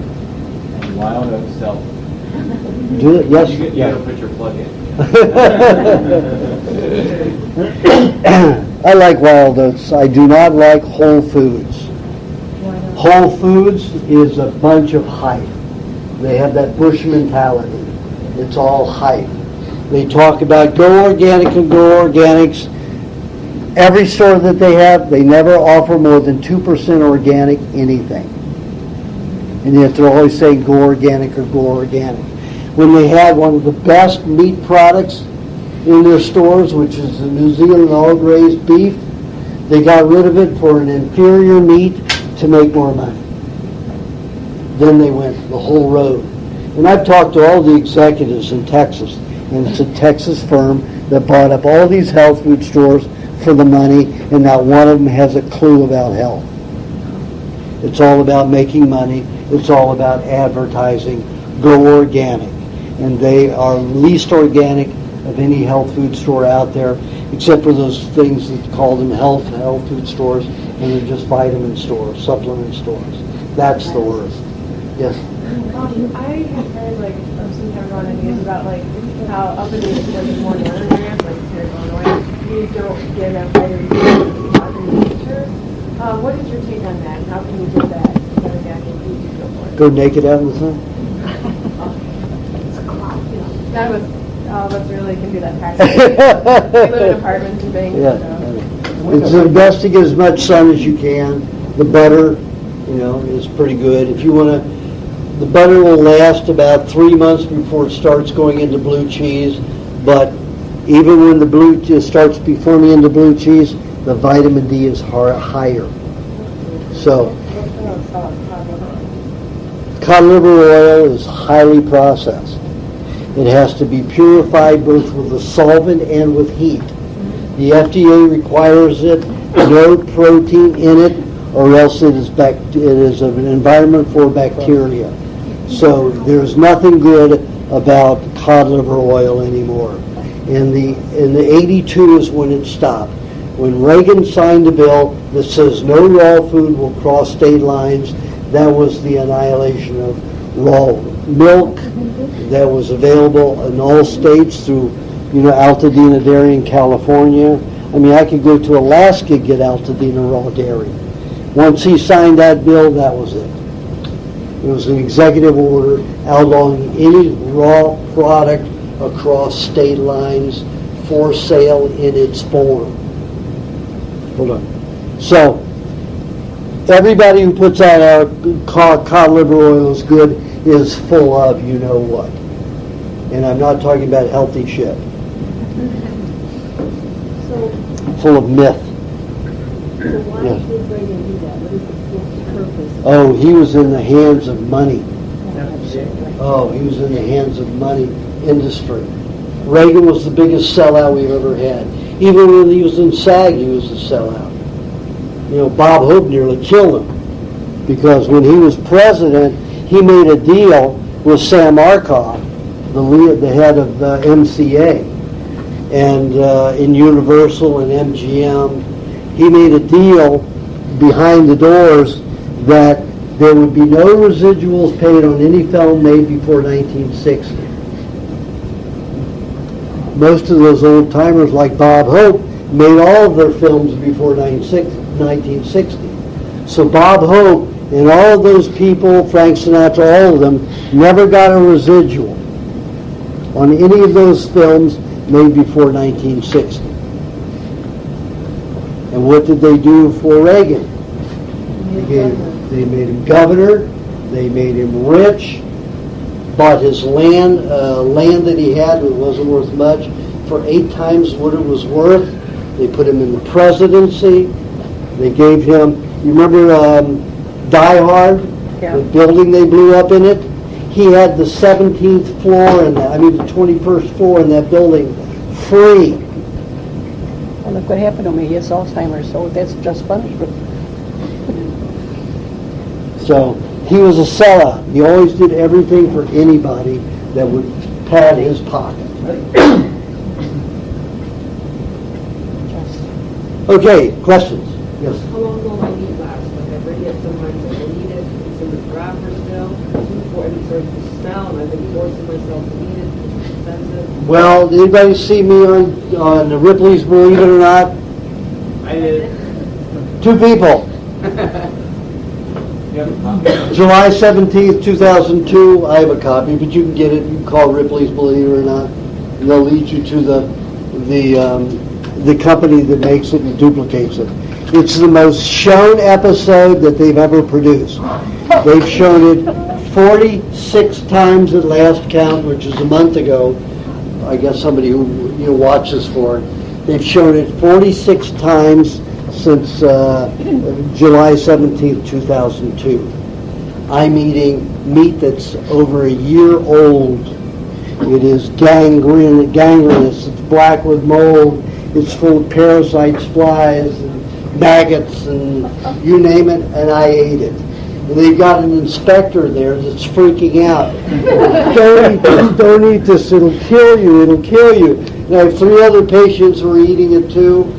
They come on for a few seconds that they're on there.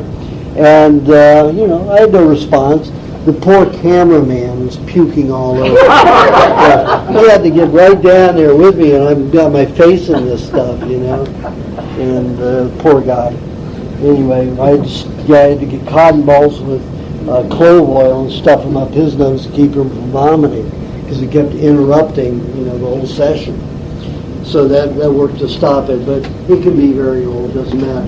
Don't suggest you keep it in plastic, though. You put it in glass jars. And the butter, indefinite too? In the indefinite. Just remember that dairy and meats never go bad, they just turn into cheese.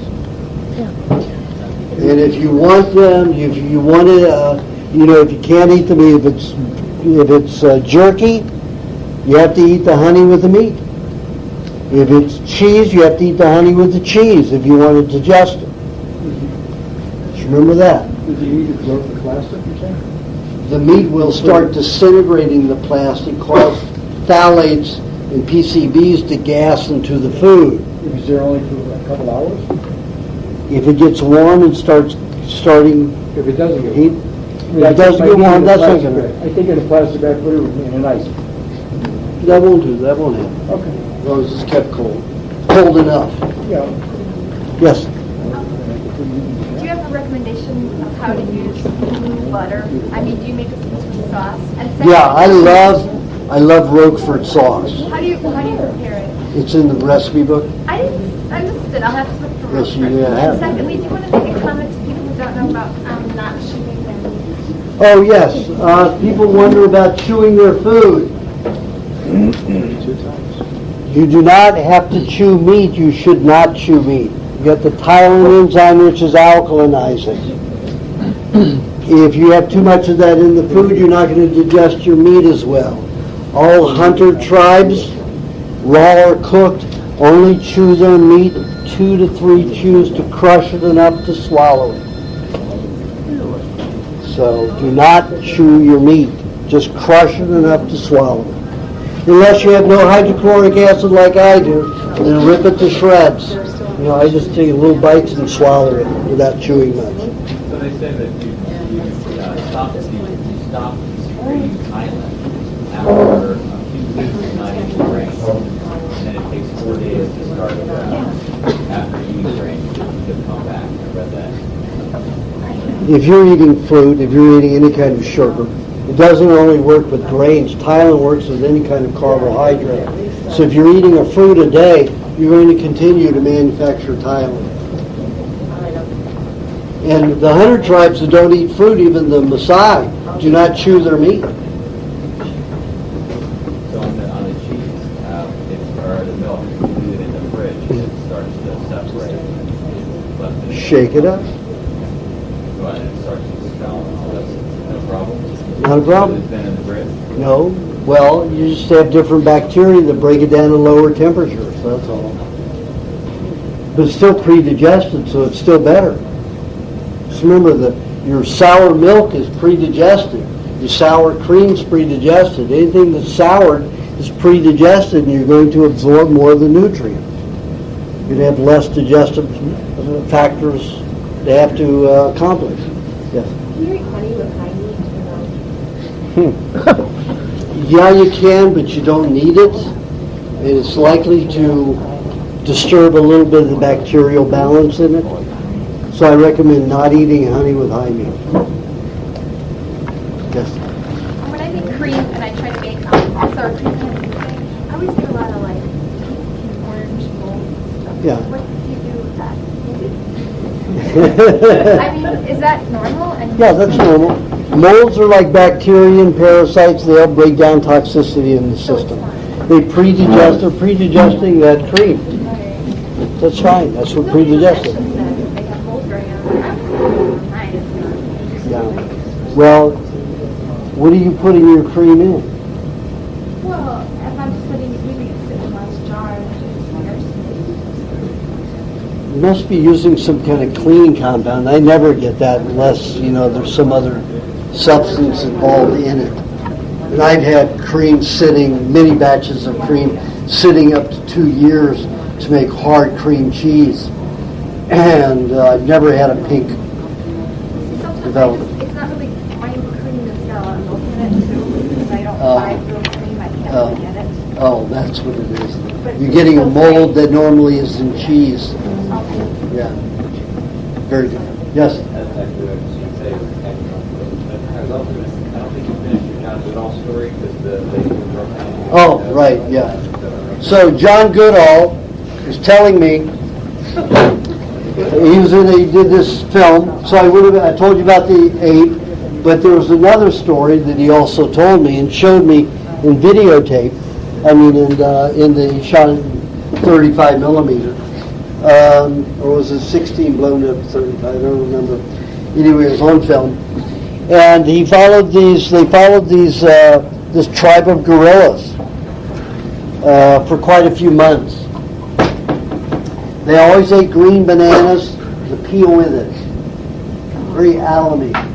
You know, for us to eat even saliva to break it down would be difficult. So they they cut down a whole bunch of the bananas and put them in back of one of the jeeps. When it turned yellow and they ripened, they threw it out to the gorillas that they were following, and the gorillas curiously went around picking them, go like that, they'd squeeze out all over. It took about 40 minutes to realize that one of them realized peeling it, and everybody else, all the other gorillas, peeled it after that, were eating it. Within 20 minutes of eating those high sugar bananas, they were all fighting. They had enough bananas to feed every one of that tribe for over 10 days. And they were fighting over the bananas. One of the infants got a broken leg, and one of them was killed. So that's how violent they were about it.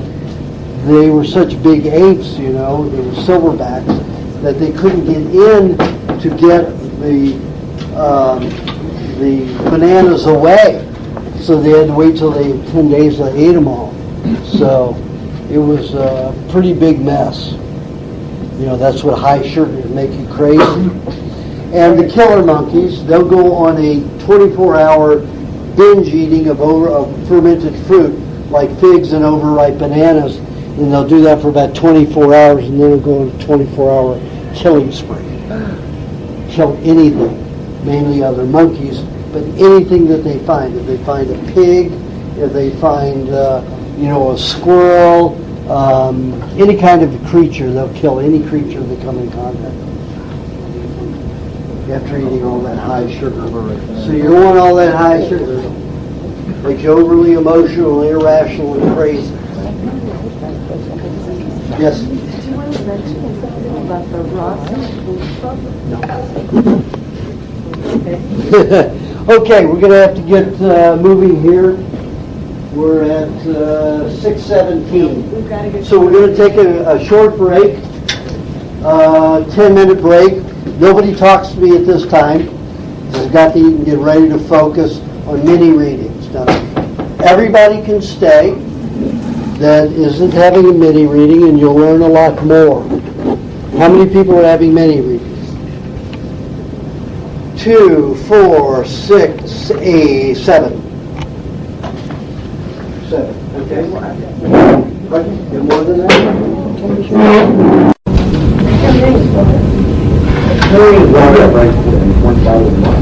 That's all? Are you eating salt? Salt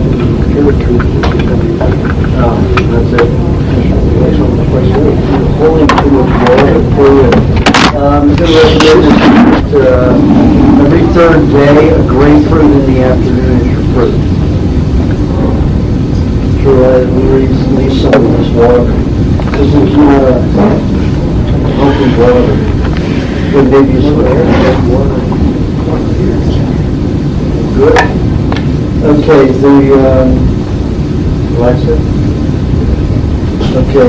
the left testy is about 50% hardened. The left adrenal gland is very good shape. The left side of the pancreas is about 50% hardened.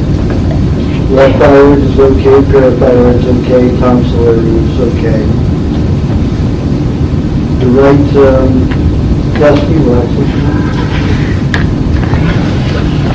is about 60% hardened. The right adrenal gland is pretty good, a little weak. And the right side of the pancreas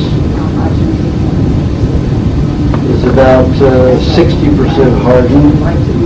Right thyroid is okay, parathyroid is pretty good, tonsillary is okay. Still heavy scarring there, but it's okay. Lots of bile in the intestines. overall improvement over the last year is about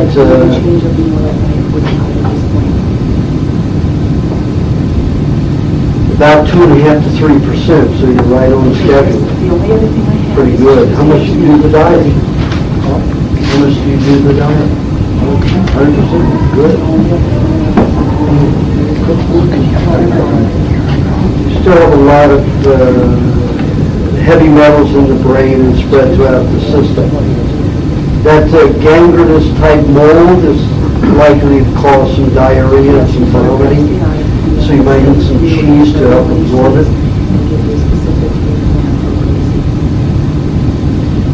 If you're eating enough dairy, it might not. Yeah, I understand. Mineral balance is pretty good. Still have a lot of dryness in the tissues. Are you eating the leaf formula at all? I will, there is a cancellation. He's everything that's in there. Huh? He's everything that's made of.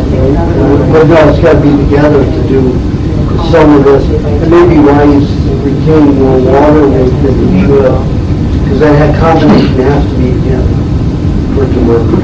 Okay, all right. So go back to eating the Okay, food I'm going to put you down for that. with everything. Otherwise, you're doing pretty well. I will call you, thank you. Improvement everywhere, face, everything. All that bile still is there irritating your system, so it still may be difficult for you to relax. It's very calm. So you're going to have to exercise still a lot. Burn that off so you won't have so much high anxiety. Okay? Okay? Good. Thank you, sir. Do everything the same, right? I do know it's working. Don't change what's working.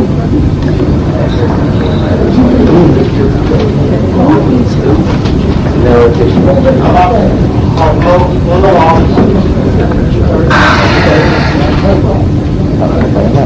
Are you the one who provided it? Okay. Skip it, please. You already did? Oh, okay. Okay, what's your hands going forward? Yeah, you can put it over there, yes. The leftover is about 50% hardened and protein deficient. The left adrenal glands in pretty good shape. The left side of the pancreas is about 60% good and 40% hardened.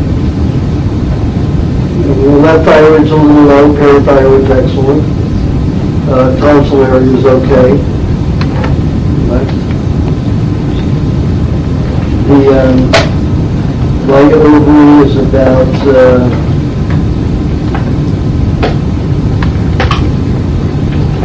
it's pretty good.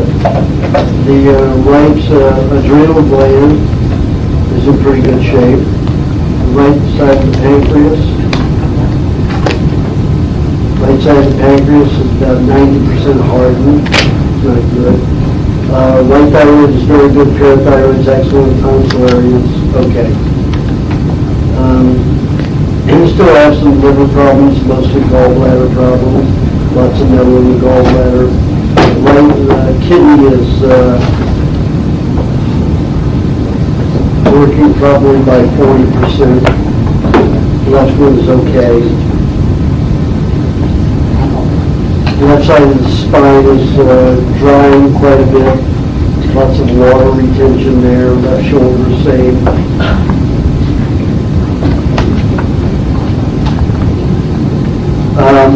Are you eating any carrot juice?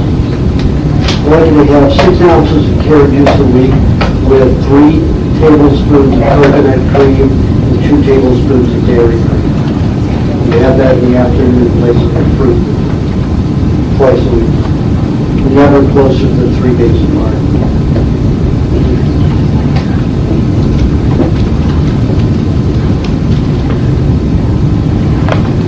Are you eating any fish?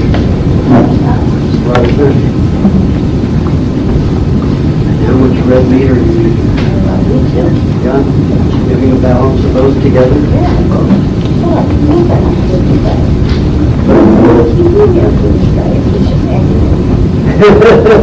You don't do this diet? No. So you eat cooked fish or what? I eat raw fish. Raw fish. I eat raw fish. Any red meat you're eating cooked? Yeah. Fairly little.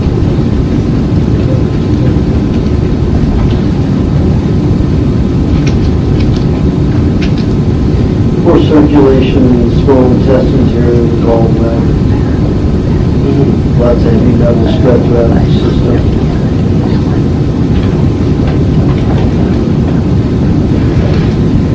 You eat a lot of cheese. The left side of your body is mineral deficient, severely. Are you eating 2 tablespoons? I eat 2 tablespoons a day with a teaspoon of honey with each tablespoon. It's spread out. I have it like 11 o'clock and 4:30.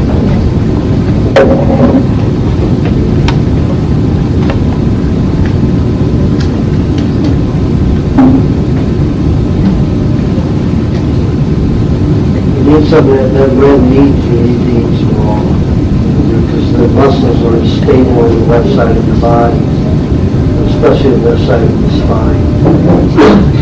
So you need weaker out there instead of strong. Lower the area is okay, it cuts it to about 3 inches up. Like where the crack is right there, it's all legal on your back. So you need a lot of red meat here to strengthen the spine.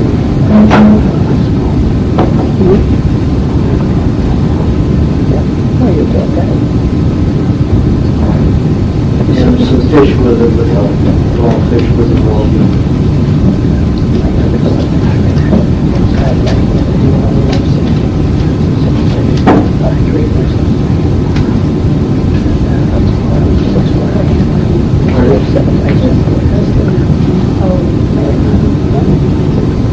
anyway, you should just continue that way.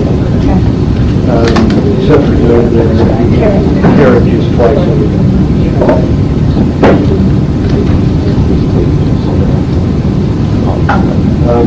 Raspberries with some coconut cream and cheese instead of butter or cream. Some coconut cream and cheese, about 4 tablespoons of coconut cream, about 1.5 tablespoons of cheese, and about 3/4 of a cup of raspberries twice a week. Okay. Are you drinking any raw milk?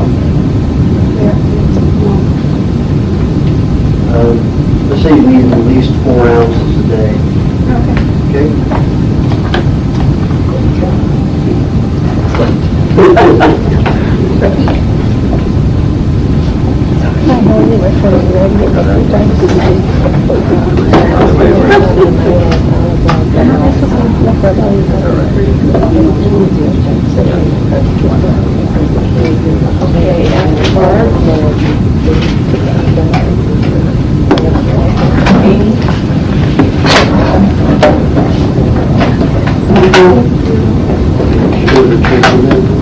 If you push both of them down, sometimes push one down, just the red.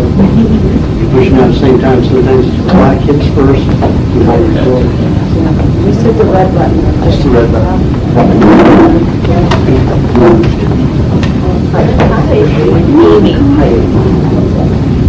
Make sure it's falling.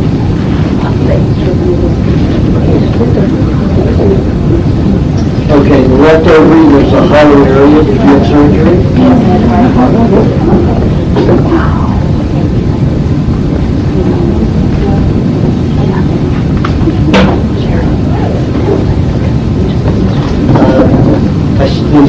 The increase there. Did it say they took care of it?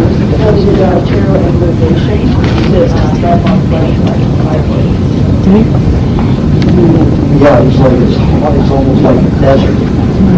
That ovary, not circulation.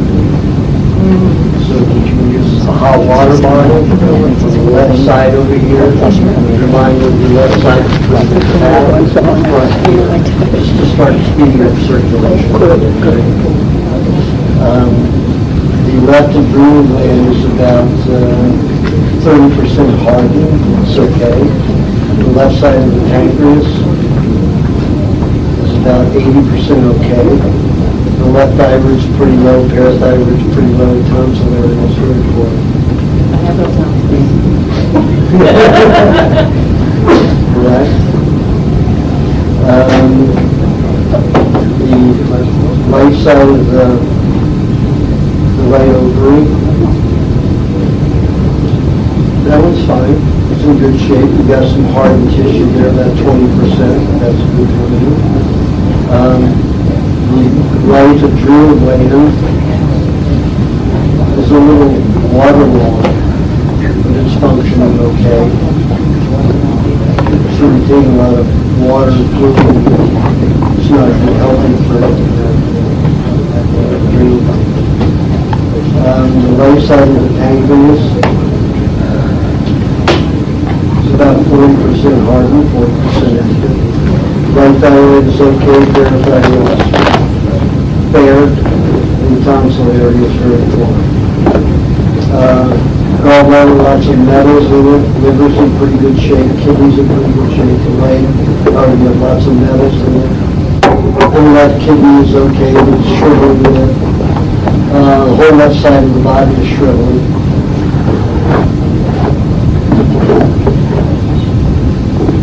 Starting to dry. Even along the spine, especially from the shoulder down to the shoulder blade, and then at the waist, just for that dip in the waist, right there. All along the right is weak, all the way, it's fine. Lots of metals in the brain, especially in the left right ear, going up to the right ear. Lots of metals all the way through the bronchioles, through the right bronchioles. You raise around a smoker. There's some pretty nasty tars in the upper left lobe of the lung. Be a danger area. Tumorous activity there. Doesn't manifest solid. Here, yes, there is a little bit of fibroid activity. In the bronchioles on the right side. Suggest you get some raw tobacco, green tobacco, and juice it, ferment it, and have a few drops of vegetable juice every day to help start breaking that out before it turns into something dangerous. You probably have about 4 years to do it. So I would, that's what I was like. It's like 4 years is what it was you could be doing.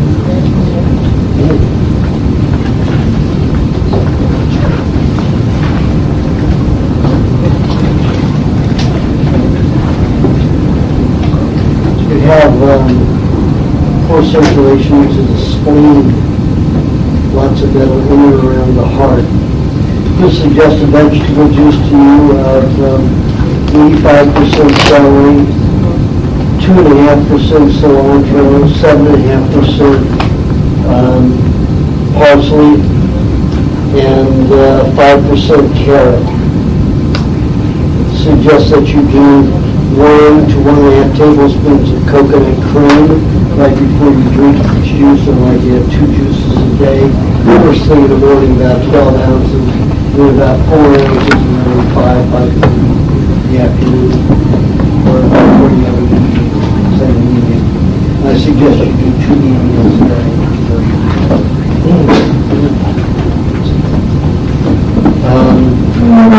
Also in the afternoon, about 3 to 4 days, well, every other day you can have dark berries, blueberries, blackberries, or boysenberries with about 3 to 4 tablespoons of coconut cream, tablespoon of dairy cream, and a half tablespoon of butter. No, make it 3/4 tablespoon of butter, and about 2 teaspoons of honey in that. On the opposite days, I suggest for your digestibility here that you have custard. Each book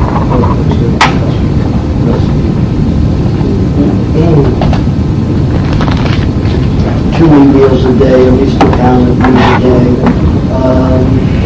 I suggest that you eat a lot of fish, part of that meat, at least 50%. If you eat oysters with red meat, because of all this metal poisoning in your brain, in the upper part of your body, and it goes down on the left side, all the way around the heart, and down out here to about your thigh. Help remove that. Suggest a cup of red meat with 3 oysters twice a day, 6 days a week. That'll help remove it quicker. I had a woman who grew up under London Airport. She did that for 1 year, and she was only about a year and a half before that on and off, couldn't stick with it. So when I gave her that formula, she ate it, and in that year that she ate that, she did religiously. As much metal as most people remove in 5 years removed in 1. So that'll help you quicker in that direction.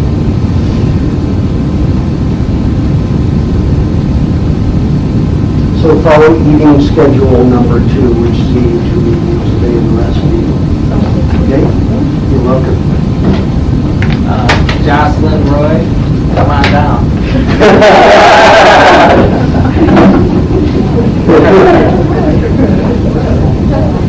And which door do you choose?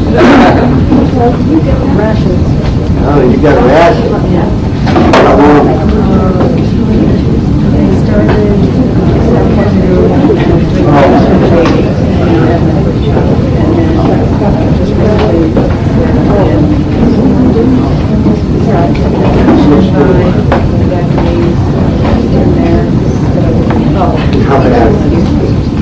Show me the worst part.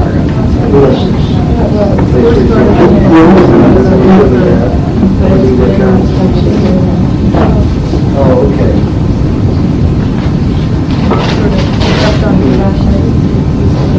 Oh, so your dry spot. It's chemical. Take a grapefruit, and you rub it on it, and it will decontaminate the poisons that's coming through the skin. It'll also deaden the skin faster, so it'll fall off. Because it's taking a long time for that skin to die. And even though the grapefruit juice will help it die quicker, it needs to die. Because those elements also stop the itching as much. It's very dry. Yeah. You got to eat lots of moisturizing formulas, you know. That butter and the lemon juice and the egg and the honey. Pardon? Oh, wine, they do a lot of fermentation in wines. See, grapes have a tendency to mold even when on the vine. They're one fruit that will mold on the vine. So there's a high propensity to mold. In fact, Pasteur got started by, pasteurizing this wine that had been molded on the vine. It destroyed the wine, so they sold it to the peasants, because they pasteurized it, but it indicates how delicate and sensitive to molds the grapes are. So if you eat wine, you're asking for heavy trouble. So you need to stay away from it. Until it's removed. You might try like the French do, eat cheese and rich sauces with it, so it absorbs all that contamination and it won't affect you. But as long as you're as thin as you are, you better eat lots of fat with it and not eat it at all, drink it at all. Okay? Relax with you. There's no milk. Okay? You're drying out everywhere. It's like a desert inside. Also, you're protein deficient. So you're not doing this diet? No. Where did you learn that? Today? You ended up in here today? It's a good place to be. How did you get in here? Oh, sure. Okay. You're extremely protein deficient. The left ovary is hardened about 80%, and it's protein deficient about 20%. So that ovary is not even functioning. Then this left adrenal gland, the left adrenal gland is about 25 to 30% hardened. the left side of the pancreas is about 75% hardened, so that's no good. The left thyroid's okay, parathyroid is fair, tonsilary is very poor. Relax, this is going to function. Well, the tonsils protect the brain. So if the tonsils aren't working, then your lymph system has to do it. If the lymph system isn't doing it, nothing's protecting it. Relax the thumb. Could you do me a favor when I'm talking to the right ovary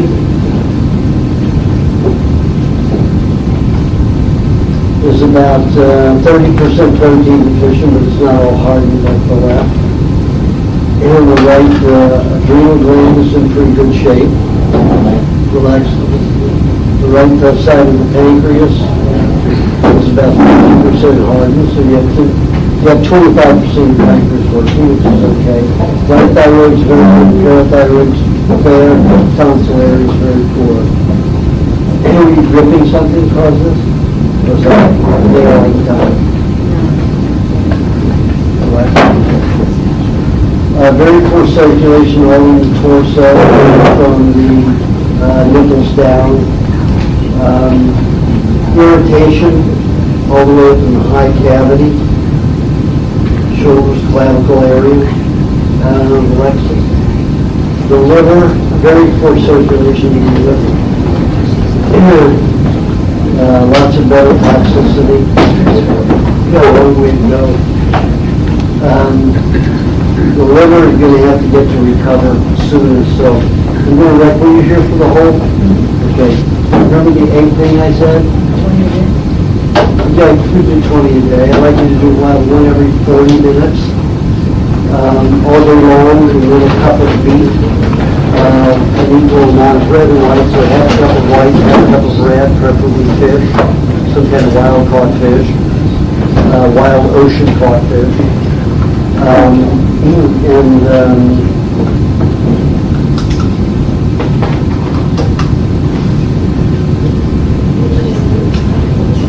Definitely the moisturizing formula. What I'd like you to do is make a batch that's, is this being recorded for you? Do you have anybody writing this down to you? You're taping it, you want to record this? Okay. I'd like you to make a moisturizing formula of 3 eggs, 4 tablespoons of butter, 2.5 tablespoons of lemon juice, and 1.5 teaspoons of honey and wood. Tastes kind of like a lemon meringue. I like to have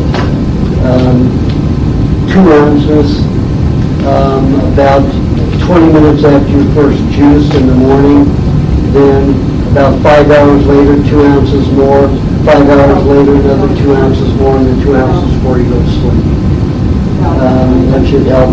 And if you have any left, depending on the size of eggs, then have it with your last meal. Well, you should only have 1 meal, so that's with your last meal at 7 o'clock. Yeah, and eat eggs all day long. If you get too hungry, then you have one every half an hour instead of every 40 minutes. And have a cup of milk to relax your system if you need that. A little extra cream and have like a cup of milk that's body temperature or warmer with 3 tablespoons of cream.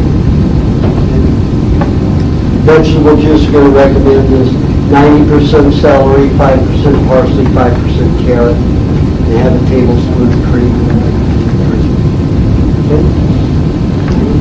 And follow eating schedule number 2 in the lesson.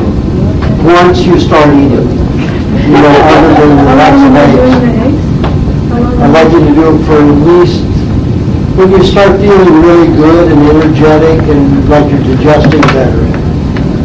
So it could be 2.5 to 3 months. Every 40 minutes like that, eh? Yeah, every half an hour to 40 minutes. For 3 months? Yep. And have a vegetable juice The vegetable juice I recommend once a day, about 8 ounces. And don't forget to get up every 5 hours, they have that in the middle of the night. But during the night, you could go, almost the whole night, but you need to have, over 5 hours without an egg. You can sleep your normal sleep during the night without having an egg. In your waking hours, it'll improve you much faster than anything else will. Depends on how quick you want to do it. Is there Next. Marley's Roy? Did I butcher it? No, you did it well. Really? Butcher it? No. It's very, very legible.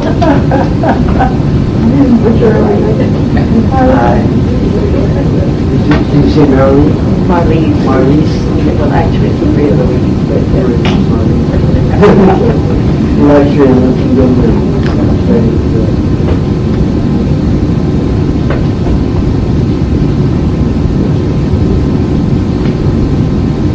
that ovary is very hollow.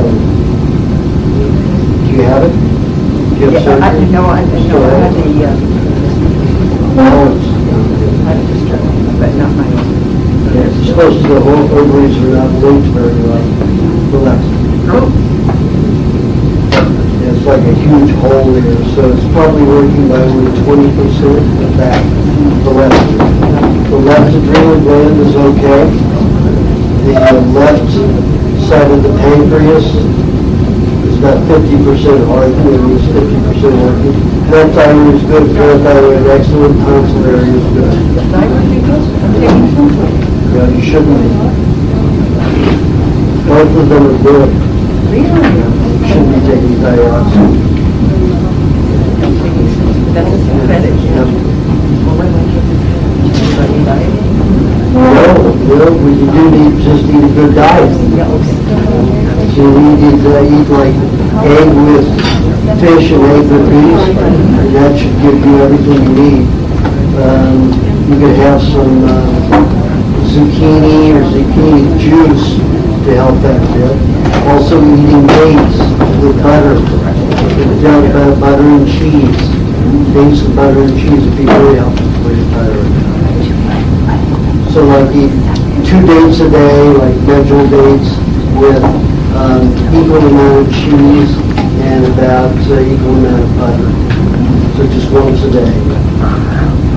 Well, that's it. So the left ovary is a little bit better, probably working by 40%. The right adrenal gland is in pretty good shape. The right side of the pancreas